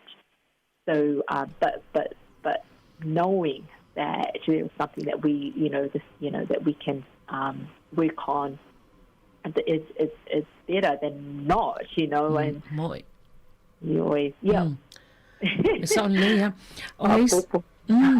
ole se vaenga nari. O le vitamin o le whanga solo le maftanga po le wheloa inga a le tatoli tione ia ma ana tangata whaanongolongo. Pe fuila i tangata a whai whaafonga mai mo mai le tapo kalame le taio nei. O le lai whanga solo le po kalame nai o ai tua le tio. Ia ma tau mawhai e saili. Po o awhina ngalo tangata whaanongolongo I polkalame le siufonga lau mua. Po o lelei, ia pe eifo ni vaenga e tatauna whaalelei a tili ai. Ia na lau umalawa leo o polkalame I whaatino lelei tio. O le au fia toa in polkalame le soifua maloloina. O le tele lava lau fina ngalo mai mei o umana mato whaasolo ai mai nei I porirua ma lawa hat. Ia o le vaso nei lea mato te iai I Wellington I Newtown. E tele lavo fina ngalo whaalia I lātou sa awa yato. Fia fo iai, fia tele pokalame ia ta itasi. Ia e au fia mal pokalame ale soifua maloloina. Ona I tele whaamatalanga tā uolo mwhaiona o lātou maua mai ai. So soni ai fo ia I lātou, ia mai o lātou ainga. I le whaalele ia tili o soifua maloloina. Ia mamata whaapea la pe o lau saunoanga fo nei tae au I whaamatalanga nei. Pe o le maua le fesoso ani mō tātou tangata I e awala tu fo I la o tau whaala patopatonga o le kānesa, polo society o le kānesa. O pēlau nana whailo atu le na vaenga. Ia o lea lava e fifia nei tangata, nei tātou tangata o mwhaiona whaafonga mai. Pol kalame mwhaamatalanga le o lo mwhaiona o tau whaasoa atu ina ia mwhaiona o la tau whaafonga. Ia mai lo fo ile tāua nei whaamatalanga tau te ngā lulue I matau ngā solsolo mai e whailo atu I lunga le tātou leitio. O no mawhau lea, whamatau lea se si vaenga e te whina ngalo o iai e te fia maua mai le au whaafonga mo le matupukalame le whaile wa so nei fo ile e te whina ngalo mo tangata ina I mwhaiona tali mai ai.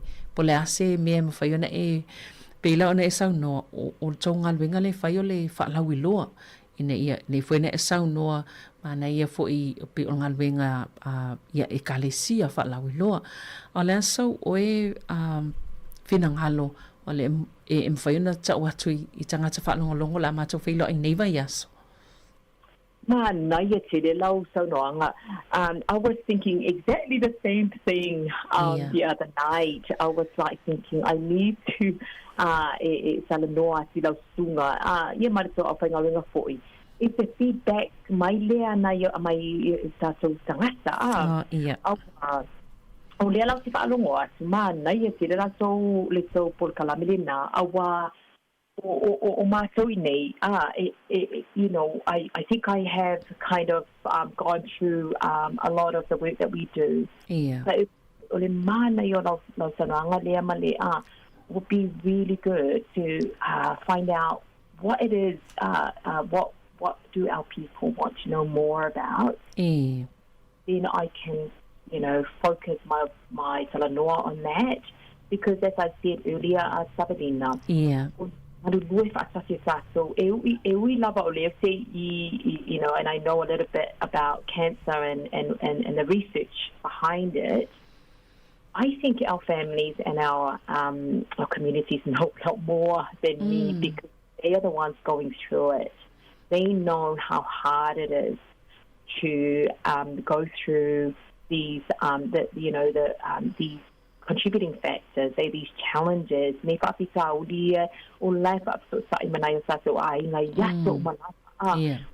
is not a fault of their own. It's not at all. And I think that is another thing I really would appreciate hearing about what and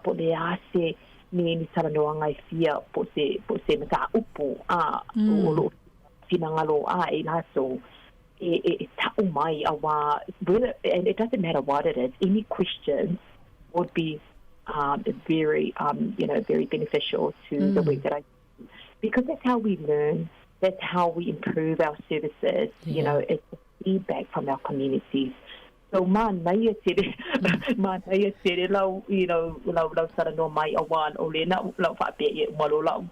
Veta saranoanga I ona o wala awa tila I le winga lai le mele o se whautua mai anai o tātou ainga, ia ma tātou nai ma au whainga wenga le tua, and even our mothers and fathers, you know, I value,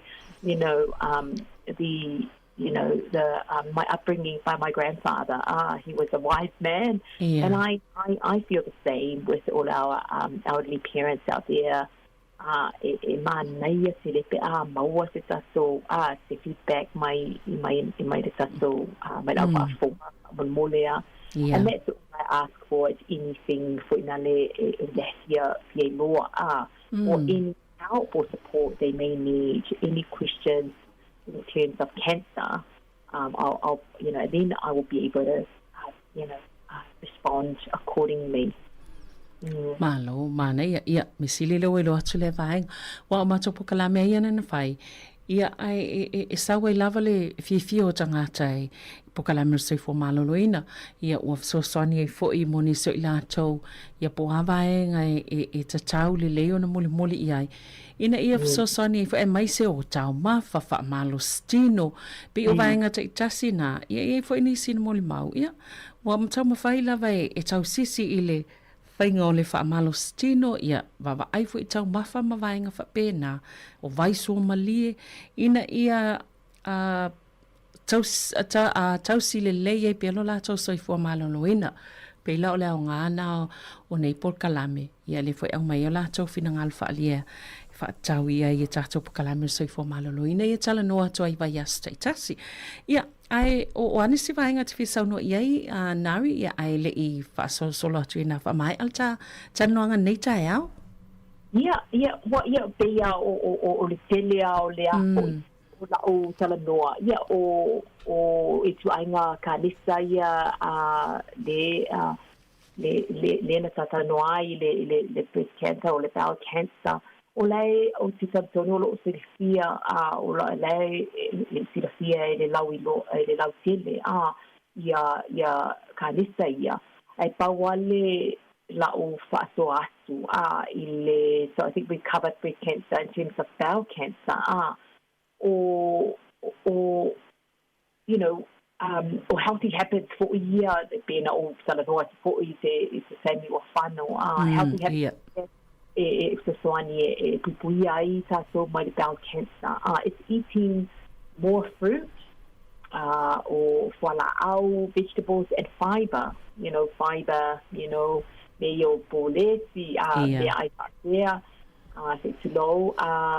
and I know we love our red meat, but that's one of the advice from our dietitians, or reduce processed and red meat. Yeah. So, I mean, reduce mean not getting rid of, but, less of. So, sometimes processed meat, which is sausages and things like that, for example, there are some good, I think, if you read the labels on the packets, in the packages, I think you can find some healthy ones, but really being mindful when choosing your food at the supermarket. Red meat, I mean, red steak, they are good. I think the problem is with us, Pacifica, is we may eat more than we need of this type of food. Yeah. So maybe twice a week we have steak or something, instead of every other day.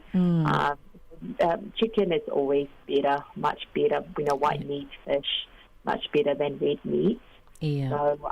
So things like that. Lots of vegetables, root vegetables, green vegetables, salads, and what have you. And obviously, staying physically active. I mean, even like this, being exercising. We don't have to go for a run every day, or It's just walking from the car, like park the car further away from where you're going and walk walk around the house, So it really it's not extreme, exercising, but I mean, always follow your doctor's or your GP's advice depending on your body weight. But yeah, staying active. Growing up in Samoa, back in the 70s, 80s, we moved all the time, getting the firewood, we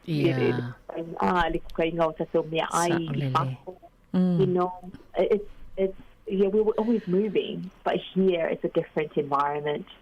So we need to ensure, we can apply those those habits that we used to have back in the islands, you know, to carry on with life here in New Zealand as well. Yeah, and just maintaining the healthy weight. Not, you know, smoking is never a good thing. So, yeah, reducing or getting, you know, stop smoking is always the only advice in terms of smoking. And limiting alcohol for the bowel cancer, you know, I think those are the things. I think all I was still but I think I like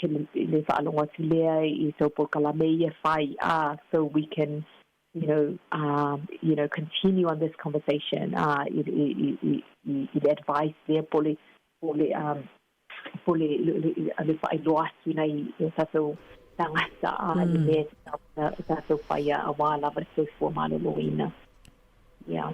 Malo, ia whaftai lava saolele.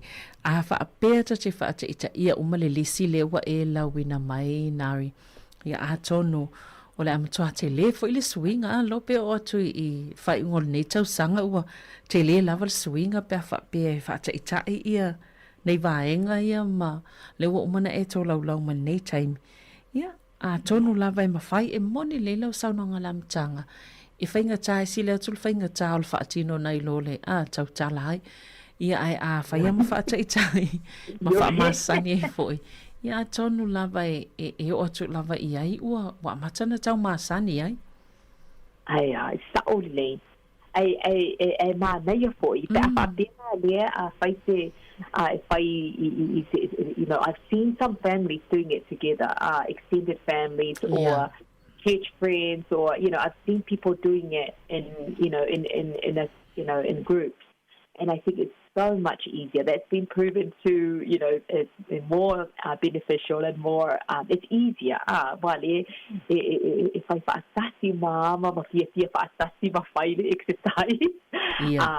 You know, and you are influenced by, you know, your family. Yeah, by so this that might help to, you know, with you not, you know, slowing down in that area. So it might may it's a little bit of a it's so o whaaputwhatonga ia whaapea fo I whenua au lotu taitasi. Ma nei te leia e whai whaatasi, because that's working well as well. You know, across the board, you know, up and down the country, we see all these different examples of interventions that are being implemented in churches, and it really, really works. Wa va atu fo ilesi o lai to anga mai lesi e fa malo si au fo ia te ia ma te wa fai ia le o masani ai ia ai le nari a fai wale isi vaenga muli ia a tono pe la fa mai alta tal noanga pe fa pe le isi vaenga o te fia fa lau tele a chili ia le ai well now o matul so tani le ia so fa vitaila mole avanoa Savelina. Ia, wale lei whaaftai tele lava nari mō nei mau whaamatalanga tāua. Mwhai fwena e sauno e nei tae au. I le polkalamir seifua maloloina. Ia atono tāpsia ia mawhai ona whataitai ia ma whaamasani e fo i le tele o tātou. Ia wa vaenga le lei e tausia I pia ma pui ai le o oini whaamai. E ono a fiai le soifua maloloina.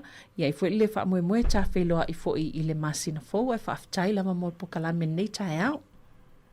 Ia, whaaftai tere lava Savelina. Ia, mai e manuia fwoi ia le whaafonga mai le nei tae au. Ia, soifua ia. Ia, manuia fwoi ngā wenga o lo whianga iai nari tātou e tano fwoi staimi o luma. Ia, soifua mo nei taimi o le tae au. Ia, whaaftai. Ai te lava, pena fo I le nai tu. Ia, soifua, whaaftai.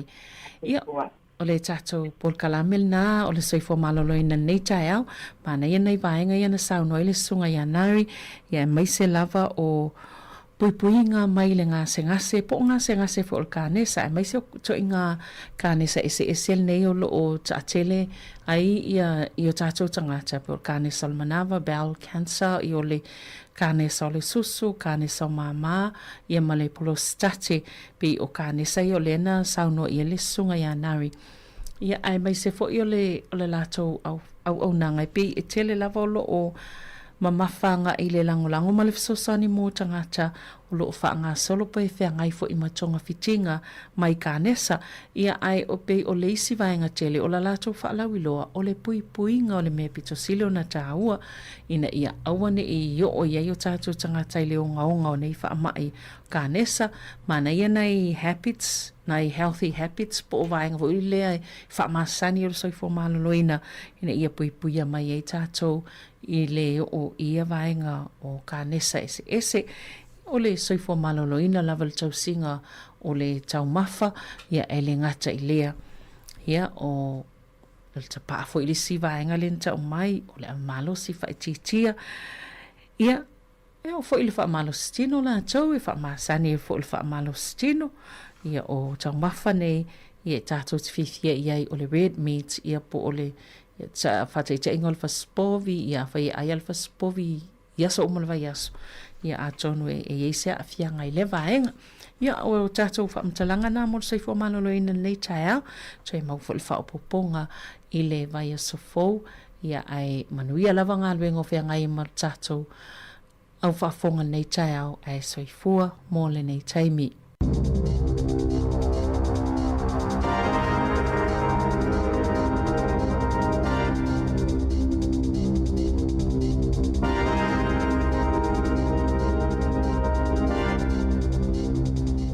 Toi whatalo whato le whaopoponga o talafou mai le siufofongo le lau mua mo le nei awa uli.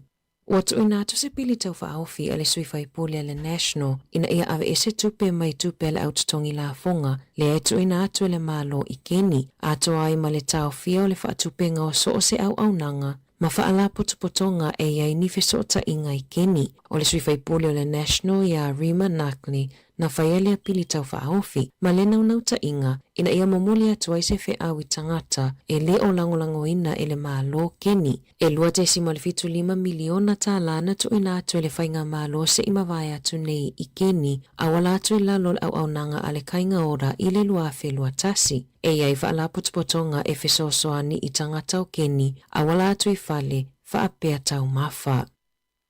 E whaitau i tū la o poloka a wala la taile i tū la e fitu i le tae aona le ilai Wellingtone ona oni ta avale la vivea na tapunia le aluanga i Newlands i le State Highway tasi i Nauranga e o maile i tū la se fulu i le tae ao ua kilia le awala pe ona ta ua i li poti. Ua whaamauina le mautu ma le lava o le penisini i tutono ni usila le taimi nei. E le o iei se tūlanga o whaalawelawe ai le sapala ino le penisini e tu saimali poti la tamai. I whaamamaunga la tamai ale MB o lo o whaali ai e li masfuruiwa tesi ma le fitu aso o lo o lava ai le penisini. Whaititia mai le ono lua tesi ma le ono aso na whaamawina i isi li poti e le imamao atu. E whaase furuiwa tesi ma le tasi aso e lava ai le sapalai o le tiso pa mai le 5 tasi tesi ma le fitu aso na iai. E 5 wa ala uta o lo fuafua e taunu umai i le isi lua aso o lo manai, whaapea wa aiva o lo fuafua e taunu umai i le tolu wa aso o lo manai. E whaitau se lau upenga ta whailangi tuai a le Health New Zealand ua ta pepe ave esea ma ua whaamaoni ai le tele o tupe umawhai o na whaasao mai ai. E tolu se lau whaasfuru wha upenga ta whailangi po o websites na whaia ilano o le soifua maloloina. O isi ua whaingoa ina o le Death Docs ma le tele o isi upenga ta whailangi e whaatonua iawa noa ewa ai fōma i maisi. E o mai le whai unga o mati, ua o atu i le 2 tesi ma le 4 miliona tā la, ua mawhai ona whaasao mai i le leto e whaonganga o ia websites tuai. E se lau walu se furuli i poti o wha atau tanga se e le e au ina atu i fō mai, pe ona maua isu enga ale soi fō malolo i na New Zealand. e wina talosanga ina e fōma i ungo scans po o wha atai la foina atu. Whaailoa Alex Pem o le sui o te taitoke rau o se whaale tonu i masini te konolosi le mafua anga o le whaatua i ona maua e fōma ai oi ungo wha ata. O le tele o scans e le ila foina i fōma ai e mai a iuni o le luafe lua 5 ma le tele o isi wha ata i le luafe lua 3 e le ia awhia le saunga le mua o tangatanga se ngase i le awhawhita uli pei ona tā ua e le Health New Zealand. Na te ena ele matanga luenga o anga fiso o tai le MSD, se talosanga a se tina mo se benefiti e nofo ai e tausila na tama mai, e ui i le tele o lipo tia fō mai na whaamatala ina i le onga o a awhianga i le tamaititi, e ono o ai ni tūlanga whaale tonu mai ma o mia no na tina i taimi uma. O le tamaititi e maua i le celiac disease ma le type 1 diabetes po le suka, mai ma o mia tele lo na tina i taimi uma o le aso e whaainoaia na fuala au ma whaiau na tui po le insulini. Na te ena le talosanga le tina mo le supported living payment ina ua taliane le MSD e le o mawalunga tele peonga o ngā tele tūlanga i le ngase o lana tama. Le ana uia i le tina le fisosoani a le leiti o New Zealand ina ua ia whaitau i se isi mata upu whaapea ini naiwai aso taluai e winga i le tama porirua le ana te ena whaalua lana benefiti masa ili fisosoani i le ofisa whaasalalau ua lipotia le leiti o New Zealand ua talia ele matanga luenga le talosanga a le tina ina ua mai au natu i fesili ua whaato ese Graham Allpress o le sui o le MSD i le tina malana tama ma whaapea sa le te tau lava o na te ena ina le talosanga a le tina mai na te leilo fo i po o aina whaia ia i loilonga ai po o ato mai o ia i lātou na lātou whaia i nei whai unga le tala whiangai. O iai nisi tului whaupopo i tau o tau mafa, ai mai se le taunga tau le penisini, ai ua mawhaiona whasoa mai e le au whaito whao le tamau a ainga, ni meto tia mo a ainga, e whesosoa ni ai i paketi, whapea le whasosoa i nau se leni i le vai aso. Mua, e mawhaiona tusi se fuafuanga po se plan o tau mafa e kuka i le vai aso, i le taimia o whaia pa o supermarketi. Nga i fo e whaatau, e au mai lava na o mea e mo o mia, asi lunga o penga ta whailangi a supermarketi, e wa ai le esenga o tau o loa, o na whaatusa lea, ai le i whaia whaataunga. Tāua fo ele whaatele fuala au whaisua pe a whaia ngā sesenga e le te le aise mi te whaonga. Ma ia te wile aisa malosi po ole fulisa mea ai e tutoe ele lei e umi ai o nā o ngā. Ua whaiele au whaito whaamata upu tau whale se talosanga ina ia whaiani siaki whaatuma oti mo le soifua malolo ina ma le saunga le mua whale ina ia muli ta ia e landlords o le taimi nei e whaingo fiela vai i lātou e ana whale o na whaatumu pepa ma pepelo i le talinga o fesili e whaatatau i le saunga le mua whale. O iu lai o le tausanga taluaina a mata whaamamaluina i le tula fono mo landlords ina ia muli ta ia le whaamawhanwhananga o whale ma isi ta ia lai whaamautino a i le saunga le mu. O lo o tuu whaasa o loto lava i so o se tangata e mawhai o nā loe asiasi whale tu sapele anga waa. Whaalie le sui o le Citizens Advice Bureau a Wellingtone e whaapea e ui ta ia la fauna whai mo whale ai o lo wa aia pele si ti e lungo le numero o whaasea ua whaa o atu e winga i whale ma le o tūlanga i le soifua maloloina. O le mata o na lolomi le aso whanau o le tangata i lungo le ata mo le laisene awe ta avale e whaamalosia ateli ai le puipuinga o le whainga ua ta atele i isi atunuu. Na whaalie Chris Rodley o le sui o le NCTA e whaapea o le whainga fau e whaaititi ai le mawhai o na whao ngā sese e le autau whaavalea laisene awe ta avale a isi tangata. E mata o na mawhai o na lolomi le aso whanau i lungo o laisene pe ai alo e whaafaulo laisene pe su e fo i se laisene fau pe ona lipotia le One News.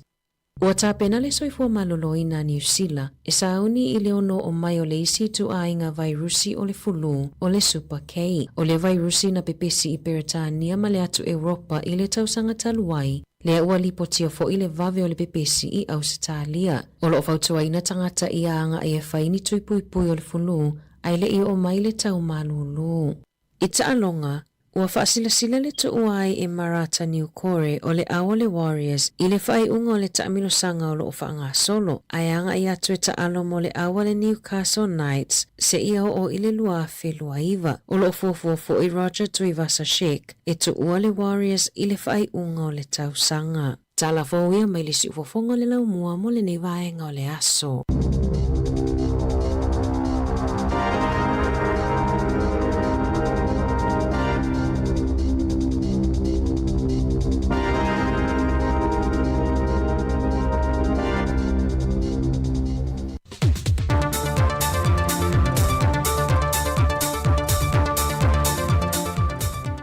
Le langa fia whaatalo whatualu tātua tanu le nei fo i aso lua i le whaopopongo tala i meolo o te tupu le tātua tanu i Sāmoa o se mai ilo whaafonga.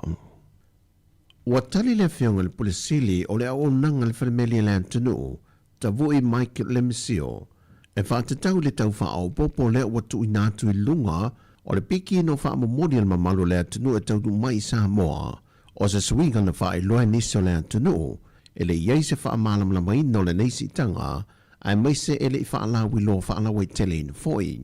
Ele tūlanga lea pu tasi whawa yeso, tasi le masina. Ono tūlanga lava leo si tanga mai le waalele le New Zealand. Mo le awina to tato o loa ia po pasu, po whaamo moli fo ia nei tato tangata e awele ia tunu mau, so o se vaenga o lolangi.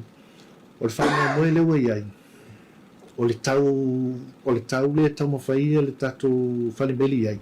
Ia tū whatasia, awane i amo to atasi se tangata le tau le kosta ia tangata to atasi. Ai au whatasi le pok. Ia na soa la i o tau whapopo lea ua au mai ele ofiso valele.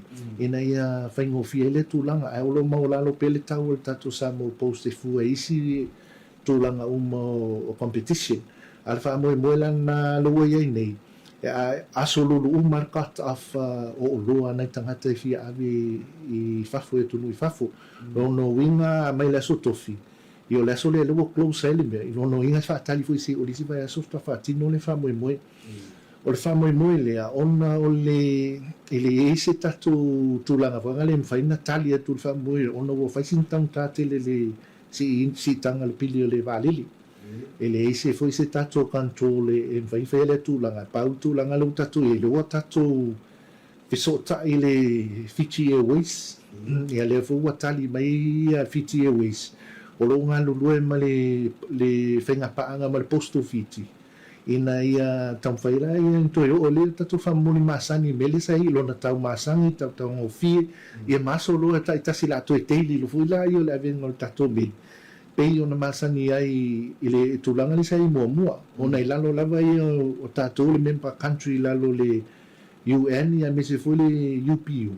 E tatau lava na ave tatu wha moli so o se taimi. Sau nota voi o se swinga ele mawhai o na alofia le taimi le nei. Ai o se whaamama a venga mō tangata umai tu whaatasia la tu whaamomoli o na vai le iai o le tau atoa o le whaamomoli te tongi atu i lea foi company wa awala toi whaamomori atanui whafo. Ai na whaalia se tasio tina e le nei swinga e ono a whai na i le tangata e la ititi lana whaamomori ai benefiti ai le tangata e la poa lana whaamomori. O nisi o whaasana launga i rupengata whaailangi o lo whaasana laui nei visosoa ne tu inatu le a onga le loto tau mawhai na whaalia i atunga lunga se tasio whaia onga le lava onga Justin K. Anae. O le na whailo mai le fionga i le minister tanga luenga wa onga, le ave sea mai lea o le salawa feta la mai te unga tupe a le matanga luenga, e fesoa swani le toe te tala ina o lea onga le nei tausanga, le na loka mai lava whai te toa le a matanga e o mai lea so. Peitai, e ese whaasara launga sa tu ina mai lunga o pengta whailangi mua, e sinia i le lua salawa feta la le tu wha te singa, o le se lawa feta la mai i le matanga luenga wa onga, e se mai i leisi se lawa feta la i lalo le por kalamela malo le OGG. Peita i o ia whaasiri silanga e au noa ma se ta la watau li maina i lea onga. O le lotu tomu whai o lo wa o onga ai alu ma whanau o lea tanu i lantu o lo i eia a fianga tu mau le soifua, mai ua poloka ne ia onga Pa te se male ai ngā whaia onga, wa le tai mo fo intotongi, ona ua le aini se le ni wha awa wai. Mo le sila fio le a onga le loto tau mo whai, na wha vai mai le tausanga ea whiv se lau valu se fulu. Na wha vai I lunga le tūlanga, e fesoa soani atu wai I wha nau matangata maa tutua, o lo iaia a fianga tu mau le soifua, e nei mawhai o na maua le manuia ia o onga mo le lumana I manuia. Ai sa wha tau tei e fo e malalato au onanga, e a ngai atua I tua I ainga o lo iai I lanto iai I a fianga wha penei, e ofu I natu iai, le fesoa soani lava I tasi.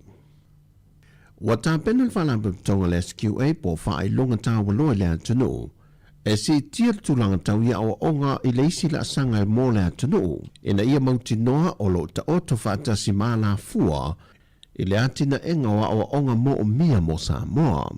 O le whanau nongo o lo tau la I ele wa ai mamao a le SQA, ina ia au sia le māua lungo o le tomai mo o mia, e tangata whainga ruenga I le atunu. E una ia ai le tamao a inga o Sāmoa, ma le manuia o tangata lau tele. O le wha mamafa o tuina to le SQA I mtanga ruenga le malo Businessima Company. E tā ua le ausia o wha ai longa maua le lunga mai universite ua wha ai wina mai aia o onga, e si tia ai le tūlanga I mai e wha tino ina ai ngā ruenga, e so se au o nanga lo o ngā lulu e ai. O le wha ai unga le vayaso na wha lau I lo wha lau e tele nai, le fuafanga le ofisa o whae longa tāwa loa a le atunu. E le tala whasoro pito le tanga luenga o wha atu anga mwhainga whaiva, o se tamai ta I mua le ua tōwhia le tōwhinga o le ofisa sili, e se whae unga le whontanga le kāpenata le vaiaso o mawai. Le ua whiriwhiria e le awhionga a whamasanga tai mali e tane mata tū mua, nā te tau aveina le tōwhinga mō le isi tolu tau sanga, o awa masanga ua silia I le lua se fulu tausanga o ngā lua e le matanga luenga o wha atu anga, e na wha se ane le tausanga lua awhe ma le tolu, e le vaenga po lenga le matanga luenga, a o le whiriwhiri ei o ia le lua awhe se fulu ma le valu, a vema se tanso pole lango, se I o mai le teimile nei ua whiriwhiri ai, e a vema office sili. O lo ia o mia wha I longa maa o le lunga, I le tipiloma I le to mai tau wha atu anga, tikeri I tu langa lava I tau wha atu anga, wha pe foi ma le tipiloma mai le to mai lava tau wha atu anga, ma di Universite al Pasifika le USAP. O tana fōi o le ni aso, anga le leile tue fōwhanga le awhianga iei malo tātu o tunu, wha soi fōia.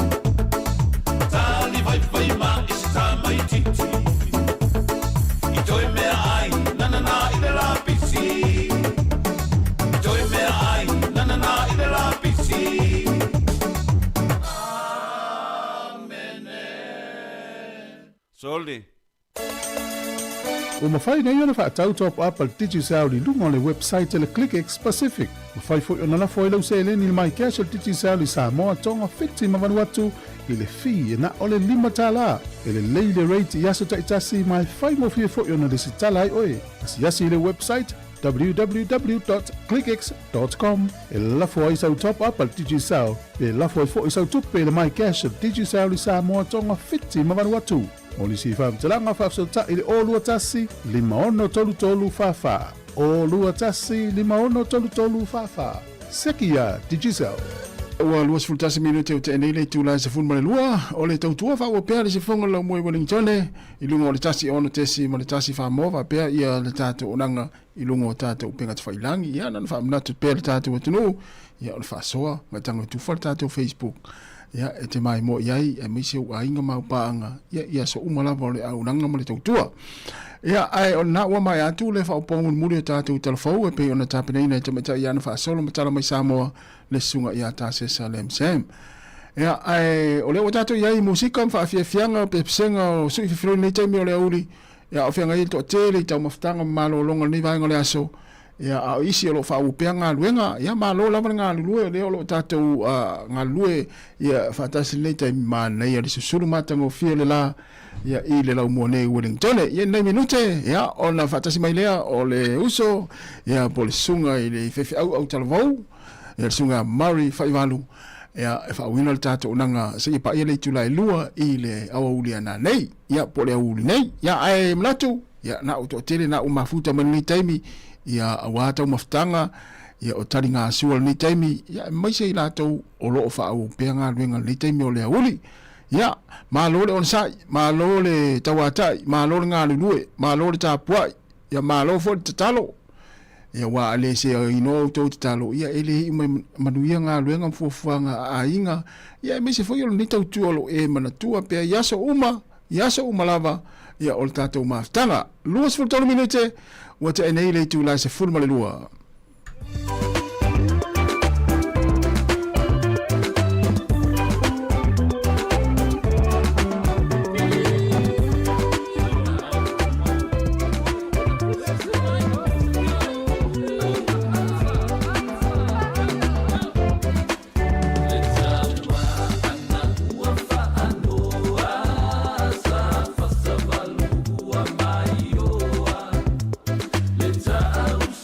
Was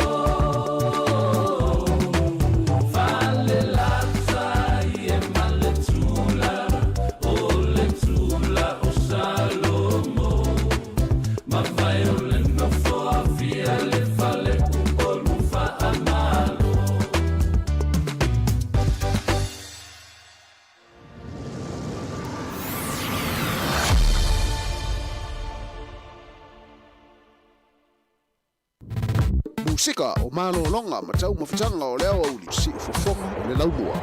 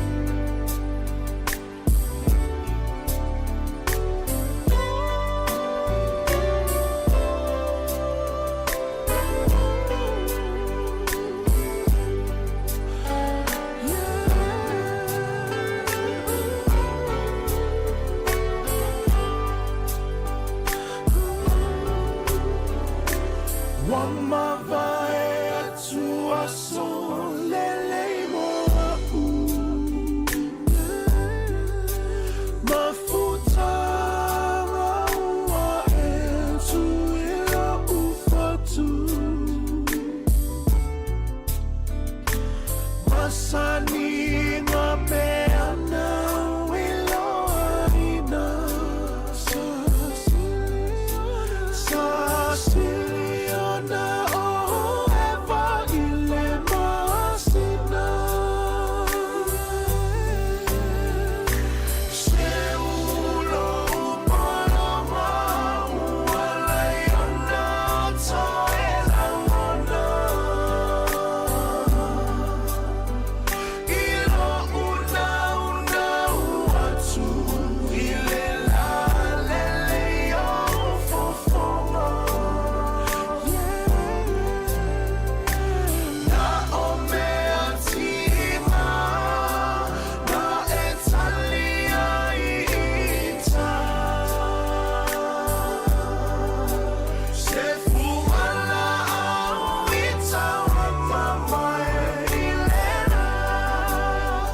Luas formal 20 minuto tone le talo li tu lai tasi le dia o uli le solua asos formal fano ni masino a perila le ritu sanga wafe luas formal ono to follow fama fa talo fan tu le dia o uli ele fa fo tampo e mai lo tanto tino il paio lo tanto tino maunga tele si paio foi maunga iti le dia o uli ya malo ron sai malo fa tu to le dia o uli o le solua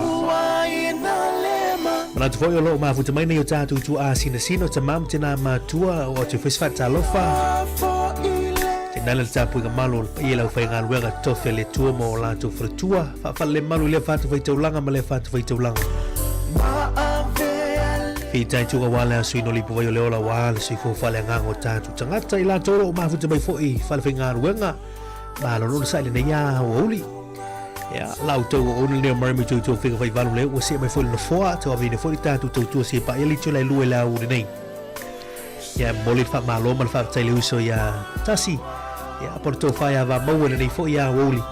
Ya ono tau tu ma te vela mai la vali tu le fitu mai foi nei temo la woli. Ata se foi le sunga la ya tu foi le sala to lua. Il proclama anton tao ya malo non sai malo fa to Anatu ya sama nuia mana ya foi tau e vai vanga malu tau maftanga na yaso ya mana yuso a ona ya fa ftai le tu le mo le lau ta te toi fei lo e foi lungo de tanto tua ya pe ama lo su 5 minuti to ne tale li tu le tasi ta tu fa ma vai lungo de tanto frequency tasi ono te smartasi fa mo ya e ta tu fa o lungo de tanto Facebook mo YouTube mo li tu la mo li tu le tasi le lua I lungo le tautua si fonga lo mua. Ia le ngata le lungo le tātou penga te whailangi www.samoacapitalradio.co.nz. Ia malo le ngā lua malo le tau nei aso I la tō lo whiagai mga ruenga. Ia malo lo sai aftai. Ia o te loa lava. Ia alang tātou usu tai au tātou wōri ngā ruenga le pō. Ia o le tautua ino nei o tātou ainga. Tau singa o ainga. Ia mai se whai nei whanau. Ia leo lo malo lo mai nik te miu atua ngō la aonga. Mai se fota tau i mea whaia nei o tātou e ka le sia o lotu ma whala po I tonga ia e ala wala au mai nei o tātou ai ngai Sāmoa ia I tū lango whala vilangi ia wai le tu ua nei mo e whala vilangi tātou wha whiwhianga ma musika si whiwhilo le a woli ia o wholo whatu e whatalo whatu I nei paanga I lungo Facebook o lo o whatalo whamai alo whatu ia paapitai ia amosa ia po fafte a mosa le ma futa mana rita au ia mana ia moli malai vai nga olo ma lo se fu manuia a leonga upu tomuli ia ma lo se fu manuia ma lo fafte le ma futa mai alo fatu bo tu ni vai nga o le tatu tu pese nga boys pese nga lo ulau bua fa via nga litemi o le awoli mali e tali fa so tu e fa ia se to time when I lo le fe ai bua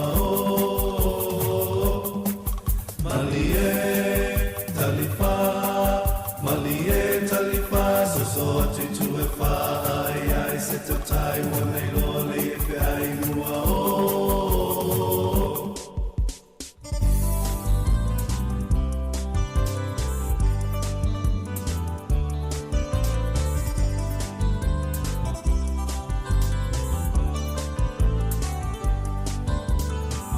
Pesanga lo kulama Ola kuna vai ole atamai O te mitai Io tukulanga lo fai mai Ola fanua la nula lava Ua mitai ole anana Se ua whawhetai Whaamalo le tautai Tama pesenga se itai Ai le manui ale yo talima Si o tai ngoa ia wane inga lo le na wane tau lima ina O tama whana ue lo la mua e wha mua le atu le amatanga o le poto Ia wane inga lo loto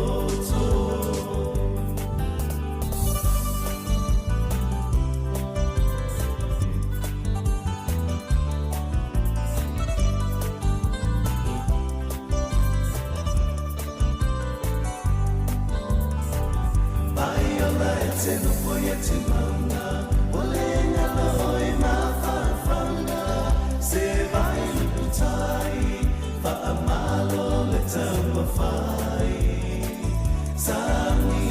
o le soe Wata silo ta wha moe moe A waso ta sao Mo le lumana I wa tai au Tama pese ka se I tai Ai le manui a le a yo ta lima Si yo tai koa ia wane I ngalo le na wa e tau lima ina O tama whanau o e lola lua e wha mua mua le atua le amatana o le poto Ia wane I ngalo I loto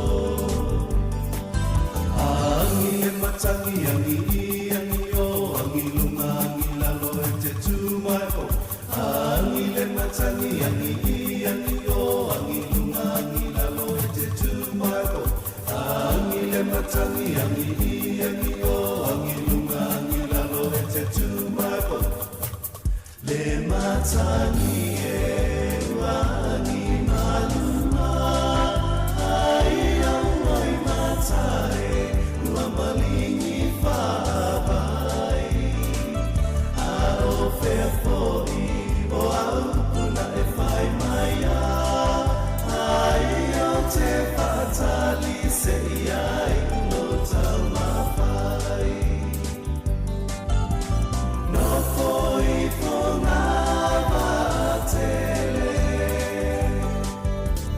E a whai mai ai o so se se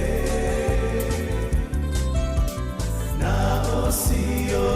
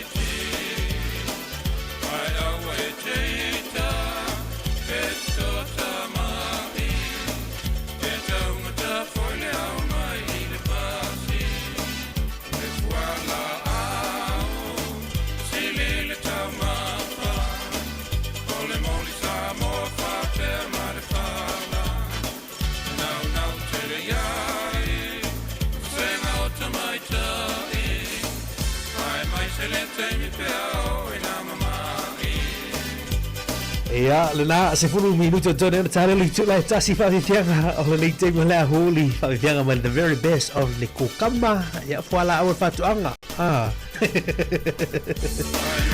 malo ya la tolo nga lui fa fane ia o le fale ya la to la fale la to tunga ya tunga la au ya pona tunga fala au hui fa sua ia o le tamanga o le karena sa manga o la vas tulang o to ai ya po tulanga fo tomato ia tamarkapisi ia man tu e fu o mal fu fuanga tulanga o ke season ma le season ia sa ora le story ni season o le vai tau ia o tau sanga wale la ta tuanga tu tau maludu e fo ia la fu le fatu anga la tau ia e fe tau le lemon temen le tau maludu le la ta tuanga ia tuai ia le winter lo fo tuai mai ia malolo sai ta tu turu la toro nga lu fatu anga malolo nga lu malo fato to le ia singa luega matu te fai ya manatu ya fai uma nei ne uma ya malama fo ya ile to lua man fa na le fale ina matua e mesi fo ya o tatu ai ka mo fo nga masani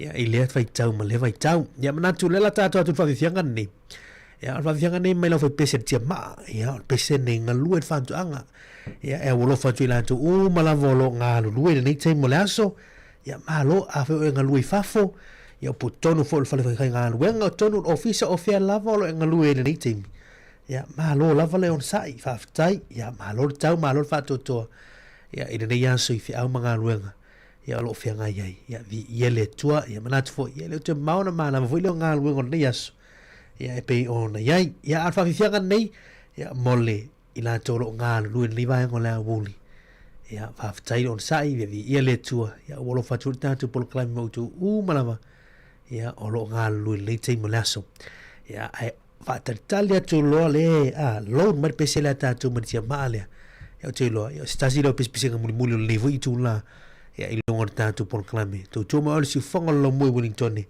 ya malana tu tu ne ya wuli o le aso lua se formal fa ya so ya o le nei fo i masino april tatu ya malo ya fa ya sina va la lo tu sanga la tu ya manatu ya ele ya me umeleli ya tato te va mai tawa tu fo ile ya il fisu ya me le taimi tu lango tawa ya me se fo ya tu lango lo fianga ile lo langi la tu ya i telo vesinga me se fo ya tawa ve vai inga ya me ya me lo tato mai tawi nei lo tato fai tu langi le taimi ya malo ron sai pe senga nei mo tau ya mai le tia ma sa onga lue fa tu anga ya por nga lue fa tu anga pes bisenga mo ni vai ngola uni au lo fa tu tatu por famila tu mo lo nga lue na yaso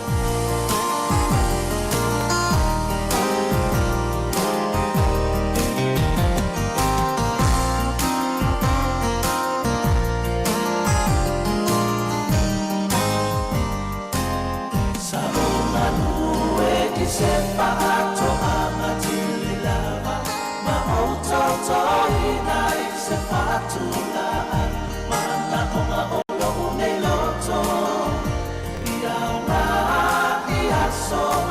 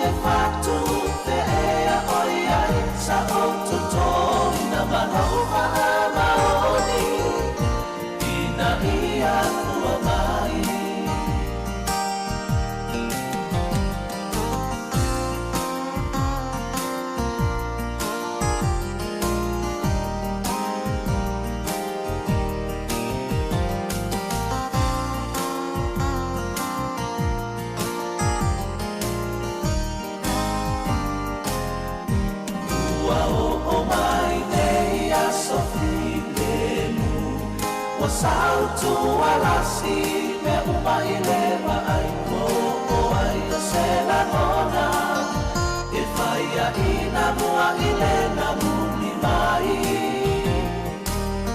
a o se tau tai poto se io na fuatia le tai o le papau malo nalo noto o ia we o te nina e na tia i no ua futoto la aue o le paato anga fe pula fi mai a wela une fatu fe ea oi ai sa o toto ina manoa maoni ina ia fua mai la aue o le paato anga fe pula fi mai a wela une fatu fe ea oi ai sa o toto ina manoa maoni ina ia fua mai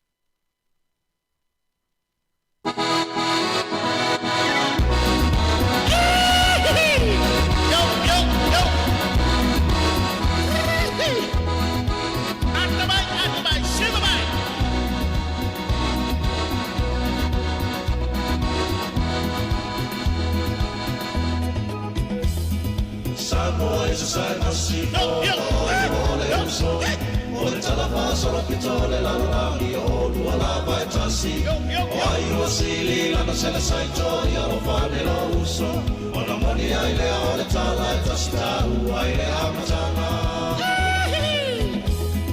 Sāmoa is a sai masi o lua o le uso o le talafa solo pitole la rangi o lua lava e tasi o ai ua sili lana sele sai toi alo fane lo uso o na moni ai lea o le tala e tasi tau ai le amatanga ai lea lofa o le asisi lunga ai ave ai se alofa o le ai matalaina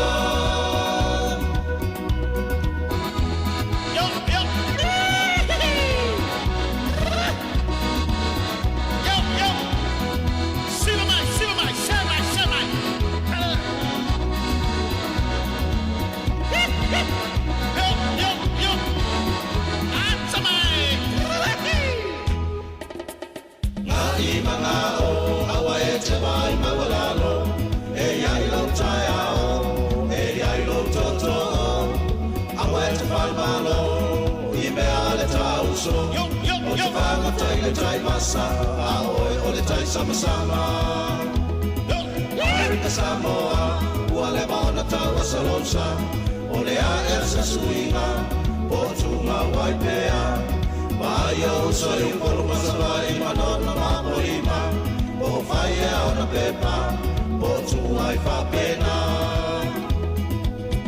Patimai ai mana o awa e te mai mawaralo e ai lau tai au e ai lau toto awa e te whaumano i mea le tau so o te whangatai le tai masa a oe o le tai sama-sama America Samoa ua le mauna tau a salosa o le a e sa suinga o tunga wai pea mai au soi uporu masawai i manona mapolima po whai e au na pepa po tua i whapena Luapo ai le alofa o le asi si ilunga ai ale ai se alofa o le ai matalaina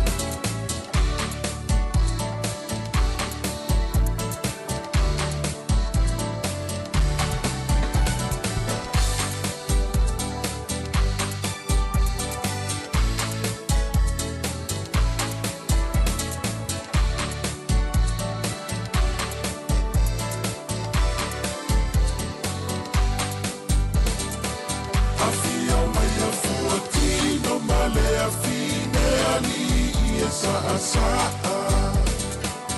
afia mai a fuatino male a fine ali sa sa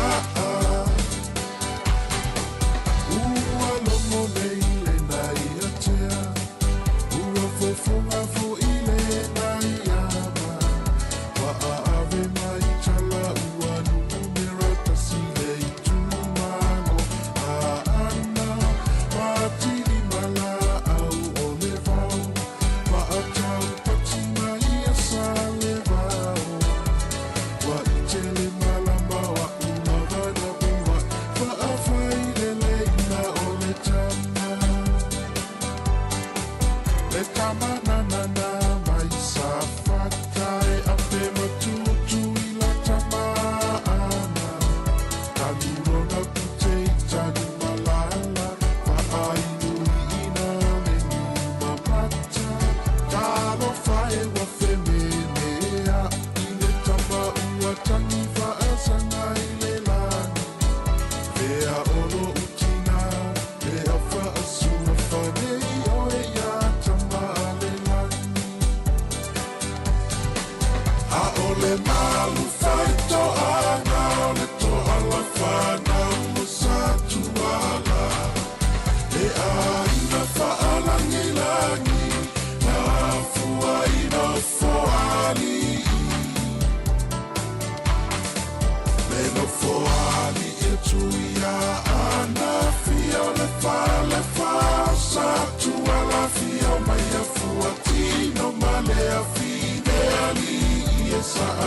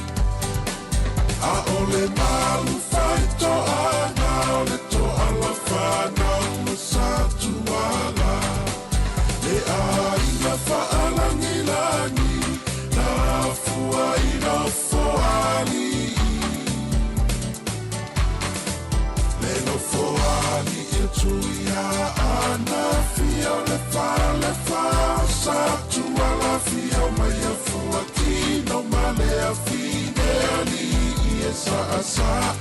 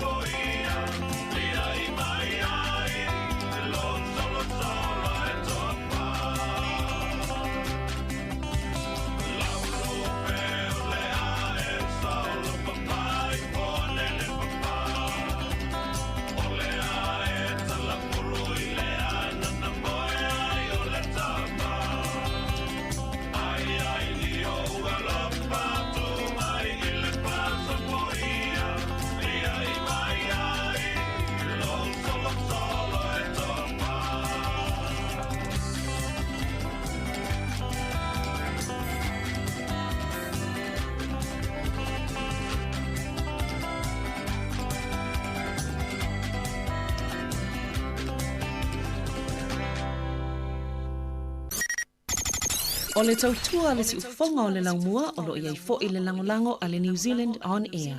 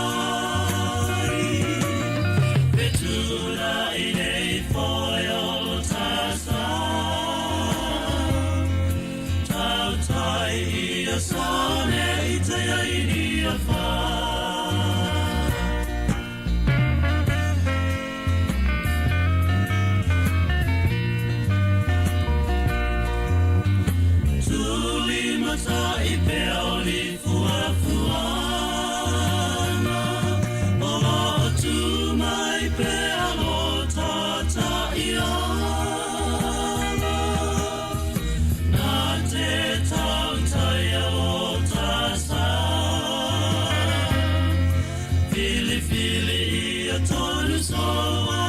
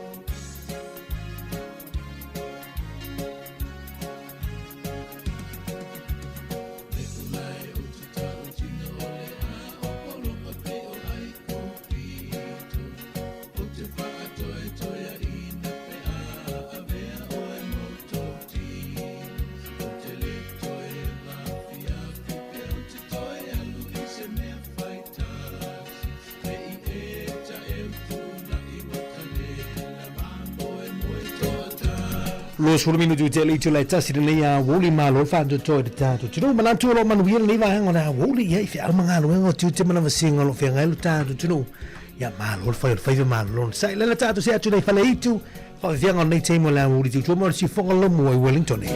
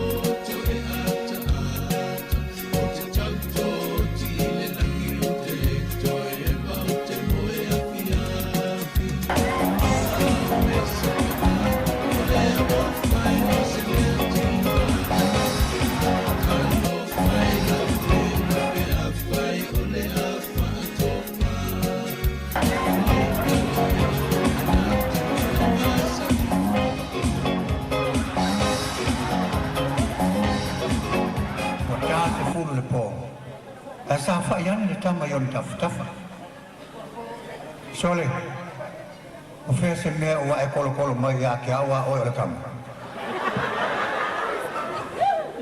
Ia mala au rol ko malo. Ilo na tali. Sumeo!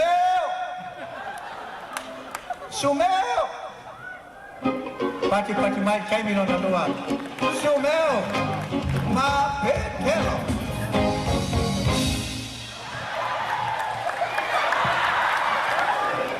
Wo sao ke ko ngu ra sai fa. Sao vậy? Wo sao ke ko ngu ra. Ko kele ke ko ma ko ngu ra. Awa sao ke me ko ngu ra ma ya.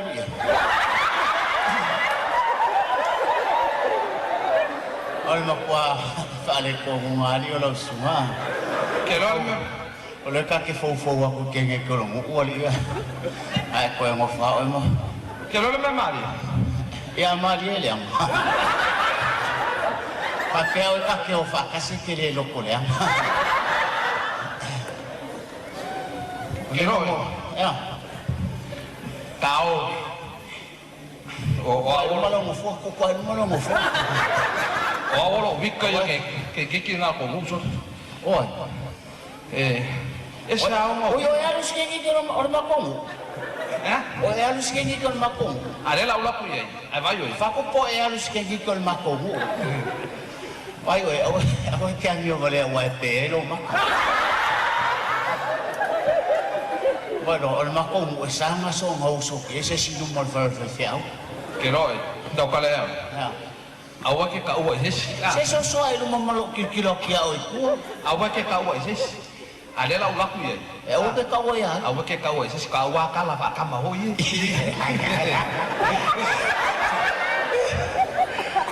Nga ya mo ya ya. E awa le. ai. Awa o ke kauai lea. Ngai anu mo lagi ki nga.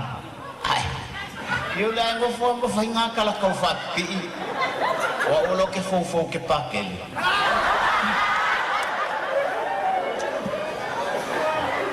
Ke no la pala ya. Ya.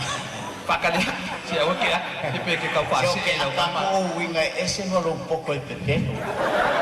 Bueno, non ke lo mas ko inga le ngifo. De la wan. Ya.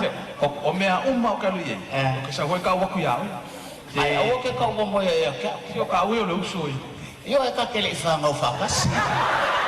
Ai ka ke usoi ya yo ba. Walo malal ko. La walo mo mo. Yo e ale la ula fia ku wal fa i wal. Awa ke pisa je si usu. E le o ke le pisa o ba ku lo wa pisa o pisa fo.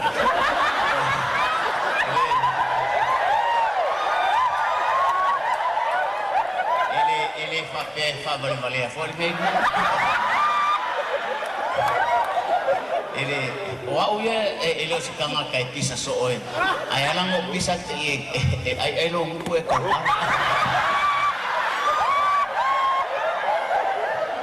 Kau mo ele o polis ka malo ma ko mo ai pu apo ngo ko ka ben. Kai bisa. O so. Oi, kalau famisa. Kai bisa na kalay. I love me. Ya? Oh. Era kong nakao ye. Asa ka ye. Ala wal mo ye. Na o le makwale ang ka malo. Kana ka e poko. O mo kwa e poko. E ka kau mo wal mo ke makua. O e mga kuwa fa makalanga ka mar le kuanga no re pe kalenga le ya ko. E mua la kulo makua. La wan mo ke sa waka wa ku ya ki oi. Ya ko wale le per mako. Ya, la wa per mako. Ya, afkan. Ya, I love me. Malo na soy fua ya ki oi ka mama kuwa. Ya ka alofa.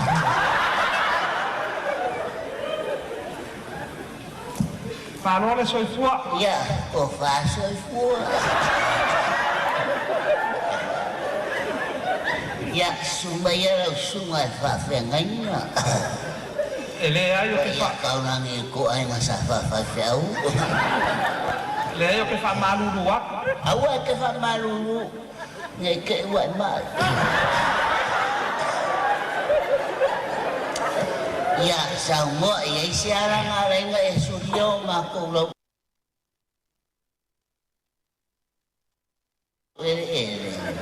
O awe o ke kau makamu le ka waku ya ke o ka malme wo mayai. E ke kaua. O awo kau makamu le ka waku ya ke o ka malme wo mayai. Kalo fai makwale angal me ke mana.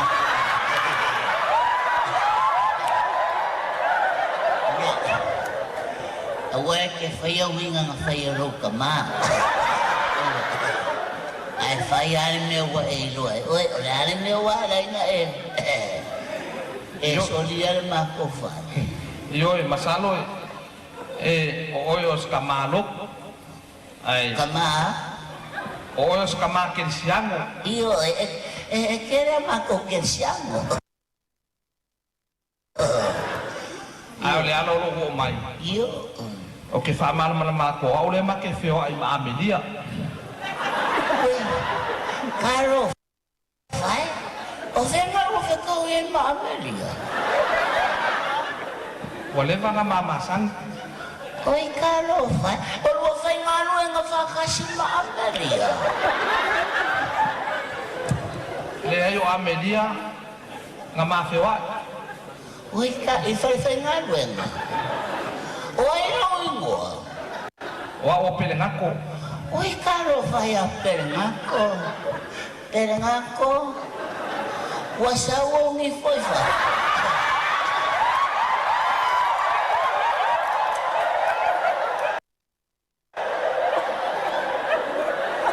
Pele ngako. Oi. Vai se pele ngako ai fa fonga ngi foi. Yo e fa maria ku ya ke o kama. O Amelia. O Amelia o lo ko lo fai poi.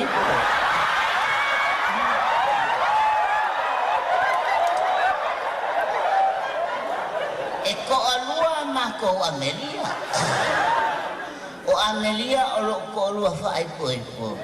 Mane makam pepe lele fa susu.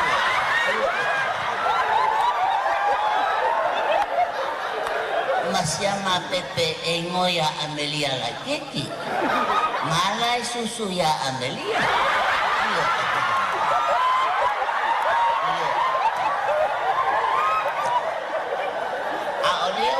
Mawakala wa se kalai mai o ngasalu veilo a imala o Amelia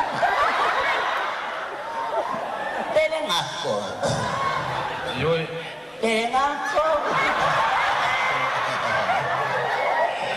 wakawo so ero walo fa ya ai tau malo ai la fa ngau Marielo finga ngalo awa Awang e koe ombi hamayal mga Kristiyan. Kaya ngako. Oi. Kaya ngako pupulan ng mayo fena. Marielo finga ngalo. Iya. O ole address na ka may Amelia. O ole O Amelia lo walo leo ke abian. Ele so walo ngo ya Amelia. I olo walo leo. O Amelia o lo ko lo fai koito. Pero ngako. Pero ngako. Sei popular de mayo. Ko nga pero ngako. Whatever I ni fori mo sa kangaka ay payse pako.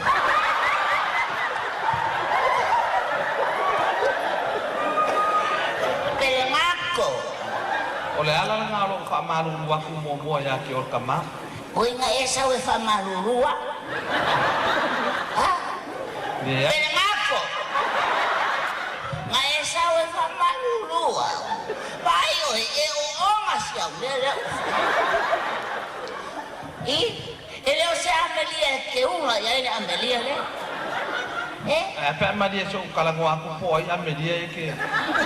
O ke ele ni o kadinga. O Amelia mua o lo ko lua fai koipo. Wa umanga ai tu Maria ya ke.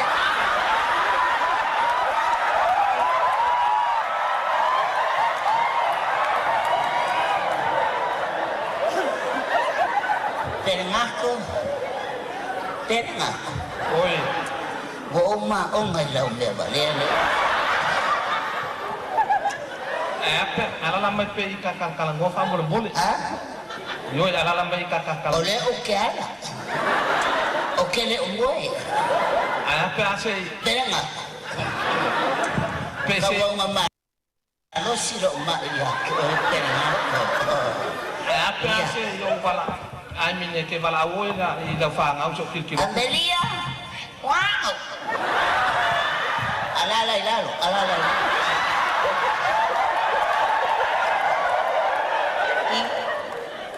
E che koe culo e numa culo ko ilo pua.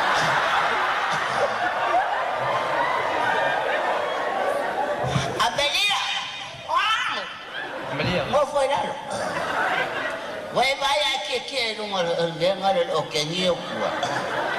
Yo so kala mo aku ya Amelia fa mo bole. Kala mo ya Amelia. Yo so we. Kala mo ya. Oi lo mo. Pelenga. Kala mo ya pelenga. Mo feyang ko leleya yang ke wa we ke sa. Amelia. Kero. Pa o ki a kon ma ka o.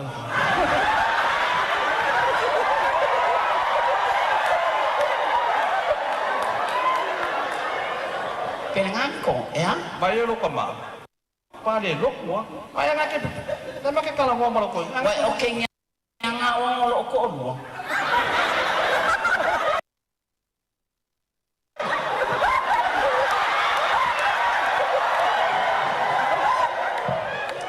I told you before.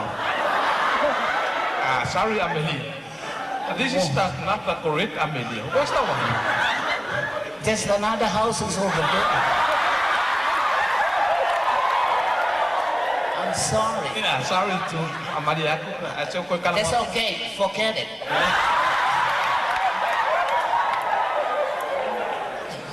Io e Maria o kama. I o lo po lu fai kui. Ai fai lang kama me. Io pe ako ke next. E sili lo wala kui fa foi ku akol peruni. Ngai ai le si abelia ngai ka.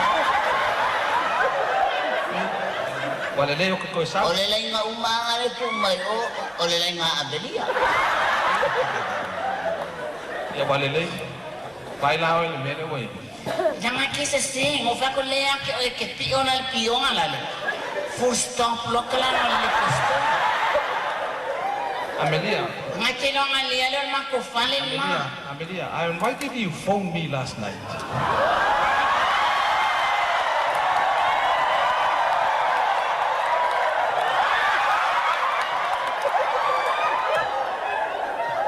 What is it?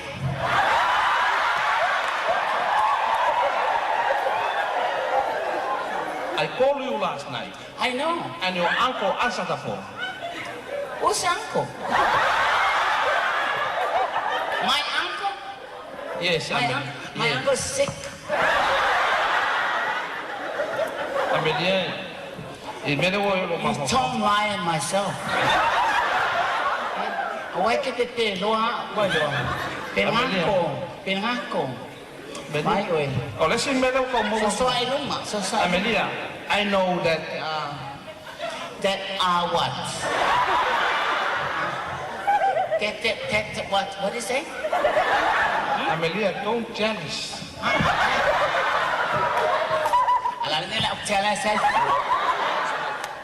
You tell us my food.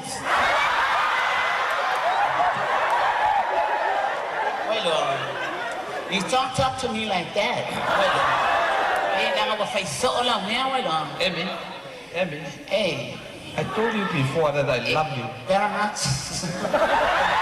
Why do you want? Penangako. Bye. Penangako. Boleh kêu lông nước. Ini ku masam. Ayo. Ore mele wala na lokke fape.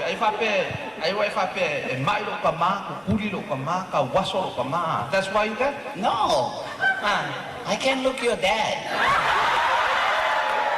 I'm look your face and your lips.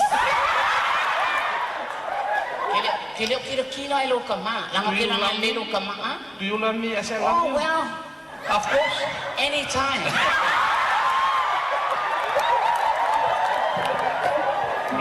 Monday, Tuesday to Saturday. Lama nga, lagi kere mga kulban. Ke mga kumama pape, mailo ka ma. Ke mga kulang mo. Kele mga kulo ka ma, wala nga leya. Wala ka ma. Bidiya wala pa. Wala ka ma fay pay.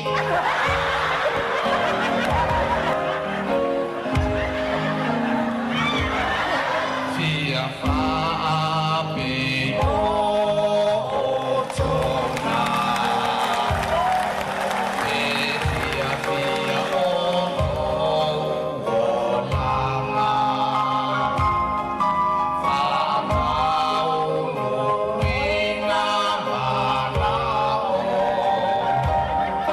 Malangona iso o se aso.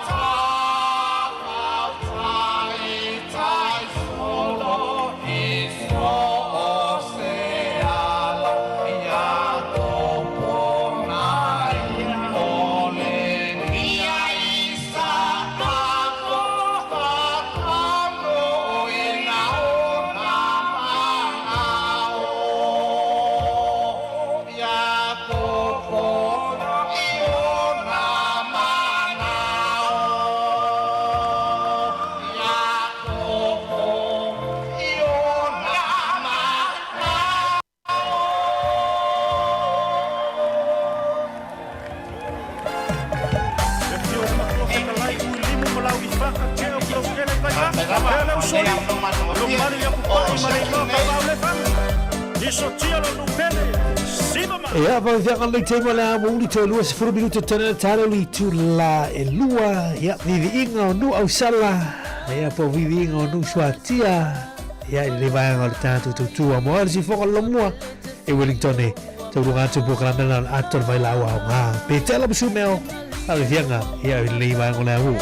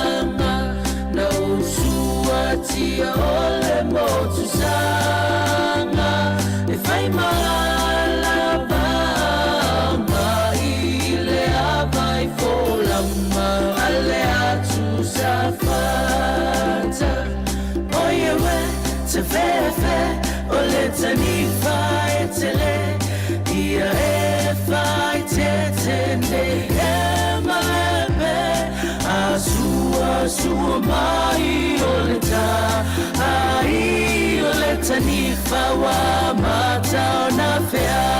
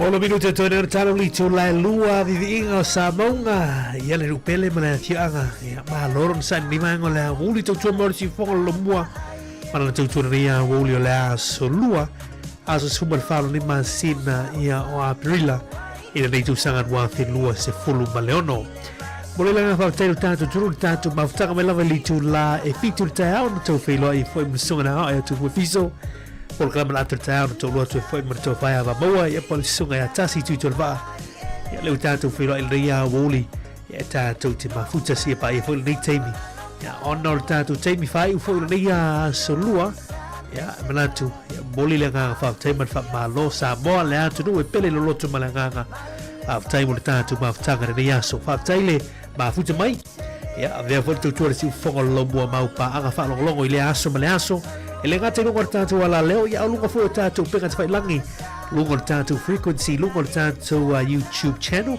lungo tatu Facebook ele ngate fo lungo tatu pega tfai langi na www.samoakambutaradio.co.nz ya lulua tu tatu tu waso tu mai lu puenga fina lo tatu tu se upositala se kana wale tu tamali ya wa pa lo fa fo mai Sāmoa ma tau te tua tu na falo yo voto fina ngale manga lo sfale tono tanto o finga bunga ma le tanto o naga ai mru te leina fufuanga manga luenga lo tono ne yaso ya tanto to filo la sa tanto ma sali te la fitu ya la to te liu mai tanto to tua ya mo ne ya woni fa manu ye tele le tua le tanto tu nei fa na lo malo lo mai nei ma tua ya la ngata fo ileo ila to finga manga luenga ya manu ya to fa ma tu te lo finga ye ya ele nei ya solua fa fianga nei ya mai le sunga ya fa na Jerome Gray to lunga to tanto to tua we are Sāmoa to lunga to tanto to tua nei ya woli so fu mai manuia ono Yesu amen Our Sāmoa,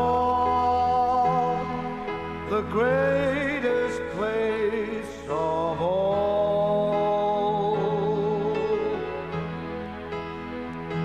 She is green and blue, lush with beauty, hearts as pure as gold.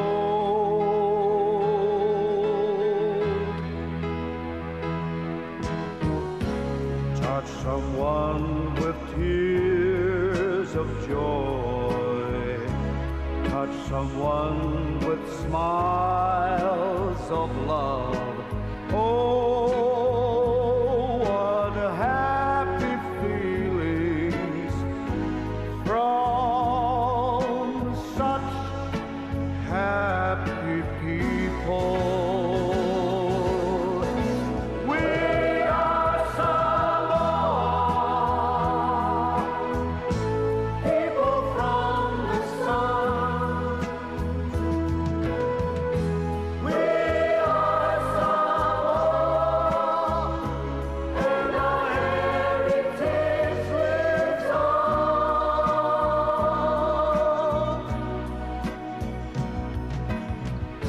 Teach the world humanity and hospitality. We are Sāmoa, and God teach us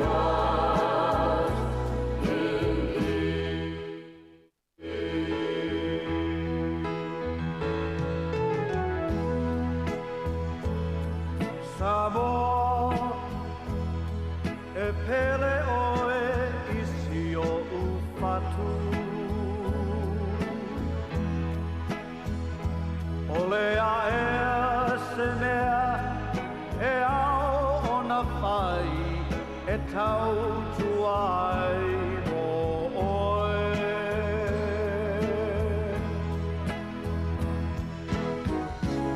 Osa sa e masisifo e tasi, ole vi